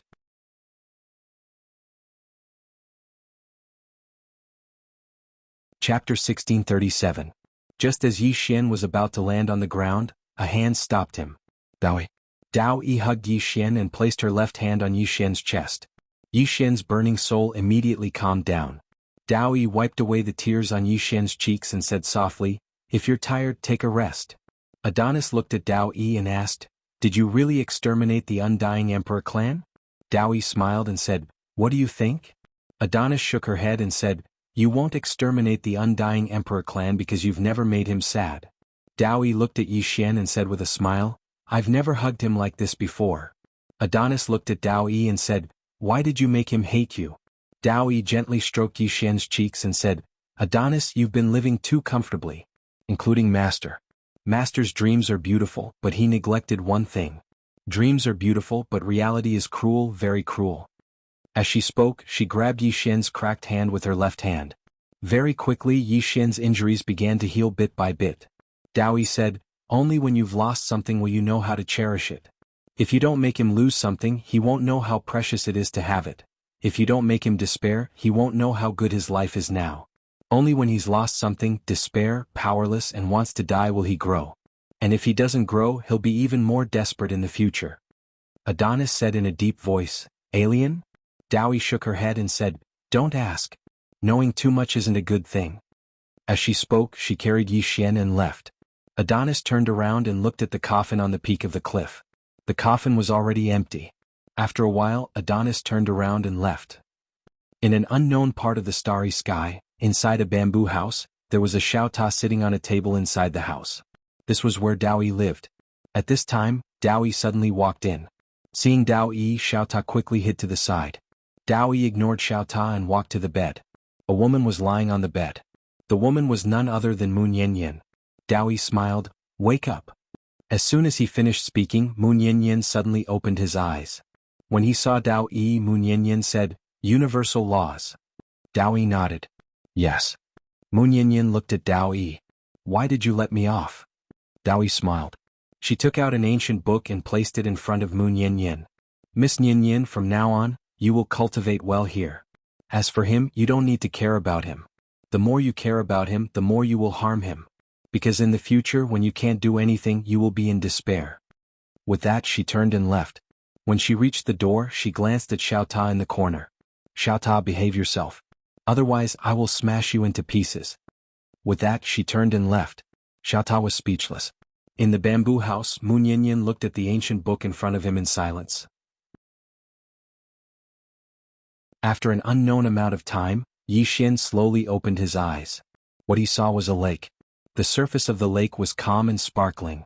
At this time, a voice suddenly came from beside Yi Xian. "You're awake." Yi Xian turned his head. Dao Yi was sitting next to him looking at him with a smile. Yi Xian said softly, "I'm not dead yet?" Dao Yi smiled. "Are you disappointed?" Yi Xian nodded. "A little." Dao Yi smiled. "You want to die? It's not that simple." Yi Xian looked at Dao Yi. "Sister Nian is still alive, right?" Dao Yi hesitated for a while and nodded. She didn't want to agitate Yi Xian anymore. Hearing this, Yi Xian turned and looked at the lake in the distance. He leaned on the stone steps behind him and said nothing. At this moment, he suddenly felt a little relaxed. As if he had discovered something, Yi Xian suddenly opened his palm and a sword appeared in his hand. Mortal Destruction Realm. He had reached the mortal destruction realm. Yixian was stunned. At this time Dao Yi smiled. You risked your life. Yixian looked at Dao Yi. I can break through just because I want to die? Dao Yi smiled. It's not that simple. There's another reason why you could break through, it's because of your enlightenment in the past 2 months. Yixian said softly, I understand. Dao Yi suddenly pointed at the lake in front of him. See those fishes? Yixian looked at the surface of the lake. There were many fish swimming in the lake. Dao Yi smiled. If we fight here, what do you think will happen to those fishes? Yixian said, they will die. Dao Yi nodded. Actually, in this vast universe, very few people can control their own fate. Many people in this universe often talk about defying the heavens and changing their fate. In fact, no one can control their own fate. Of course, the 3 swordsmen behind you are an exception. Yixian said softly, can you tell me what you want to do? Dao Yi smiled. You're wrong. What you need to think now is that since I won't kill you, you should make use of this to become stronger. As for other things, it's meaningless for you to know. Yixian nodded. Okay. Dao Yi suddenly waved his right hand. The lake in the distance suddenly turned into a huge hologram. On the hologram, the scene of Yixian and the assassin's battle was shown. Previously, Yixian couldn't see the assassin. He could only see the assassin when the assassin attacked. But now he could see the assassin. Even now he could feel the assassin's thoughts. Yixian looked at Dao Yi in disbelief. Dao Yi smiled. Do you know what you're lacking? Yixian said in a deep voice, I know. Now that he could see the assassin's thoughts, he naturally knew what he was lacking. Because he found out that his thoughts and reactions were all within the assassin's calculations. Most importantly, he found out that the assassin had lowered his own realm. The assassin was at the breaking mortal realm when he tried to assassinate him. He wasn't suppressed by his realm, but by his battle awareness. Thinking of this, Yixian felt a little embarrassed. He thought that the assassin was bullying him. Dao Yi smiled. Previously, you always thought that you were invincible among your peers. What about now? Yixian was silent for a moment. Arrogant. Dao Yi smiled. It's good that you understand. When you think that you're invincible among your peers, it's a kind of complacency. It's like a cup. If the cup is filled with water, it's difficult to fill anything else. When the moon is full, it's empty. When the water is full, it overflows. When the people are full, they become arrogant. As she spoke, she looked at the hologram on the lake in front of her. It's very good. Learn well. Don't think that you've only fought a few rounds. These few rounds contain a lot of things. If you can understand them, you'll improve a lot.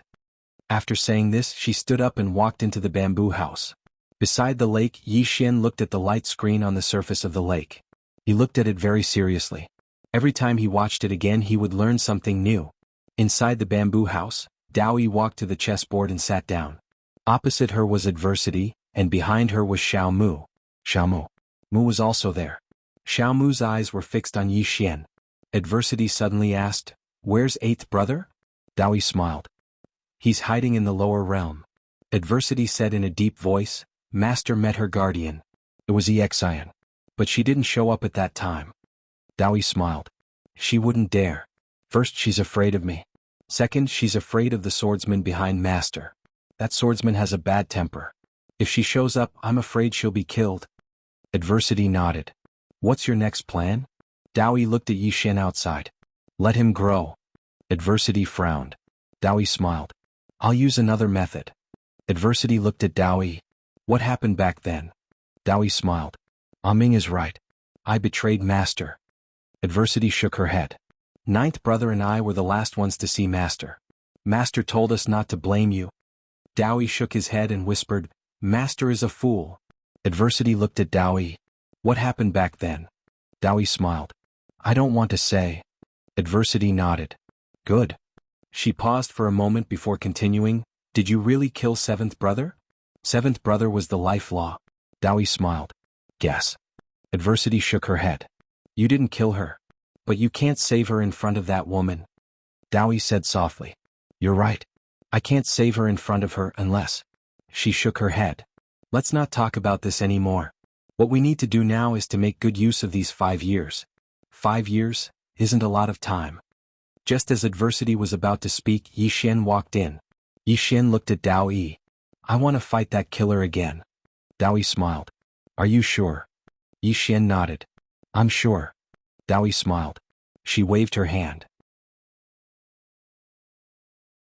In an instant, Yi Xian appeared in an unknown star field. This star field was dead silent. It was perfect for battle. At this moment, a cold light suddenly appeared at Yi Xian's throat.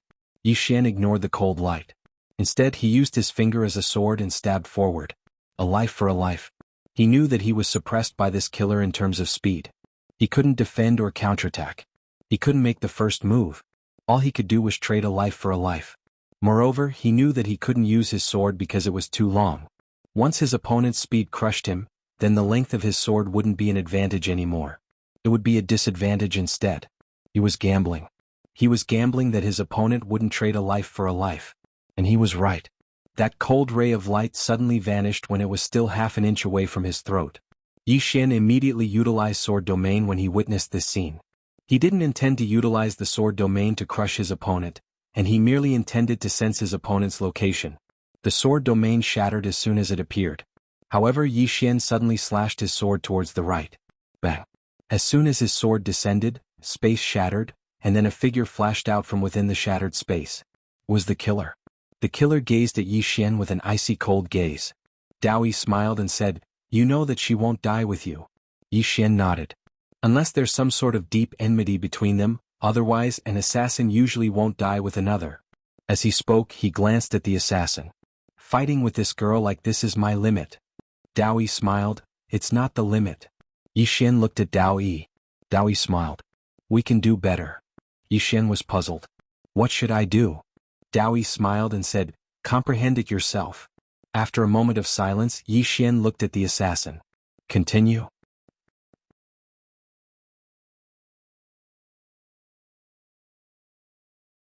Chapter 1638. In the starry sky, Yi Xian was still sparring with the assassin. At first he was still being suppressed. But gradually the two were evenly matched. Of course, this was because the assassin had suppressed his realm. Otherwise, with his current strength, he wouldn't be able to fight against a transcendent realm expert. On the side, Yinan looked at Yi Xian in the distance. "What do you think?" Dao Yi smiled. "Not bad. Not bad." Yinan looked at Dao Yi with a hint of surprise in her eyes.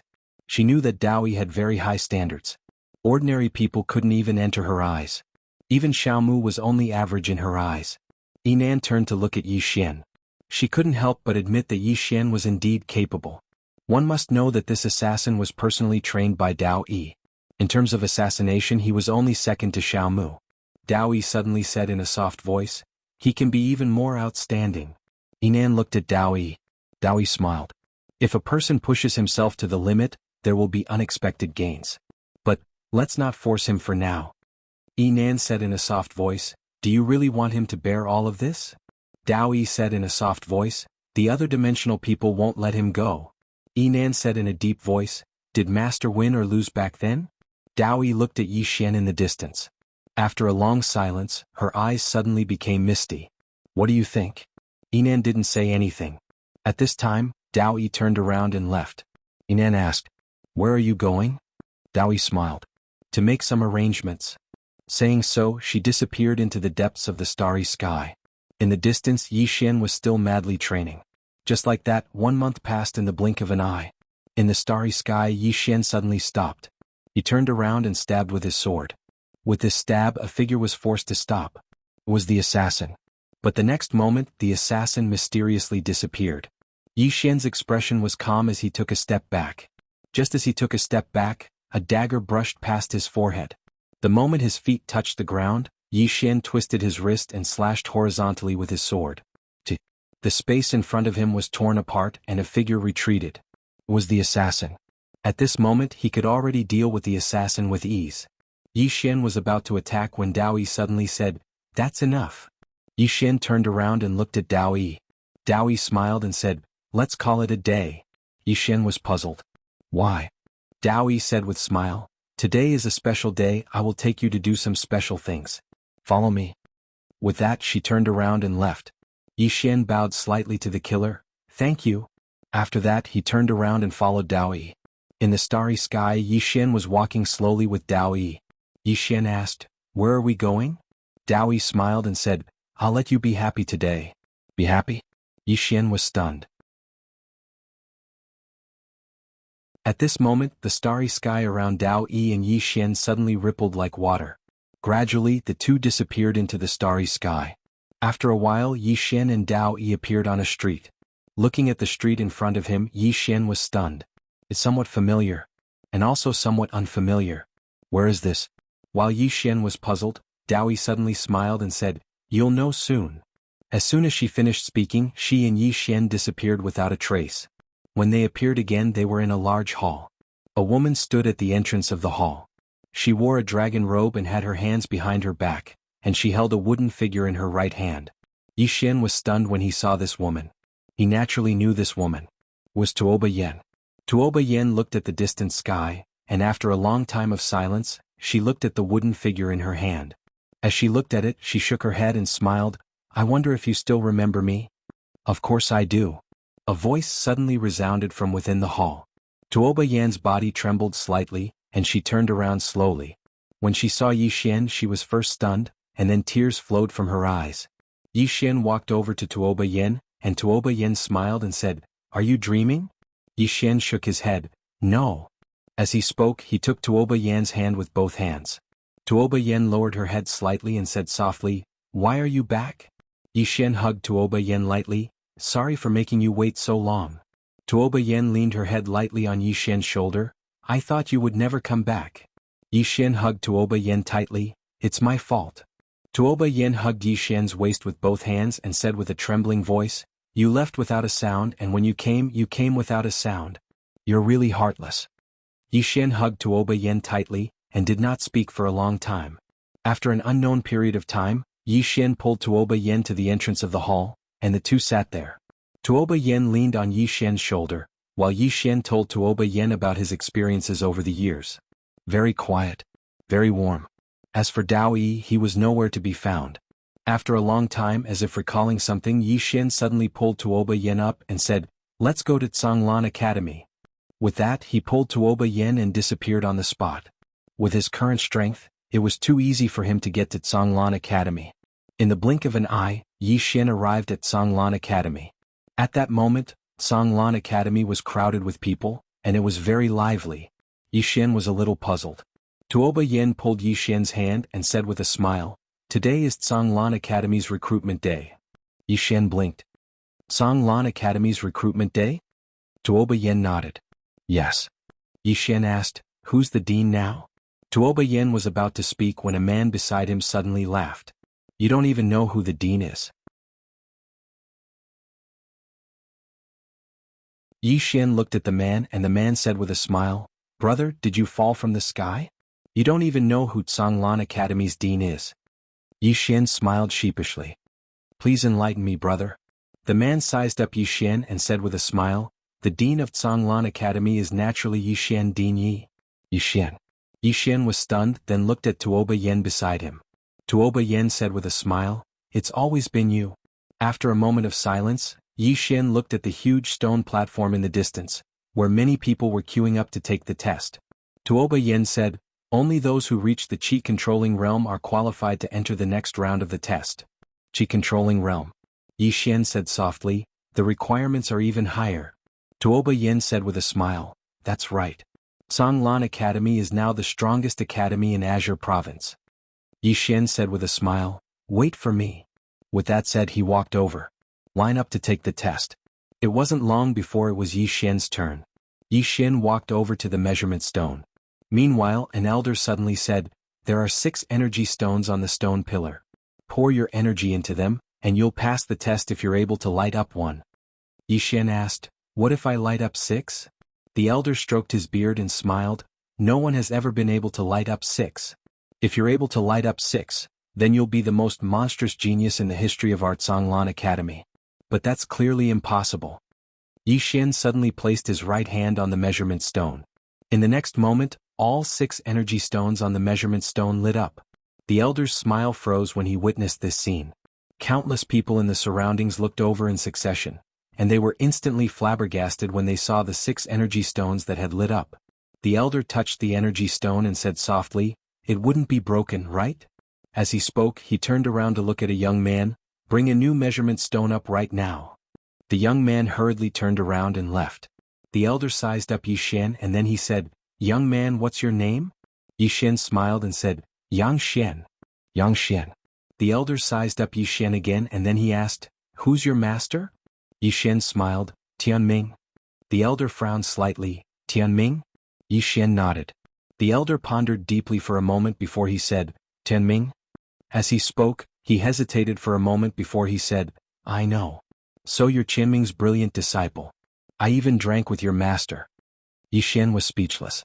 Meanwhile, the young man from before returned with another measurement stone.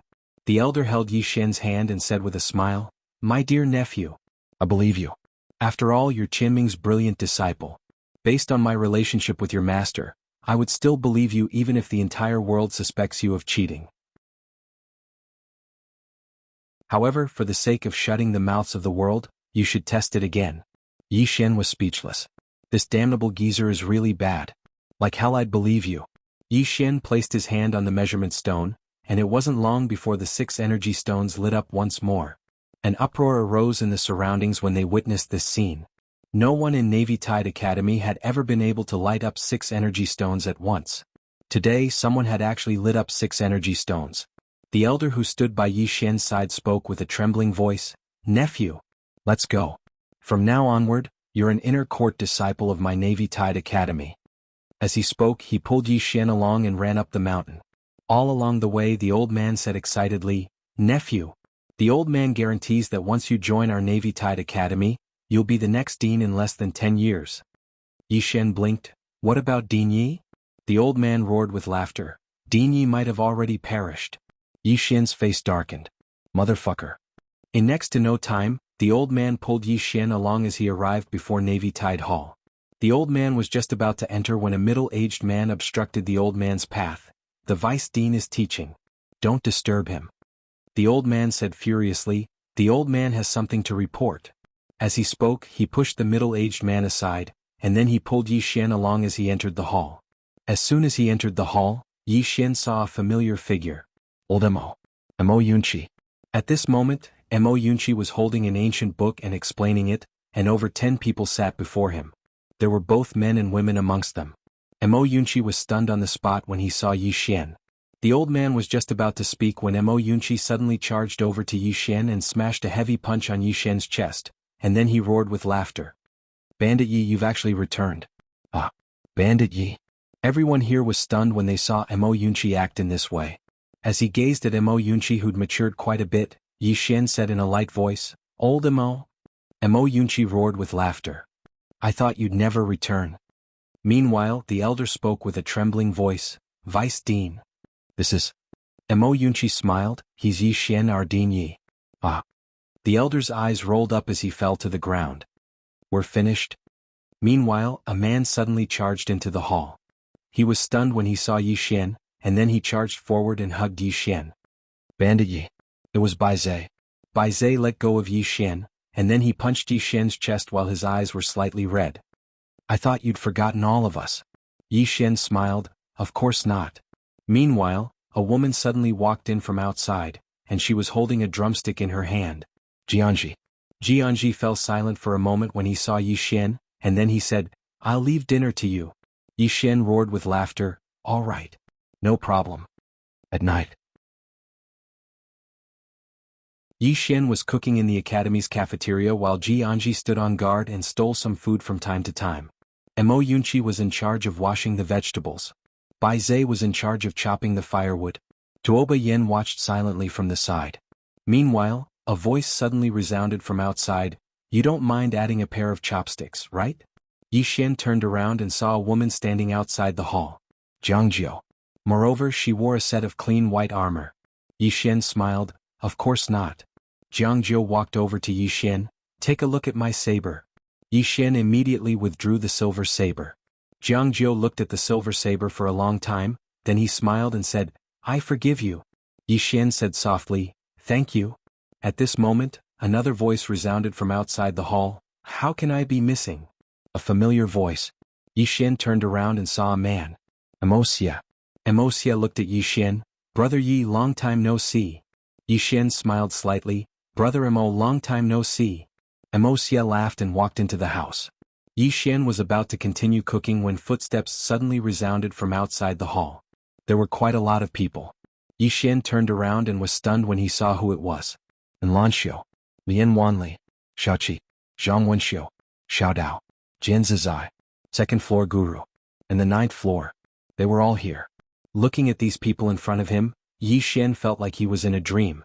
After a long time he smiled slightly. They're all here. His eyes were a little wet. The ninth floor walked in front of Yi Xian and laughed. I didn't expect to meet you in this way. Actually, I didn't want to come because you're so much stronger than me now. I can't show off in front of you, it's so annoying. Yi Xian smiled and said, be careful of being struck by lightning. The ninth floor laughed and patted Yi Xian's shoulder lightly. Drink a few more cups later. Yi Xian nodded, okay. At this moment, the second floor guru walked in front of Yi Xian and said with a smile, ever since I left you, my life has been much more comfortable. Yi Xian smiled, I sent someone to find you.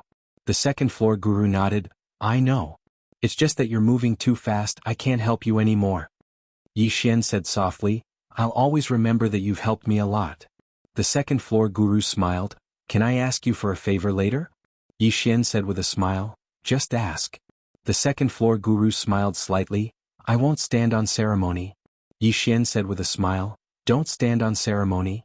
The second floor guru glanced around, I won't take up your time. With that she retreated to the side. At this moment, Zhang Wenxiu walked in front of Yi Xian, and Yi Xian said softly, Wenxiu? Zhang Wenxiu blinked, how many of the women here have the kind of relationship with you that we have? Yi Xian. After an hour, everyone sat around the table, and Yi Xian had made more than 30 dishes. Just as everyone was about to eat, a voice suddenly sounded from outside the door, brother, brother. Hearing this voice, Yi Xian's body trembled slightly, and he turned to look, and saw a little girl standing at the door. Yiling. Yiling walked in front of Yi Xian and said with a smile, how can I be missing? Yi Xian hugged Yiling and he hugged Yiling tightly. He was afraid that this was a dream. Therefore he also activated the sword domain, but reality told him that this was not a dream, it was real. These people in front of him were all real. Not a single one of them was fake, including Yiling. They were all real. Yi Xian looked at Yiling and said softly, Ling, you seem to have grown up. Yiling said softly, brother, you seem to have aged a little. Yi Xian lightly scratched Yiling's little nose and said with a smile, your brother will always be the most handsome. Yiling hugged Yi Xian lightly and said with a trembling voice, brother, I miss you very much. Yi Xian hugged Yiling tightly and said softly, me too. But I don't dare to go find you, because there are too many dangers around me. I don't want to drag you down. Yiling hugged Yi Xian tightly and said, this time I won't leave. Even if we die, we will die together, okay? Yi Xian smiled and said, okay. We will never be separated again. At this time, another woman appeared outside the hall, and when Yi Xian saw that woman he was stunned at first, and then tears gushed out of his eyes. Yasushi Higashi. The undying Imperial Clan's clan leader, Yasushi Higashi. Yasushi Higashi looked at Yi Xian and said with a smile, there are too many people, so I have to come alone.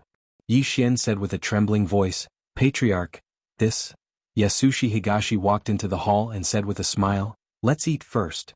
Yi Xian was a little confused. After a while he stopped thinking about those things that he couldn't understand. Let's eat. The cafeteria was very lively. Yi Xian was very happy. Everyone was here. Yasushi Higashi was still alive, which meant that everyone else was also alive. Late at night, Yi Xian left the cafeteria, and went to the roof of the cafeteria, where a bright moon hung in the sky. There was a woman sitting on the roof. Dao. Yi Xian walked to Dao Yi and said softly, is this all true? Dao Yi looked at the bright moon and said with a smile, it's true. Yi Xian looked at Dao Yi and said, the immortal Imperial Clan is not destroyed. Dao Yi said with a smile, if I say that they are not destroyed, will you be happy? Yi Xian nodded. Dao Yi smiled, they are not dead. Yi Xian shook his head, but I saw them self-destruct. Dao Yi said with a smile, do you remember what I told you before? Yi Xian was a little confused. What? Dao Yi blinked, if you don't remember then forget it. When you remember you will understand why they are still alive. Yi Xian was about to say something, but Dao Yi suddenly put a wine glass in Yi Xian's hand, and then she also took a wine glass and lightly clinked it with Yi Xian's and said with a smile, happy birthday. Happy birthday. Yi Xian was stunned. Birthday? Is today my birthday? Yi Xian's mind went blank. That was because he had never celebrated his birthday since he was young. No, he didn't even know his birthday. P.S. These 2 days because Yi Xian was too miserable, I was scolded very miserably. Everyone said that Yi Xian did not have it easy, so they might as well let him die. And Dowie, no matter what, it's my fault for not writing it well enough. I'd like to take tomorrow off. I want to be a big magic sword for a day, relax, adjust my mentality and reflect on myself while I'm at it. I also want to look for inspiration. Please approve. Thank you. You're tuning in to the Han Li's Wuxia Adventures YouTube channel. We're so grateful for your support, and don't forget to subscribe to join us on this incredible journey through captivating stories. Your generosity through donations truly makes a world of difference, as it's the primary source of revenue that allows me to expand and enhance this channel for you. Thank you from the bottom of my heart for being a part of this adventure.